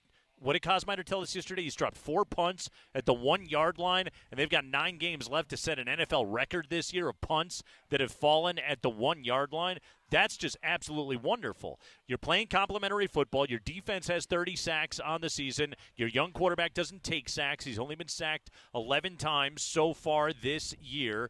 You're generally winning the turnover battle. They had a couple of turnovers last week, but you were playing such a bad team that it didn't really bother you. The operational issues are pretty well cleaned up with this team. They're not getting plagued by penalties right now. There's a little bit of a fumbling issue. Some of that has to do with there's just kind of a lack of talent issue on this team. Like, you get hit harder, you're probably going to fumble, and you're getting hit harder because you're not that fast, and you're not getting away from would-be tacklers. Like, we define good coaching in the NFL is, did you win more games than your talent says that you should have? And these Broncos are 5-3 right now when their win total was 5.5. When some of us question, will they win 5 games all season long? You've got to overcome the rust thing on the cap. This is going to kill you guys. And instead, you're 5-3. Now, have they had an early season schedule that has been to their favor? God, yes. Kosmider told us yesterday, Bucks, Jets, Raiders, Saints, Panthers. Your 5 wins. Combined record of those teams' last 5 games is 3-22. Okay? Now, 5 of those 22 losses are at the hands of the Denver Broncos, so give them all the credit in the world. But this is a Denver team right now that Sean Payton is doing an absolutely masterful job. He should be getting mentioned in NFL Coach of the Year. The guy is coaching his behind off. Is this going to continue? Are the Broncos going to win 10 or 11 and go to the playoffs? I don't know, but what he's done so far has been pretty damn good. Here's a sign that you have solid coaching to me. You win the games that you should win, can win, okay? They didn't make mistakes that killed them. And look, start of the year, I thought they were going to. And we may still regret the Seattle loss because you had that one a little more in the bag than I think you realized at the time. Mm-hmm. But nonetheless, they have found a way to take advantage of advantageous situations. They were not doing that for 4 or 5 years. They didn't ever really do that under Vic Fangio. They just didn't. They certainly didn't do it under Hackett. When they had a chance to go out and get it, they didn't do it under Vance Joseph the first time. When they had a chance to go out and get a game that they should get, they'd find a way to just give it back to the other team, or they wouldn't go get it. They'd have a few surprise wins here and there. But with Sean Payton, the last 2 years, you know they're going to be in the game and likely win. I mean, how many close games have they actually won under Sean Payton? They got by 10-9 against the Jets. Against the Jets. Because you didn't do anything stupid. Yeah. You know? That's why this game coming up here this week, and, I heard Big Voice Guy on the promo, measuring stick game and all of that, which it is. Every game in the NFL is a measuring stick game. Hell, Carolina was a measuring stick game. It's, can you not blow it against an awful team, and instead the Broncos went out and kicked their teeth in, which then tells everybody, hey, you are winning the games that you're supposed to win, which is exactly what you just said right there. If the Broncos go out to Baltimore and lose, and there's a great chance they're going to, right? I'm not going to come on the radio on Monday and go, see, frauds, told you, and try and dunk all over this team, because that to me is not the point of what this season is. It is climbing out of the muck and the mire of the bottom of the NFL, and Sean Payton has done that with this team. They have beaten struggling teams. They have gotten leads and not given them away. That's what this season is about. You're a young team. This Broncos team is, Andy, it's still not a talented team. No. It's not. There's still work to be done. No. There's still consistency to find. But you don't have weapons on this team. I'm with you. Just because it can be a measuring stick game, but that doesn't mean you're going to go the full length of the measuring stick. Right. We're just trying to see how far on the measurement you are. Okay? Yeah. And I liked your point about frankly, last week is the game you should have handled business. You handled business. Okay? I don't expect you to win New this one Orleans, against you should have Baltimore. handled business. You handled business. But I don't expect you to win against Baltimore, but I don't think you should get your butts kicked either. Right. So go in there, show me a competitive effort, show me you got a chance in the fourth quarter, and maybe they're just the better team. Fine. Also, because that's what I think it is. And if your offense, like, we're saying this all with the caveat of it's a Thursday, we know Lamar didn't practice today, we assume he's going to play.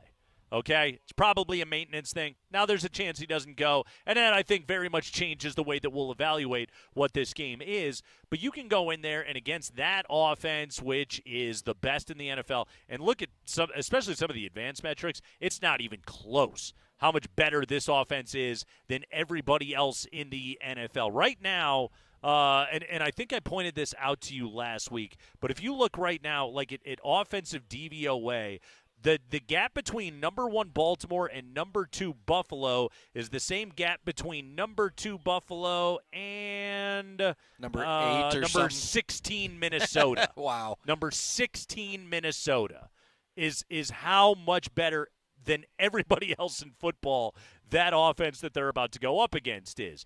Can the Broncos hang with the Ravens and win a shootout in a game being played in the 30s?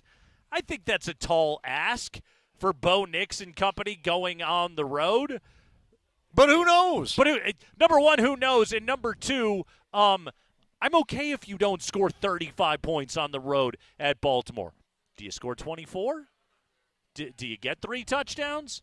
All right, then I want to have that conversation when we come in here on Monday. Yeah, I feel better about their chance to compete in this game than I have at any point in the last 5 years, which is funny because they nearly beat the Ravens with Hackett. And couldn't beat the backup quarterback, but that's Hackett life. And here's my thing for Baltimore. Play it competitive, don't get too beat up. And then go give us an interesting, let's see what happens in Kansas City. Divisional game. They have been against close the to Chiefs. Kansas City for 4 or 5 years. Beat Finally those guys got that thing last year. Yep. The Chiefs still are not where they're going to be optimally. Go get one of those, Go get the Chiefs. Yep.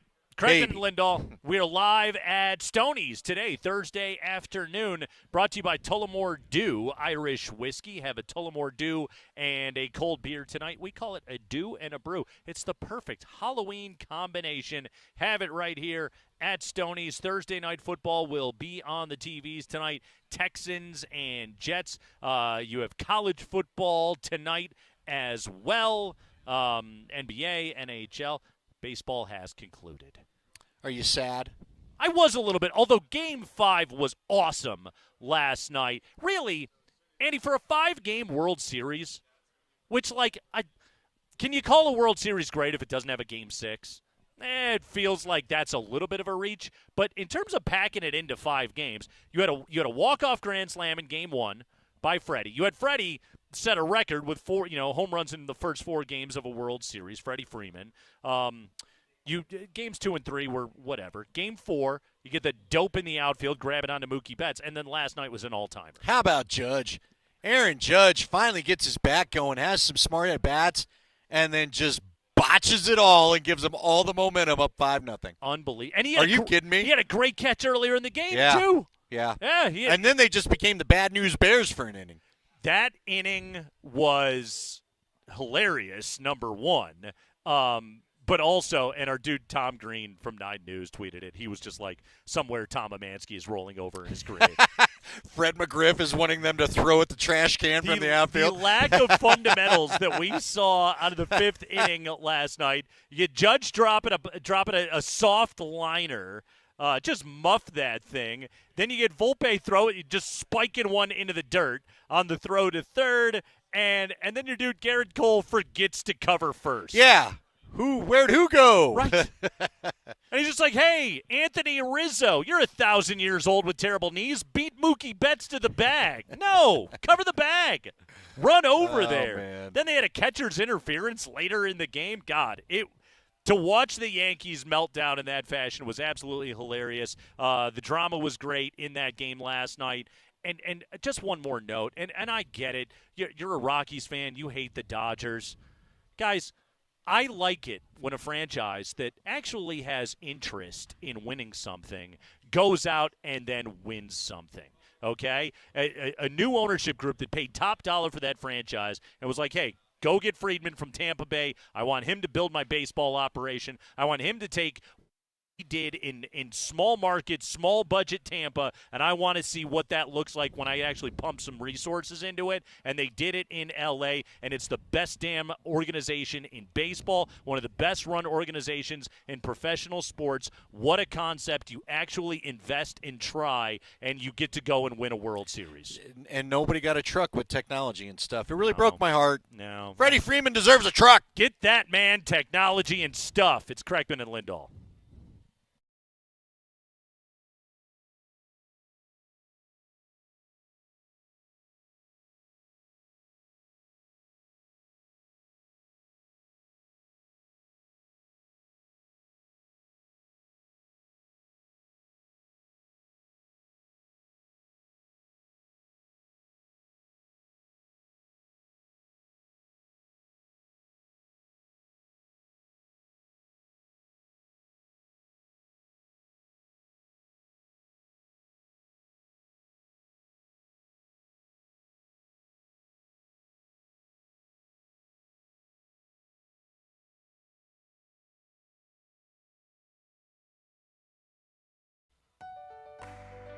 Hey, it's Nate Kreckman, and I am pumped to be endorsing Denver's HVAC experts that truly care, I'm telling you, about Apple Air. They care about you. They care about your home. They care about your money by providing top-notch HVAC service and plumbing for the lowest possible price. When our furnace burned out a couple of weeks ago, we called up Apple Air. Shane came out, took a look at it, got me a great and affordable and competitive quote. Theron came out and installed our brand new 2-stage furnace. We absolutely love this thing. The house is feeling warm and cozy. Whether it's fixing an existing heating, air, or plumbing system, or if you need a new furnace, AC, or water heater, call 303-733-2813. That's 303-733-2813. Get a free estimate, or if you've gotten a quote that doesn't quite feel right, the pros at Apple Air will come out and give you a second opinion for free. Again, that phone number, 303-733-2813, or simply visit appleair.com. Apple Air, the experts that care.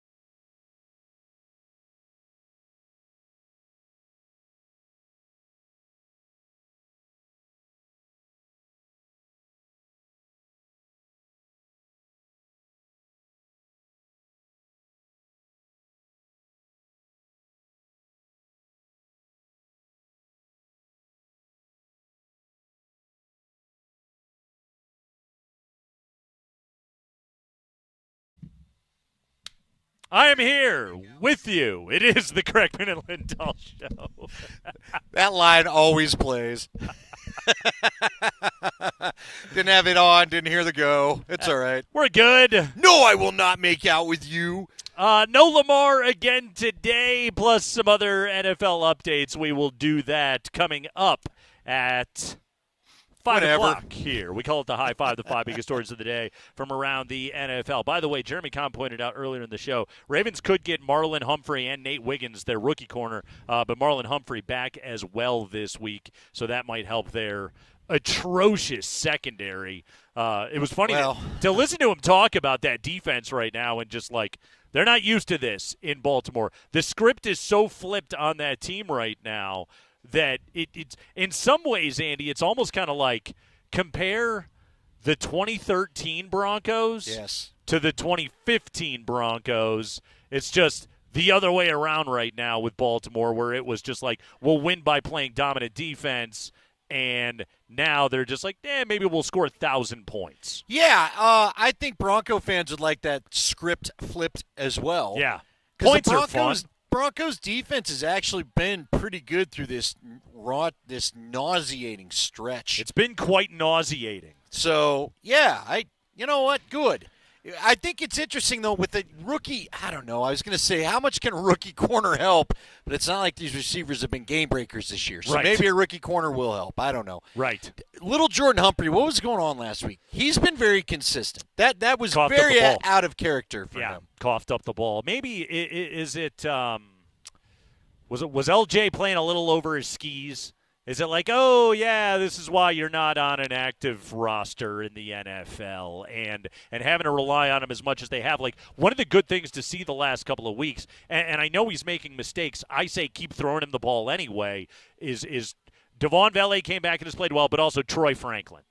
Troy Franklin, get him out on the field. He has speed. He has the chance to be a playmaker. Keep going with the guy. Yeah, I would like to see Mims get targeted a little more. I'd like to see Mims get that Franklin route. Yeah. Because Trey Franklin twice now has had a chance to make a highlight for his old teammate and completely has failed. Yep. Both passes. Like, again, the one earlier in the year, was that against San Diego where he should have caught it but didn't? In the end zone, yeah. Not that look, the throw could have been a little bit better, but there was a play to be made. The throw was absolutely perfect against Carolina. Here we are 5 days later. I still can't believe you didn't get a hand on that ball. You didn't even get a hand on the ball. How is that possible? They need a deep threat bad. Yep. And maybe Franklin's going to be that guy. Should they do some with Garrett Bowles' contract? Not like voidable years, but should they keep him around to focus on skill position players? What do you think it is? What do you think's going on with Garrett Bowles? Do you think they moved Palczewski over? Because, again, last year during camp, you and I would go to camp, and we talked to some folks. They liked Palczewski at left tackle. I mean, the word was he was pushing Bowles. Here's one way that I think about it right now is okay. Right now you have 4 big contracts on the offensive line. I think the Broncos would like to see that number diminish. And I'm not saying that the offensive line would diminish in quality, but use a high pick and draft somebody and get some cheaper talent. Like, they have chosen basically to not invest at center. They let Lloyd Cushenberry walk. They said we're gonna go with the young guys, and so far the 2 that they've used have been okay. I got no complaints over what we've seen out of Wattenberg and Forsythe so far this year. All right, so then after that, if you use a first or a second round pick on a tackle next year, you take Bowles money off the books. You can invest that elsewhere on the roster. You're still paying Powers. You're still paying Miners. Obviously, still got many years on that deal, and you're still paying McGlinchey.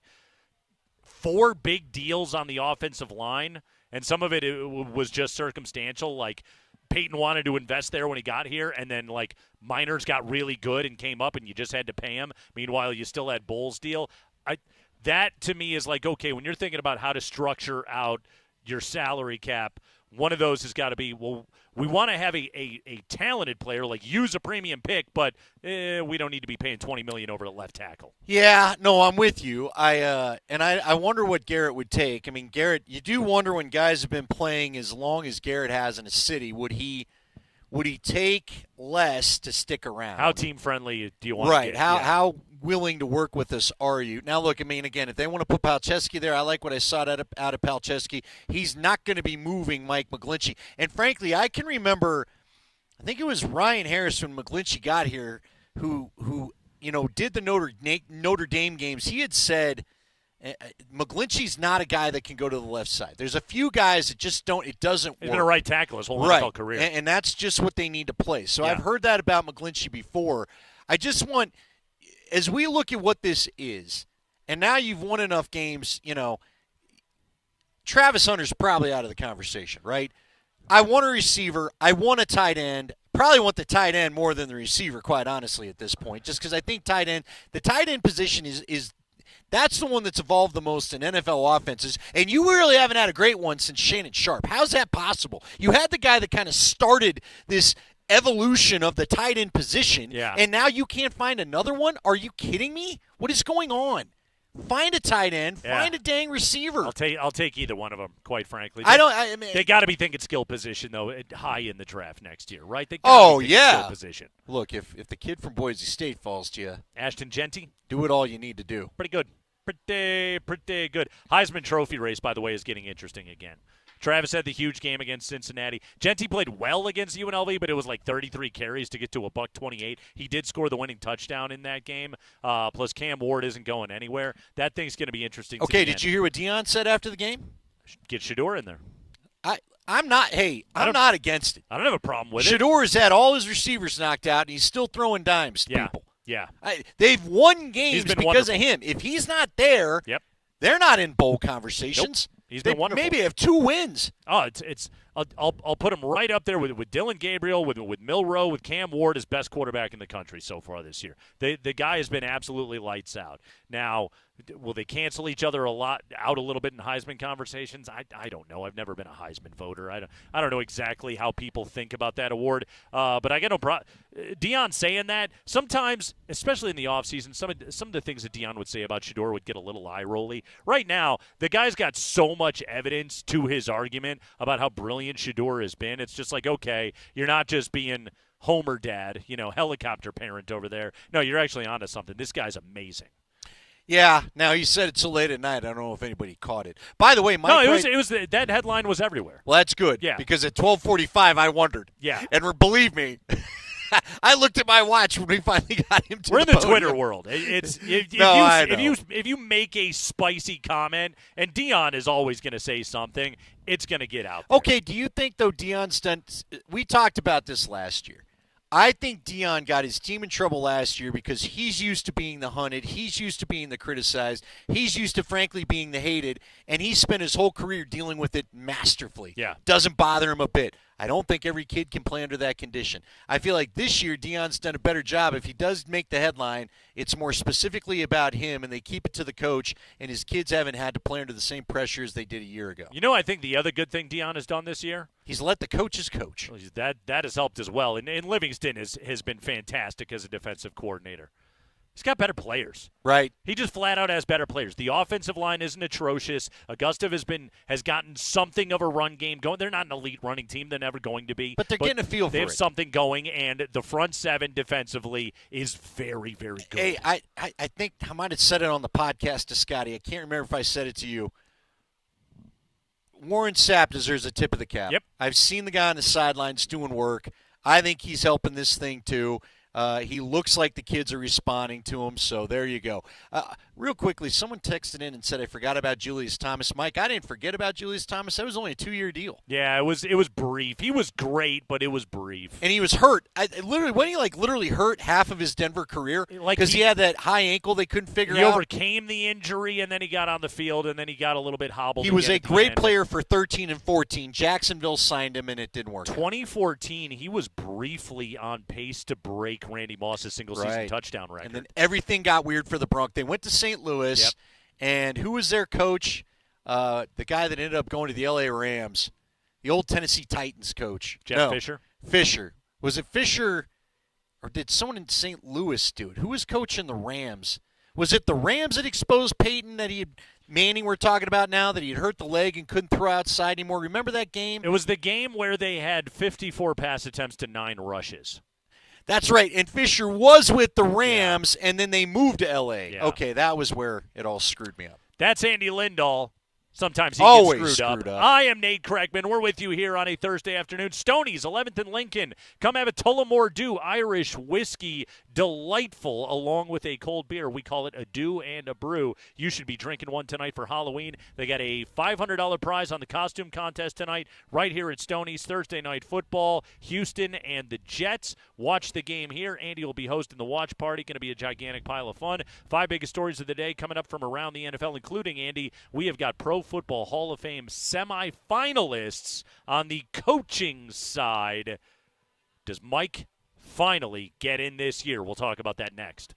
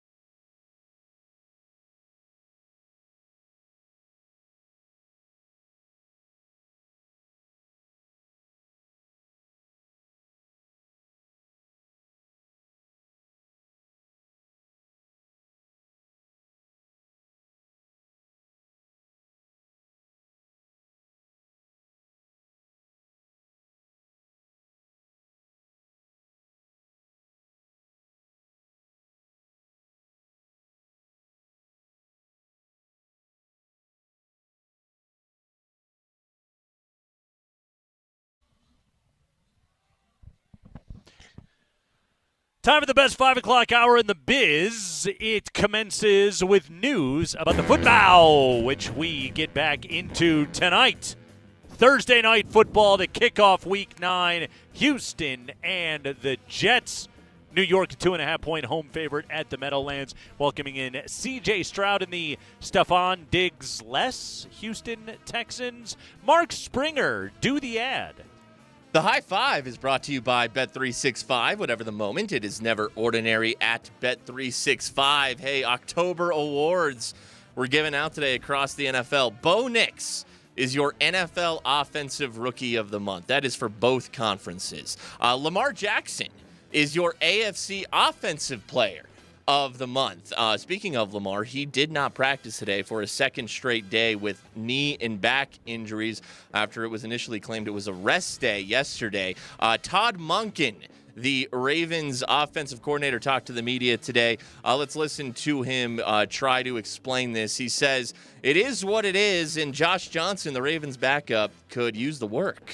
I mean, it is what it is. You know, Josh can use the work. That's what you do. You get prepared for it. Like any other position, you go to work, and you know, guys have to still function around him. What the calls are up front, and our skill guys, and we got to have high level of execution, no matter who's at what position. Okay, it was such a good football-y coach answer because, like, obviously he wants Lamar to play on Sunday, but also there is some truth in what he was talking about right there. Like, Todd Monken got to coach today. He got to go out to practice, and he actually had to worry about things, and he had to know that Josh knew what he was doing. Today was a do-your-job day for Todd Monken, and knowing football coaches, he probably had fun out there. Oh, yeah. You knowing guys. Now, to your point, everybody wants to make sure that they got their guy come game time, but there are coaches that you know love the challenge of not having the guy. I think, like, there's nights where I feel like even Jared Bednar feels that way when he's down a star or two for a short period of time. Not what he's going through now, but watch, and it doesn't happen nearly enough. But like Michael Malone. Michael Malone in garbage time is in his bag, man. That's because what does Michael Malone have to say to Nikola Jokic? Basically nothing, right? Like, when those four, when their top four are on the floor together, Michael Malone doesn't have much coaching to do. He's got a pointer here or there, but mostly he's there to politic the refs. Hey, run that play, that play or the other play or whatever play you feel like. Hey, I think you should give the ball to the best player in the world in the high post and see what happens. Do that pick and roll thing. Yeah, We should run that here. Find Aaron on that backdoor cut. But when it's Julian Strother out on the floor with Peyton Watson in that group, there he goes. Well, we saw last year, and it is a much better example, but Malone is. But we saw it last year when when Jokic would stay home to rest the back on a couple of those back-to-backs, and he's like, all right. Right. I got work to do tonight. You don't want every game like that. But every now and then. Yeah, coaches like to coach. Todd Monken's having a good week. Hey, man. Sean Payton couldn't stand Russell Wilson because you had no idea what play he called. He wants you to see the play he called. What I called is brilliant. Do it. Show please. it to them. Go ahead. High five. Hey, the Coach Blue Ribbon Committee for the Pro Football Hall of Fame narrowed their list of 14 candidates down to 9. Here are your 9 finalists of coaches who could get into the Pro Football Hall of Fame. Bill Arnsparger, Tom Coughlin, Mike Holmgren, Chuck Knox, Dan Reeves, Marty Schottenheimer, George Seifert, Clark Shaughnessy, and Mike Shanahan. Mike Shanahan, Andy, he of the 2 Super Bowl rings as a head coach, more Super Bowl rings as an offensive coordinator, 178 career victories. He didn't win in Washington, but it's basically humanly impossible to work for Dan Snyder, and so that he was working with right there. Now, looking through some of the other coaches that are going to be high up in this conversation. Number one, Mike Holmgren, Andy, won a Super Bowl in Green Bay, went to a Super Bowl with Seattle, won 174 games. We've had Mike Holmgren on the show, delightful gentleman. We know he's going to get strong consideration. Former Broncos coach Dan Reeves, two-time Coach of the Year, 4 conference championships, including in Denver and in Atlanta. Pretty damn good career there for Dan Reeves. Marty Schottenheimer won a ton of games. George Seifert won 2 Super Bowls with the Niners. But come on, you look at this list right here. If there was ever a bigger no-brainer to put Mike Shanahan in, comparing simply coaching resumes, I guess Tom Coughlin, 2-time Super Bowl winner, won 182 games in 20 seasons. But Mike Shanahan, the influence on modern football, along with the resume and the accomplishments and the games that he won for 2 of the great teams in NFL history, that being both the Niners and the Broncos of the 1990s. I don't see how this is even a contest this year, and yet I'm like only 4% sure he's going to get in. Yeah, I hope that Dan Reeves one day does get in there. I believe he's one of the few guys to have 100 wins with 2 different franchises. I want to say I might be wrong about that, but Mike Shanahan has to be the clear-cut choice. He's influenced most of the – I'll tell you this, he's influenced all the fun offenses in the NFL right now, right? Name me a team that's one of your top teams other than, I guess, Baltimore, who's just doing their own thing. Everybody else is a basis of that West Coast offense that he refined. And on top of that, Kyle Shanahan, Matt LaFleur, Sean McVay, Mike McDaniel. I mean, Andy, not only are these guys very smart offensive minds, these guys are also considered, that's 4 of the top 10 coaches in the game today.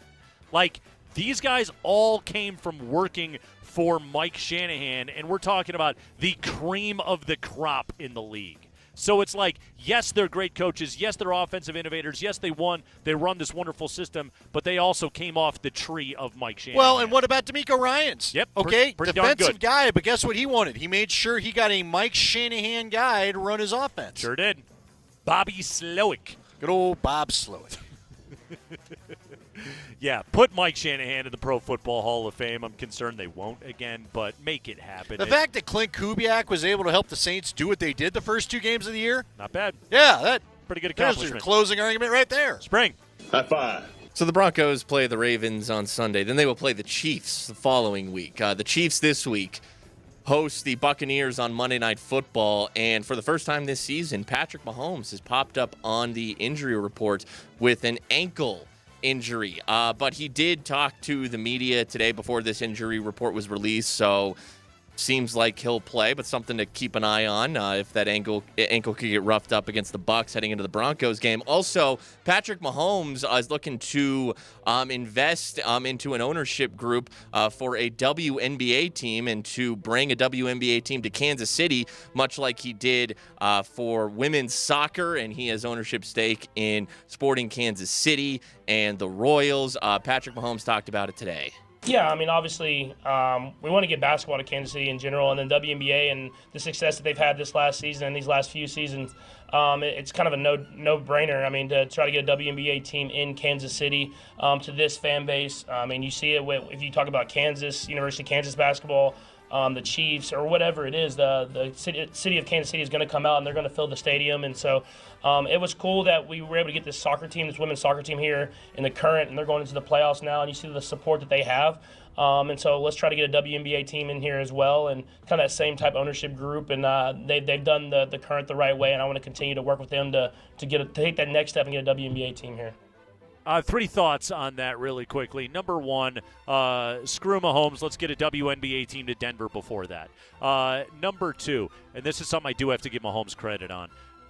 He has ingratiated himself into that community in Kansas City with the Royals, with the NWSL team, trying to get a WNBA team there. It's very, very savvy. It's smart on his part. That's what a franchise quarterback is supposed to do. Number 3, on the ankle injury for Mahomes, going into Week 9 of the NFL season, because Spring said he was a full participant in practice today. When you're going into Week 9, I assume every NFL player has an ankle injury. Yeah, right some. now. Yeah, right. Anyone that gets tackled. What level does your ankle injury have to rise to qualify to go on the injury report by late October in the NFL? Enough of an injury where if he were to have to come out of the game, you don't want to get popped for it. I don't know. I'm with you. This is. I would like to ask like a team training staff. What is the level of, because they all have ankle injuries right now. Hey, by the end of the CU Cincinnati game, both quarterbacks were gimping around pretty good. Right. They both had taken tackles around the legs where the ankle got twisted a bit. At one point, the Cincinnati kid, I didn't think he was going to make it back into the huddle to even call the play. Somehow he did. You're right. If you especially are a skill position guy, Nate, to try to seriously answer your question, if they fear you may come out of the game because of it, and let's say it's not something where it's obvious, they're probably reporting it because they don't want to get they don't want to they get don't need the NFL sending them a letter. They don't need to get Joel Embiided. Boom. And finally on this Halloween high five, Andy, your favorite football player, Joe Burrow, is not a fan of your favorite holiday, which is Halloween. Spring, roll the Joe Burrow on Halloween audio, please. You big Halloween guy or no? No. Why not? I'm not into celebrating something just to celebrate it, but I don't know exactly what we're celebrating there. Just dress up to dress up. I don't know. You're not a big dress up guy. I'm not a big dress up guy. I've always been anti dress code, anti. If somebody tells me I got to wear something, I don't want to wear that. That's just always how I've been. I don't know. I guess I'm a contrarian sometimes. Well, there'll be many kids. There'll probably be many kids dressed up as you. Yeah, that's pretty cool.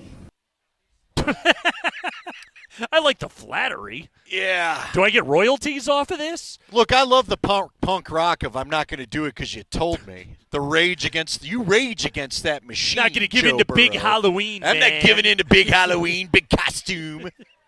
All right, that's cool. Also, celebrating just to celebrate, that's every holiday. Well, what holidays does Joe Burrow allow into his home? I mean, technically, you and your receivers do it every touchdown. Well, I think sometimes you do it after a first down. Wouldn't his argument there be like we actually accomplished something, so we should celebrate it? How does Joe Burrow feel about birthdays? I mean, we know we're celebrating there. I mean, you didn't do anything. No, really, you didn't. The choice of it wasn't yours. No. You didn't show up when you wanted. You had no say in anything. You merely began to exist. Well, then what the hell are we celebrating anything for? Just going to take it all away? Again, the cake industry just wants you to celebrate birthdays, Look, pal, for man. those of us not sitting here with $250 million quarterbacks, or $250 give us that something. Either. Yeah, I don't got your contract. Yeah. I don't have your hot group of people to hang around. I am a slogger that goes to work every day, and I just need something to get me through on the random occasion that it happens, Joe Burrow. So I'm sorry my life is an inconvenience to you. I want to walk around my neighborhood, drink a beer, and eat a damn Kit Kat. There's certain places I'm sure that don't celebrate Halloween, Joe Burrow. You're welcome to go live there if you'd like it. And that is the high Go five. see the No Effects song, The pal. 5 biggest I stories. don't think any of those places are celebrating your Halloween. Of the day from around the NFL. God forbid people just have a little laugh and a little free candy. Go frost your tips again, Joe Burrow. You done? I think. Okay, go ahead, Spring. No, he ended the music, we're or else continuing we're with off the the high air. five. I don't know which. Are we on the air? Are we still on? No, Spring had enough. Spring agrees with I Joe thought Burrow. that's how we He were hates ending big the high Halloween too. five. By the way, here's Fletch for Twitch. Okay. Wait, Fletch. There's Fletch. Fletch is here. Look at that. Anyway, we will now play commercials on Altitude Sports Radio 92.5.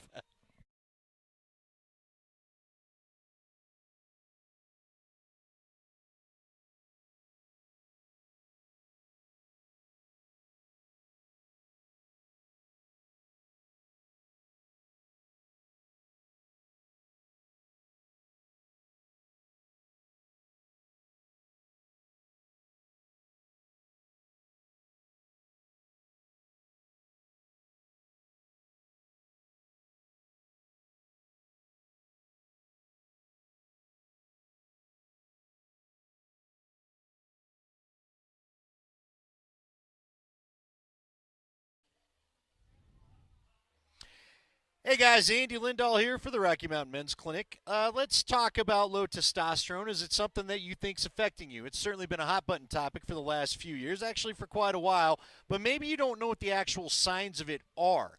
I wasn't so sure myself. My big key indicator was poor sleep, waking up, thinking I had, whole day ahead of me and then feeling tired about 3 or 4 hours later and already wanting a nap. Not cool to live that way. For other guys, it can be things like decrease in libido or putting on weight, less productivity at the gym and not just seeing the gains that they used to, brain fog, or sadness or depression. If you're dealing with any of these, have a conversation with the guys at the Rocky Mountain Men's Clinic. Real easy to go and get that first visit in. You can go to RockyMountainMen'sClinic.com. If you'd like to, take their low T quiz on their website. Simple 10-question quiz with yes or no answers, and it'll take 2 minutes. Right there, you can schedule your consult with the Rocky Mountain Men's Clinic. They'll draw your blood and have your results in 30 minutes. You'll talk to a Colorado licensed medical provider who will review those results with you and discuss your options. Then, if you decide after the T and PSA test that you want to get on testosterone, your appointment's free. It's a $99 visit otherwise. They'll discuss the benefits of what this will do for you. Higher energy level, better gains in the gym, better sleep. It all lies ahead. Go and have yourself looked at if you think you're dealing with this condition of low testosterone. 5 locations throughout Denver. 720-440-7900 is that number, 720-440-7900 or RockyMountainMen'sClinic.com.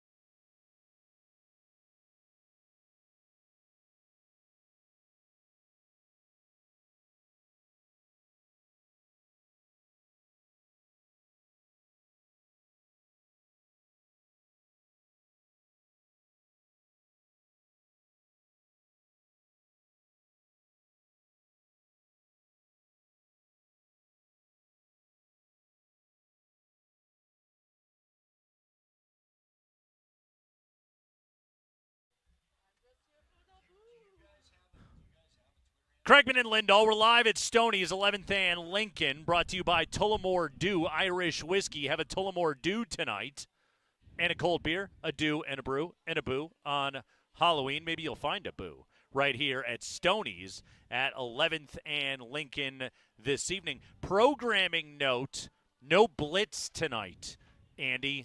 Why not? Prevent defense following the Craigman and Lindahl show this evening. Why?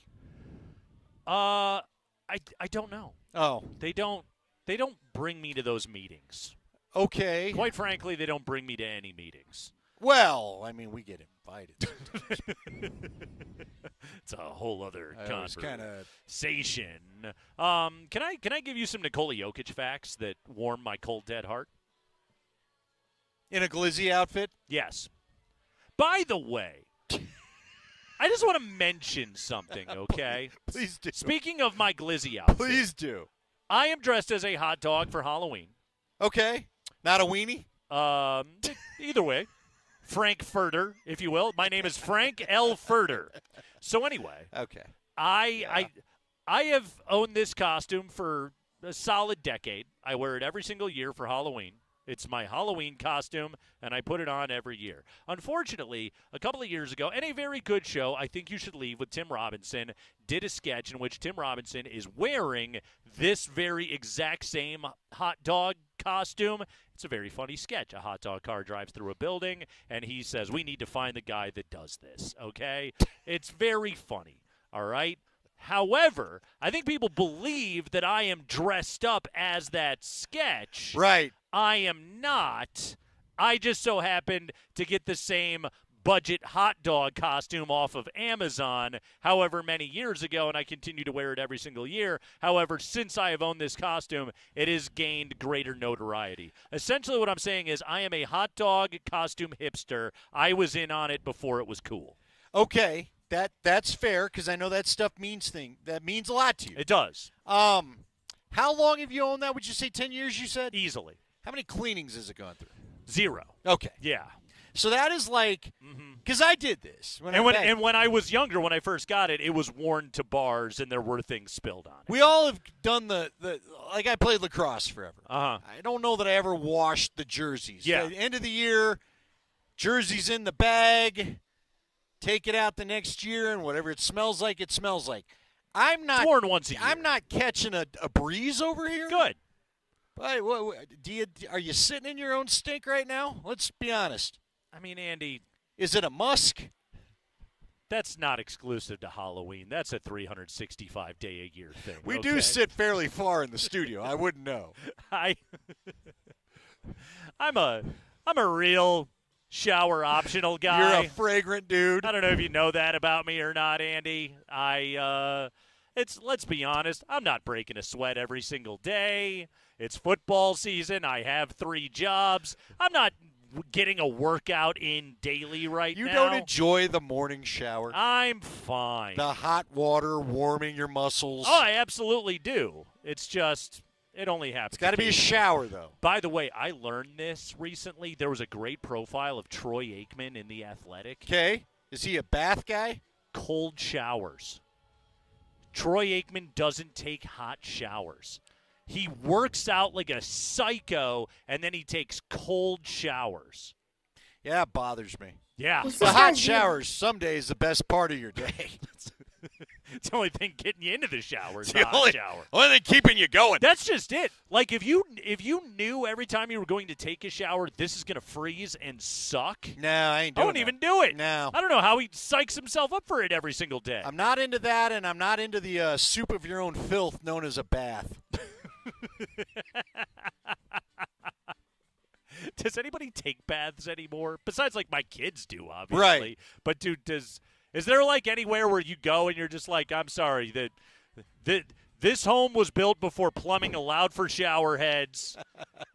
That's a great question. You will Maybe climb Wash Park? into this clawfoot tub and bathe yourself. Up the road in the Cheeseman Park area is old construction, maybe. But has that been a hip part where they all redid them and pop tops and all that stuff? You have the plague in the medieval times. You have to slow. How do you put it? You slowly sink into the warm bath. Now, see, I like a hot tub, but I don't want a bath. Something about the jets moves the stuff around enough that you're okay. But again, nothing like sitting in a bath waiting for the water to go tepid and then you wash yourself off. Nikola Jokic. Think he likes a bath? How big a bathtub does that guy need? Seriously, man. You know, you ever seen that infomercial for that like walk-in tub thing that the octogenarians are using? Maybe Jokic has one of those. Honestly, I watched that commercial and I'm like, I'm 44 and I would like one of those things. With the attractive lady that flips Vegas or whatever she did before they got divorced. The hot golden girl? No, the other one. Which one? She does the full bath remodel now. Who does? I don't know. She and her husband were like flipping Vegas and then a nasty divorce. I'll take your word for it. In NBA history, one player in their entire career has put up these 3 stat lines. Okay. In their career. Okay? A 25, 15, and 15 game. 25 points, 15 rebounds, 15 assists. A game with 40 or more points on 1 or fewer made free throws. And a game with 7 or more threes. Okay? Again, in NBA history, one player has had a career where they have had such performances. As Jake Coyne, the Stat Squatch, points out on Twitter, that player is Nikola Jokic, who did each of those in a different game over the last week. Over the last week. I read that when you sent that to me. That's amazing. Mind-blowing. 4th MVP coming up. How this guy continues. I mean, Doncic already, although he returned last night, but Doncic already a little bit banged up here in the early going. I mean, this is the thing you got to remember about the potential quest for a 4th MVP is he's durable, he hates rest nights, and he's good every single time he steps out onto a basketball floor. I don't know, Andy, like, he could do it again. It doesn't feel terribly likely. Number 3 didn't feel terribly likely.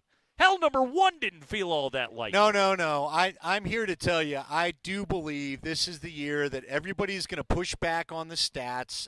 He has to win the champ. They have to be the number 1 seed. They have to not play like they're playing right now. That's for darn sure. Sure. Although I don't know, Nate, if they keep playing like they're playing and he's just housing 45 minutes a night or whatever, and he's basically the reason why they are winning games, right. And I don't know how you deny it. Which right now, maybe there is a chance. He is the reason that they are no winning doubt. games. And it's not like picking this team up on their back and carrying him has ever been a problem for him. He's done it his entire career.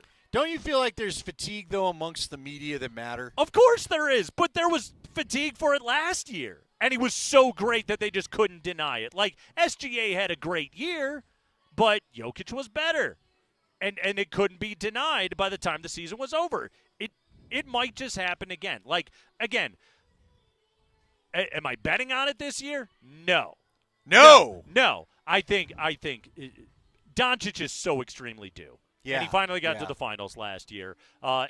If Oklahoma City rips off 67 wins or whatever, SGA is probably going to be in a great position to be able to win that thing. Maybe Jason Tatum, with the Celtics getting over the hump, will finally get a sniff this year. We know, Embiid is probably already playing his way out of it. But the thing that we know about Jokic is he will have the numbers and he will have the games played by the time the season's over.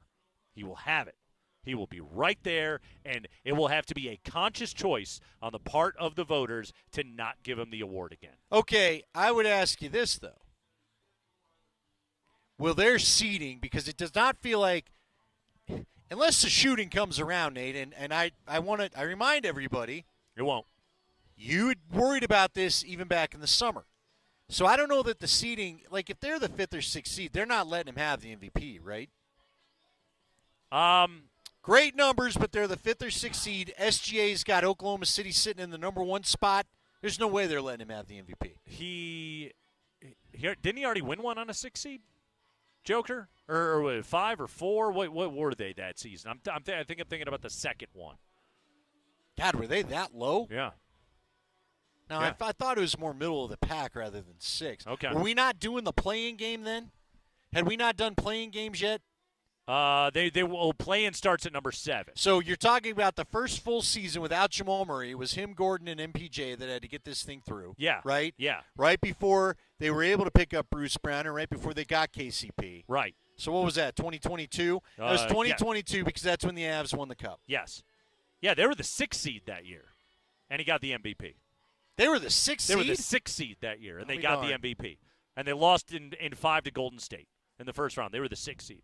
Because remember, before that, the argument that I was making was, well, Westbrook won one on a 6 seed, so Jokic can win one as well. And he was too damn good. But now that year, he's had him and he's been and he got it. recognized, I just don't think they already wanted to say he didn't deserve 3 because the exclusive company had put him in. And nobody's gone back to back to back, have they? 3 consecutive MVPs? Well, now I have to Because look. that's what he would be working on, right? Right. No. He would No, be this would be another. fourth He went and back to 5. back break and then another one. Yeah, because Embiid got it the year they won the title. So And that's why they will never vote Embiid again. Right. He betrayed him because he didn't play well in the playoffs. Exactly. Again, is it likely? No, probably not. But it could happen. I'm not going to kick it out of bed. He's already been brilliant so far this year, and he's carrying this team. And people are going to talk about what's wrong with the Nuggets all season long, and maybe blowing a 20-point lead in Game 7. That grudge hangover will still exist. But I don't know. LeBron won 4 in 5 years. 09 to 13. And I tell you what, that 2011 year, he should have won the award. Derrick Rose got it. LeBron should have won the award that year. That was classic voter fatigue. And remember, Cleveland played Chicago in the Eastern Conference Finals, and LeBron destroyed Derrick Rose in that Yeah, series. I remember that. Please understand, I'm not saying – I think you could – here's the thing. Mahomes is this way in the NFL. You could make a case for guys like Mahomes and Jokic and McKinnon and McDavid literally every year. Ooh. Their game doesn't drop off. I'm not saying you wouldn't be worthy of an MVP. Yeah. I just think they like to pass the award around. Larry Bird. Oh. Three-peated 84 to 86. Well, there you go. Yeah. But it hadn't happened since then. That's Has- kind of interesting. Has not happened since Did then. Jabbar ever pull it off? Or He won Chamberlain? 6 of them. Kareem never did three-peat. No, he had a repeat in there, but never a three-peat. Chamberlain did 66 to 68. There you go. Yeah. Kind of ironic. Will Chamberlain didn't win in 69.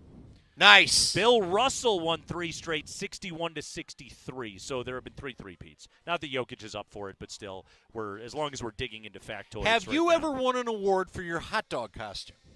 Have you ever won a costume contest in the hot dog costume? I never That have. is now your anointed Halloween costume. No, I never have. No. Again, these people know I spent $14 on this thing. They know that it's no effort. It hangs in a closet. I take it out once a year. I slide it over my bulbous head, and then I walk around and I'm a hot dog. But I'm not deserving of an award. I have repeated as the winner of Westward's Best Sports Talk radio show. However, Good for you, bud. I then had a substantial gap before I won again. And that was when we took it last year. So who was your partner then? Klatt? I Nalen? won one with CJ, and I won one with Nalen and Gary. Wow. Yeah. I didn't know Gary was part of that. He thing. was. My old buddy Gary Miller. He was a part of the locker room with Nate and Gary and Tommy or whatever. And D-Mac and Willie and Stout didn't try to sue you? Did you guys ever have a locker room gang war? Beating the streets like the Ron Burgundy? No, the idea of getting in a fight in a locker room is uncomfortable to me. Yeah, there's not enough clothing. Nobody wants that to go down. There really is. And then the old guys just watching you? Nuggets in Minnesota tomorrow. Okay. If Denver and Baltimore is a measuring stick, as Big Voice Guy likes to say, the Nuggets going to Minnesota, the Timberwolves are playing well right now. Team that bounced you last year, you aren't playing well. If the Nuggets go into Minnesota and beat Ant and the Wolves, are they back? Are they good to go? Is the first week struggles behind them? Does one game a turnaround make in the NBA? Gosh, are they back? Were they ever gone? Have you ever been 0-2 was pretty bad. Okay, but the Avs got to 0-4. Back-to-back overtimes against these two teams. Why? You know what? I got to say, I still trust the Nuggets more than any other team in this town. You should. They got Jokic. And quite honestly, in the fourth quarter of the last 2 wins are the reasons why. Yeah, you should. And they almost did it against the Clippers. Mm-hmm. They had a little bit of a bad shot again. They could be 3-1 right now. They're not. Could be. But they could be. They could also be if the only stinker was OKC. If the Raptors and the Nets could make free throws, they could also be 0-4. So no, I'm with you. Yeah, they should be 0-4 probably if we're being honest about things. But that still doesn't scare me because, again, I've just seen too many. Haven't the Golden State Warriors for the last 3 or 4 years? Now they haven't won a title except for their last one was the year they beat Denver 4-1, right? 22, yeah. 21? Okay. 22, yeah. They always seem to come out and have a little early season drama, not quite get into it. Steph's already banged up. Right. Mm-hmm. So I am. Maybe I shouldn't feel this way because of the 20-point loss last year. I'm just telling you, Nate, I'm not worried about it. It's October. Now, the Avs, although I thought Kakinen settled in pretty good after the first barrage of shots that he got. I would say after falling down 3-0, he played better after that. He did play better. Yeah. Problem is that 3-0. Well, also, Ivan, your guy's probably going to be a pretty good player. Power play goal last night. But Tipped it in. Ivan kept getting all the open shots that other guys would have cashed in the back of the net. Ivan. That was a frustrating watch last night because all I could think about is who we should have. Avalanche fall 5-2 to the Lightning last night. We're out here at Stoney's right now, brought to you by Tullamore Dew. Tullamore Dew Irish Whiskey, perfect complement for a cold beer. A dew and a brew on Halloween. Thursday night football getting going. You got Tulane and Charlotte in the AAC. You got the Texans and the Jets tonight. Oh, it's all happening right here at Stoney's at 11th and Lincoln.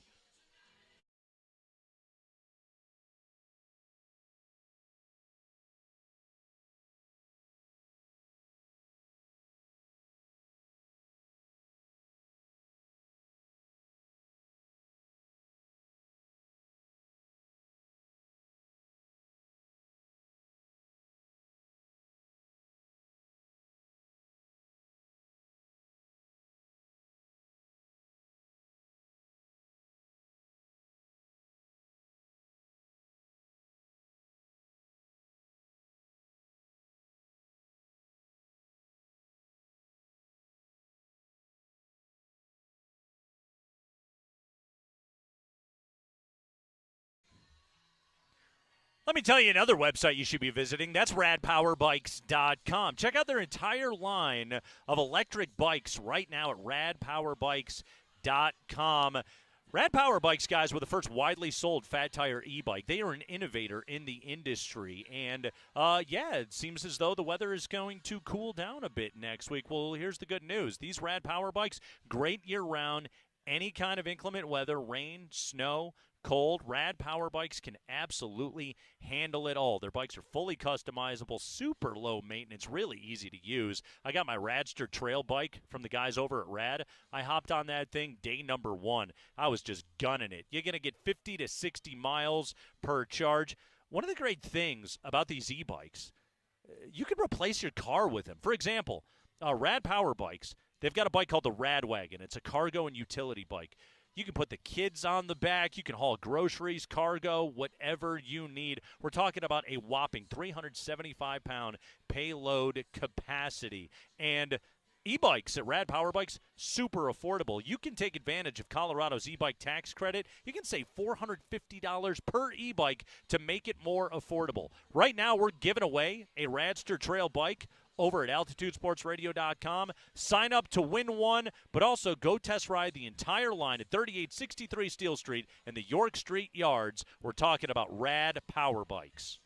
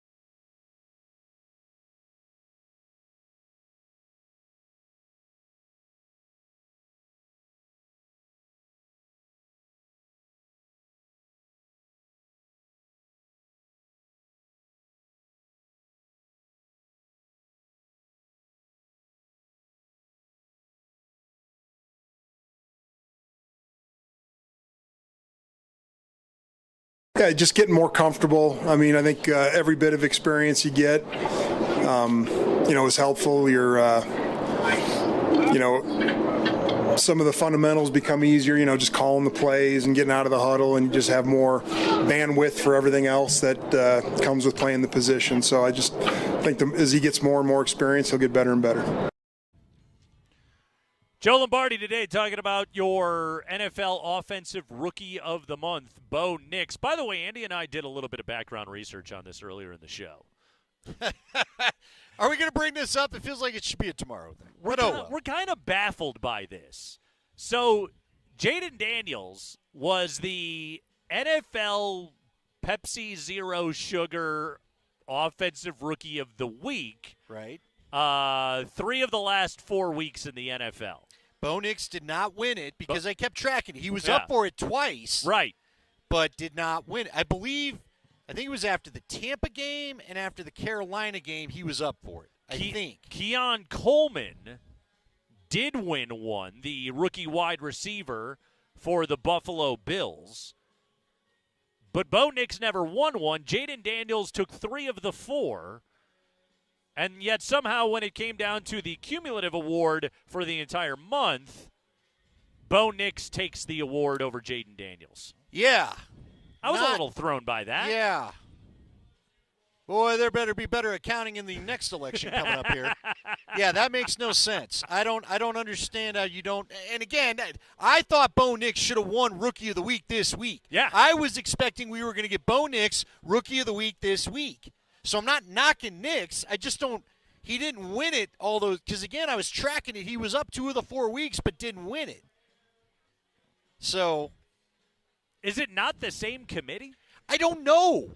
Is it? Now, somebody did write in and say the fans vote. I remember that when we talked about it. Is there a technology and stuff guy over at Pepsi Zero Sugar that is a massive Manders fan and is just giving this thing out to Jaden Daniels every single week? I don't know. It does have a Messier feel to it, where does. it's only Messier that gets to vote on his own trophy. I mean, congratulations to Bo. Does he get a bonus? Well, Bo Nix gets a bonus? I'm sure there's something. Yeah, there's Okay. got to be some contract language for that, doesn't there? A plaque? I'm sure it's a nice certificate in a cheap plastic frame of achievement? Yeah. Maybe like a just says, hey, an NFT. You're the Pepsi. Maybe it's just labeled on all the free Pepsi Zero Sugar he gets. You know, you open up and this can says, this is for Bo Nix, October's Pepsi Zero Sugar Rookie of the Month. This is yours right here. If you're Bo Nix, do you want the Pepsi Zero Sugar that they're giving you? I mean, guys like you and I can take that. If Bo Nix, let's say, when he was initially meeting with Sean Payton, because you know how you usually got a side pocket in your backpack in your JanSport, and you can put like a water bottle in there, or really any beverage if you want, a Gatorade, a soda. If Bo Nix, along with his lacrosse ball, and his cleats and turf shoes and everything else, his tape. Remember, he had tape. Had tape. Really big. All on the taping. stuff to recover from a football workout. He was all football. But if he had a Pepsi Zero Sugar in there, would Sean Payton have still drafted him? I would hope so, because I want to now. Here's what I want. Could he have made the argument, caffeine, you're trying to stay up late to study the playbook? Yes. That's and football. Here's what I need in my life now. Uh-huh. I just figured this out. Okay. I didn't know I needed it until you really got going on this train of thought. I'm excited about this. I'm a very good product endorser. Do you remember Mean Joe Green? Sure do. Limping his way up the old hallway at, I would assume, the old Three Rivers Stadium. Coke and a smile. Right. Needed a Coke and a smile. The kid bashfully gives him his sweaty bottle of Coke, and he takes a slug off it, tosses his stinky jersey to the kid that's probably got another man's blood on it, let's be honest. It was also the NFL. He was me, Joe Green. It was the NFL in the 70s. It was a different kind of Coke. But, yes. Sure. No, but he had his Coca-Cola. Yeah. That was what the other Coke was in the locker room. Whether it was his or not, I don't know. Don't tell me Bradshaw wasn't hepped up. Anyway. Communal. Anywho. Yeah, well, we need, now that Bo Nix has won this, first off, we need a classic bottle like that. Okay. With Pepsi Zero Sugar in it. And I need Bo Nix to maybe on a slight jog. Let's not hurt the young man. Sure. heading up the old Empower Field tunnel, and there's D-Mac. Hey, Bo. Tosses him the bottle of Pepsi Zero Sugar. Bo gives him that quick wink. Tosses him whatever jersey D-Mac favors. And goes, thanks, guy. And just continues running. But the song plays, have a Pepsi Zero Sugar and a smile. But you're going to have to sing that part really fast. In this commercial. And I want it to be a ska version of that song. Can D-Mac give Bo Nix a hug, but it's around his waist because that's all that D-Mac can reach? That could be an HR situation. I mean, it can be a side hug. Sure. Right there. Now we're okay. Yes. Hip to hip. Hand stays above the waist. Get a good piece on what most of us would be the love handle. Not for Bo Nix, though. He's all football. It's a 1 second. And you're out. And with zero sugar, Andy, he's not getting all those empty calories. Gives him a little mountain frosted helmet thing. Runs off. Then Sean Payton comes out. What the hell are you doing here? Or something like that. Yells at D-Mac. Scurries D-Mac. Scurries away. Out of the tunnel. I like the way you've storyboarded this commercial out. Should we pitch it? We just went full Don Draper and Peggy right here on the Craigman and Lindahl show. Hey, the ideas are free, folks. We got no lawyers, and we got no rights. Technically, Altitude owns that idea now, not us. Sterling Cooper, Craigman Lindahl. Yeah. I think we've got a winner here. D-Mac would do it for a nominal fee. He'd be thrilled. He'd just want to be able to podcast from there when he's done. As long as he can sit in he front can of Bo podcast Nix. in the tunnel. And spew takes at you. Yeah. God bless him. Everybody listen to Darren McKee every day. He's enjoying his life right now. Right here on Altitude Sports Radio. He's like the kid in house. He's as high as the house and up. He's off this award today. You know, he's the real winner of the he really is NFL right now. Offensive Rookie of the Week award. Or year. Excuse me, month. Month. I got to make sure I got it right. There it is. I think I got it right. Hey, we're back tomorrow at 3 o'clock for a Scout Friday, and we look forward to talking to you then. Everybody have a Casey Middleton is going to join us. No, Casey Middlestat. Casey Middlestat, too. Kate Middleton may join us, too. Spring. Book Kate Middleton. If you can get the just for the hell of it, Duchess of Yorkshire or whatever her title is. Sure, she's easy to get to these days. Get Kate on the show. Casey Middlestat will be joining us. Casey Middlestat will be with us here on the show. Casey Kasem, will he stop by? No. Not unless we seance him tonight, Nate. Let's see what we can do. I don't know who is alive and who's dead. I'm pretty sure about that. Pretty confident in that one. I believe we played the rant. Okay. Remember his long-distance dedication he did not like? Where he went from the happy thing to the dead dog? I do remember that now. And he just dog cusses anybody in the vicinity? Our remote engineer is the very best in the business, top of the industry. Jesse Trujillo, everybody. Sean Brennan out here executiving the account at Stoney's. Rob Trujillo running promotions today. Mark Springer back at the shop. My co-host is Andy Lindahl. My name is Nate Craigman, a.k.a. Frank Furter. Have a great Halloween night, everybody. We'll see you.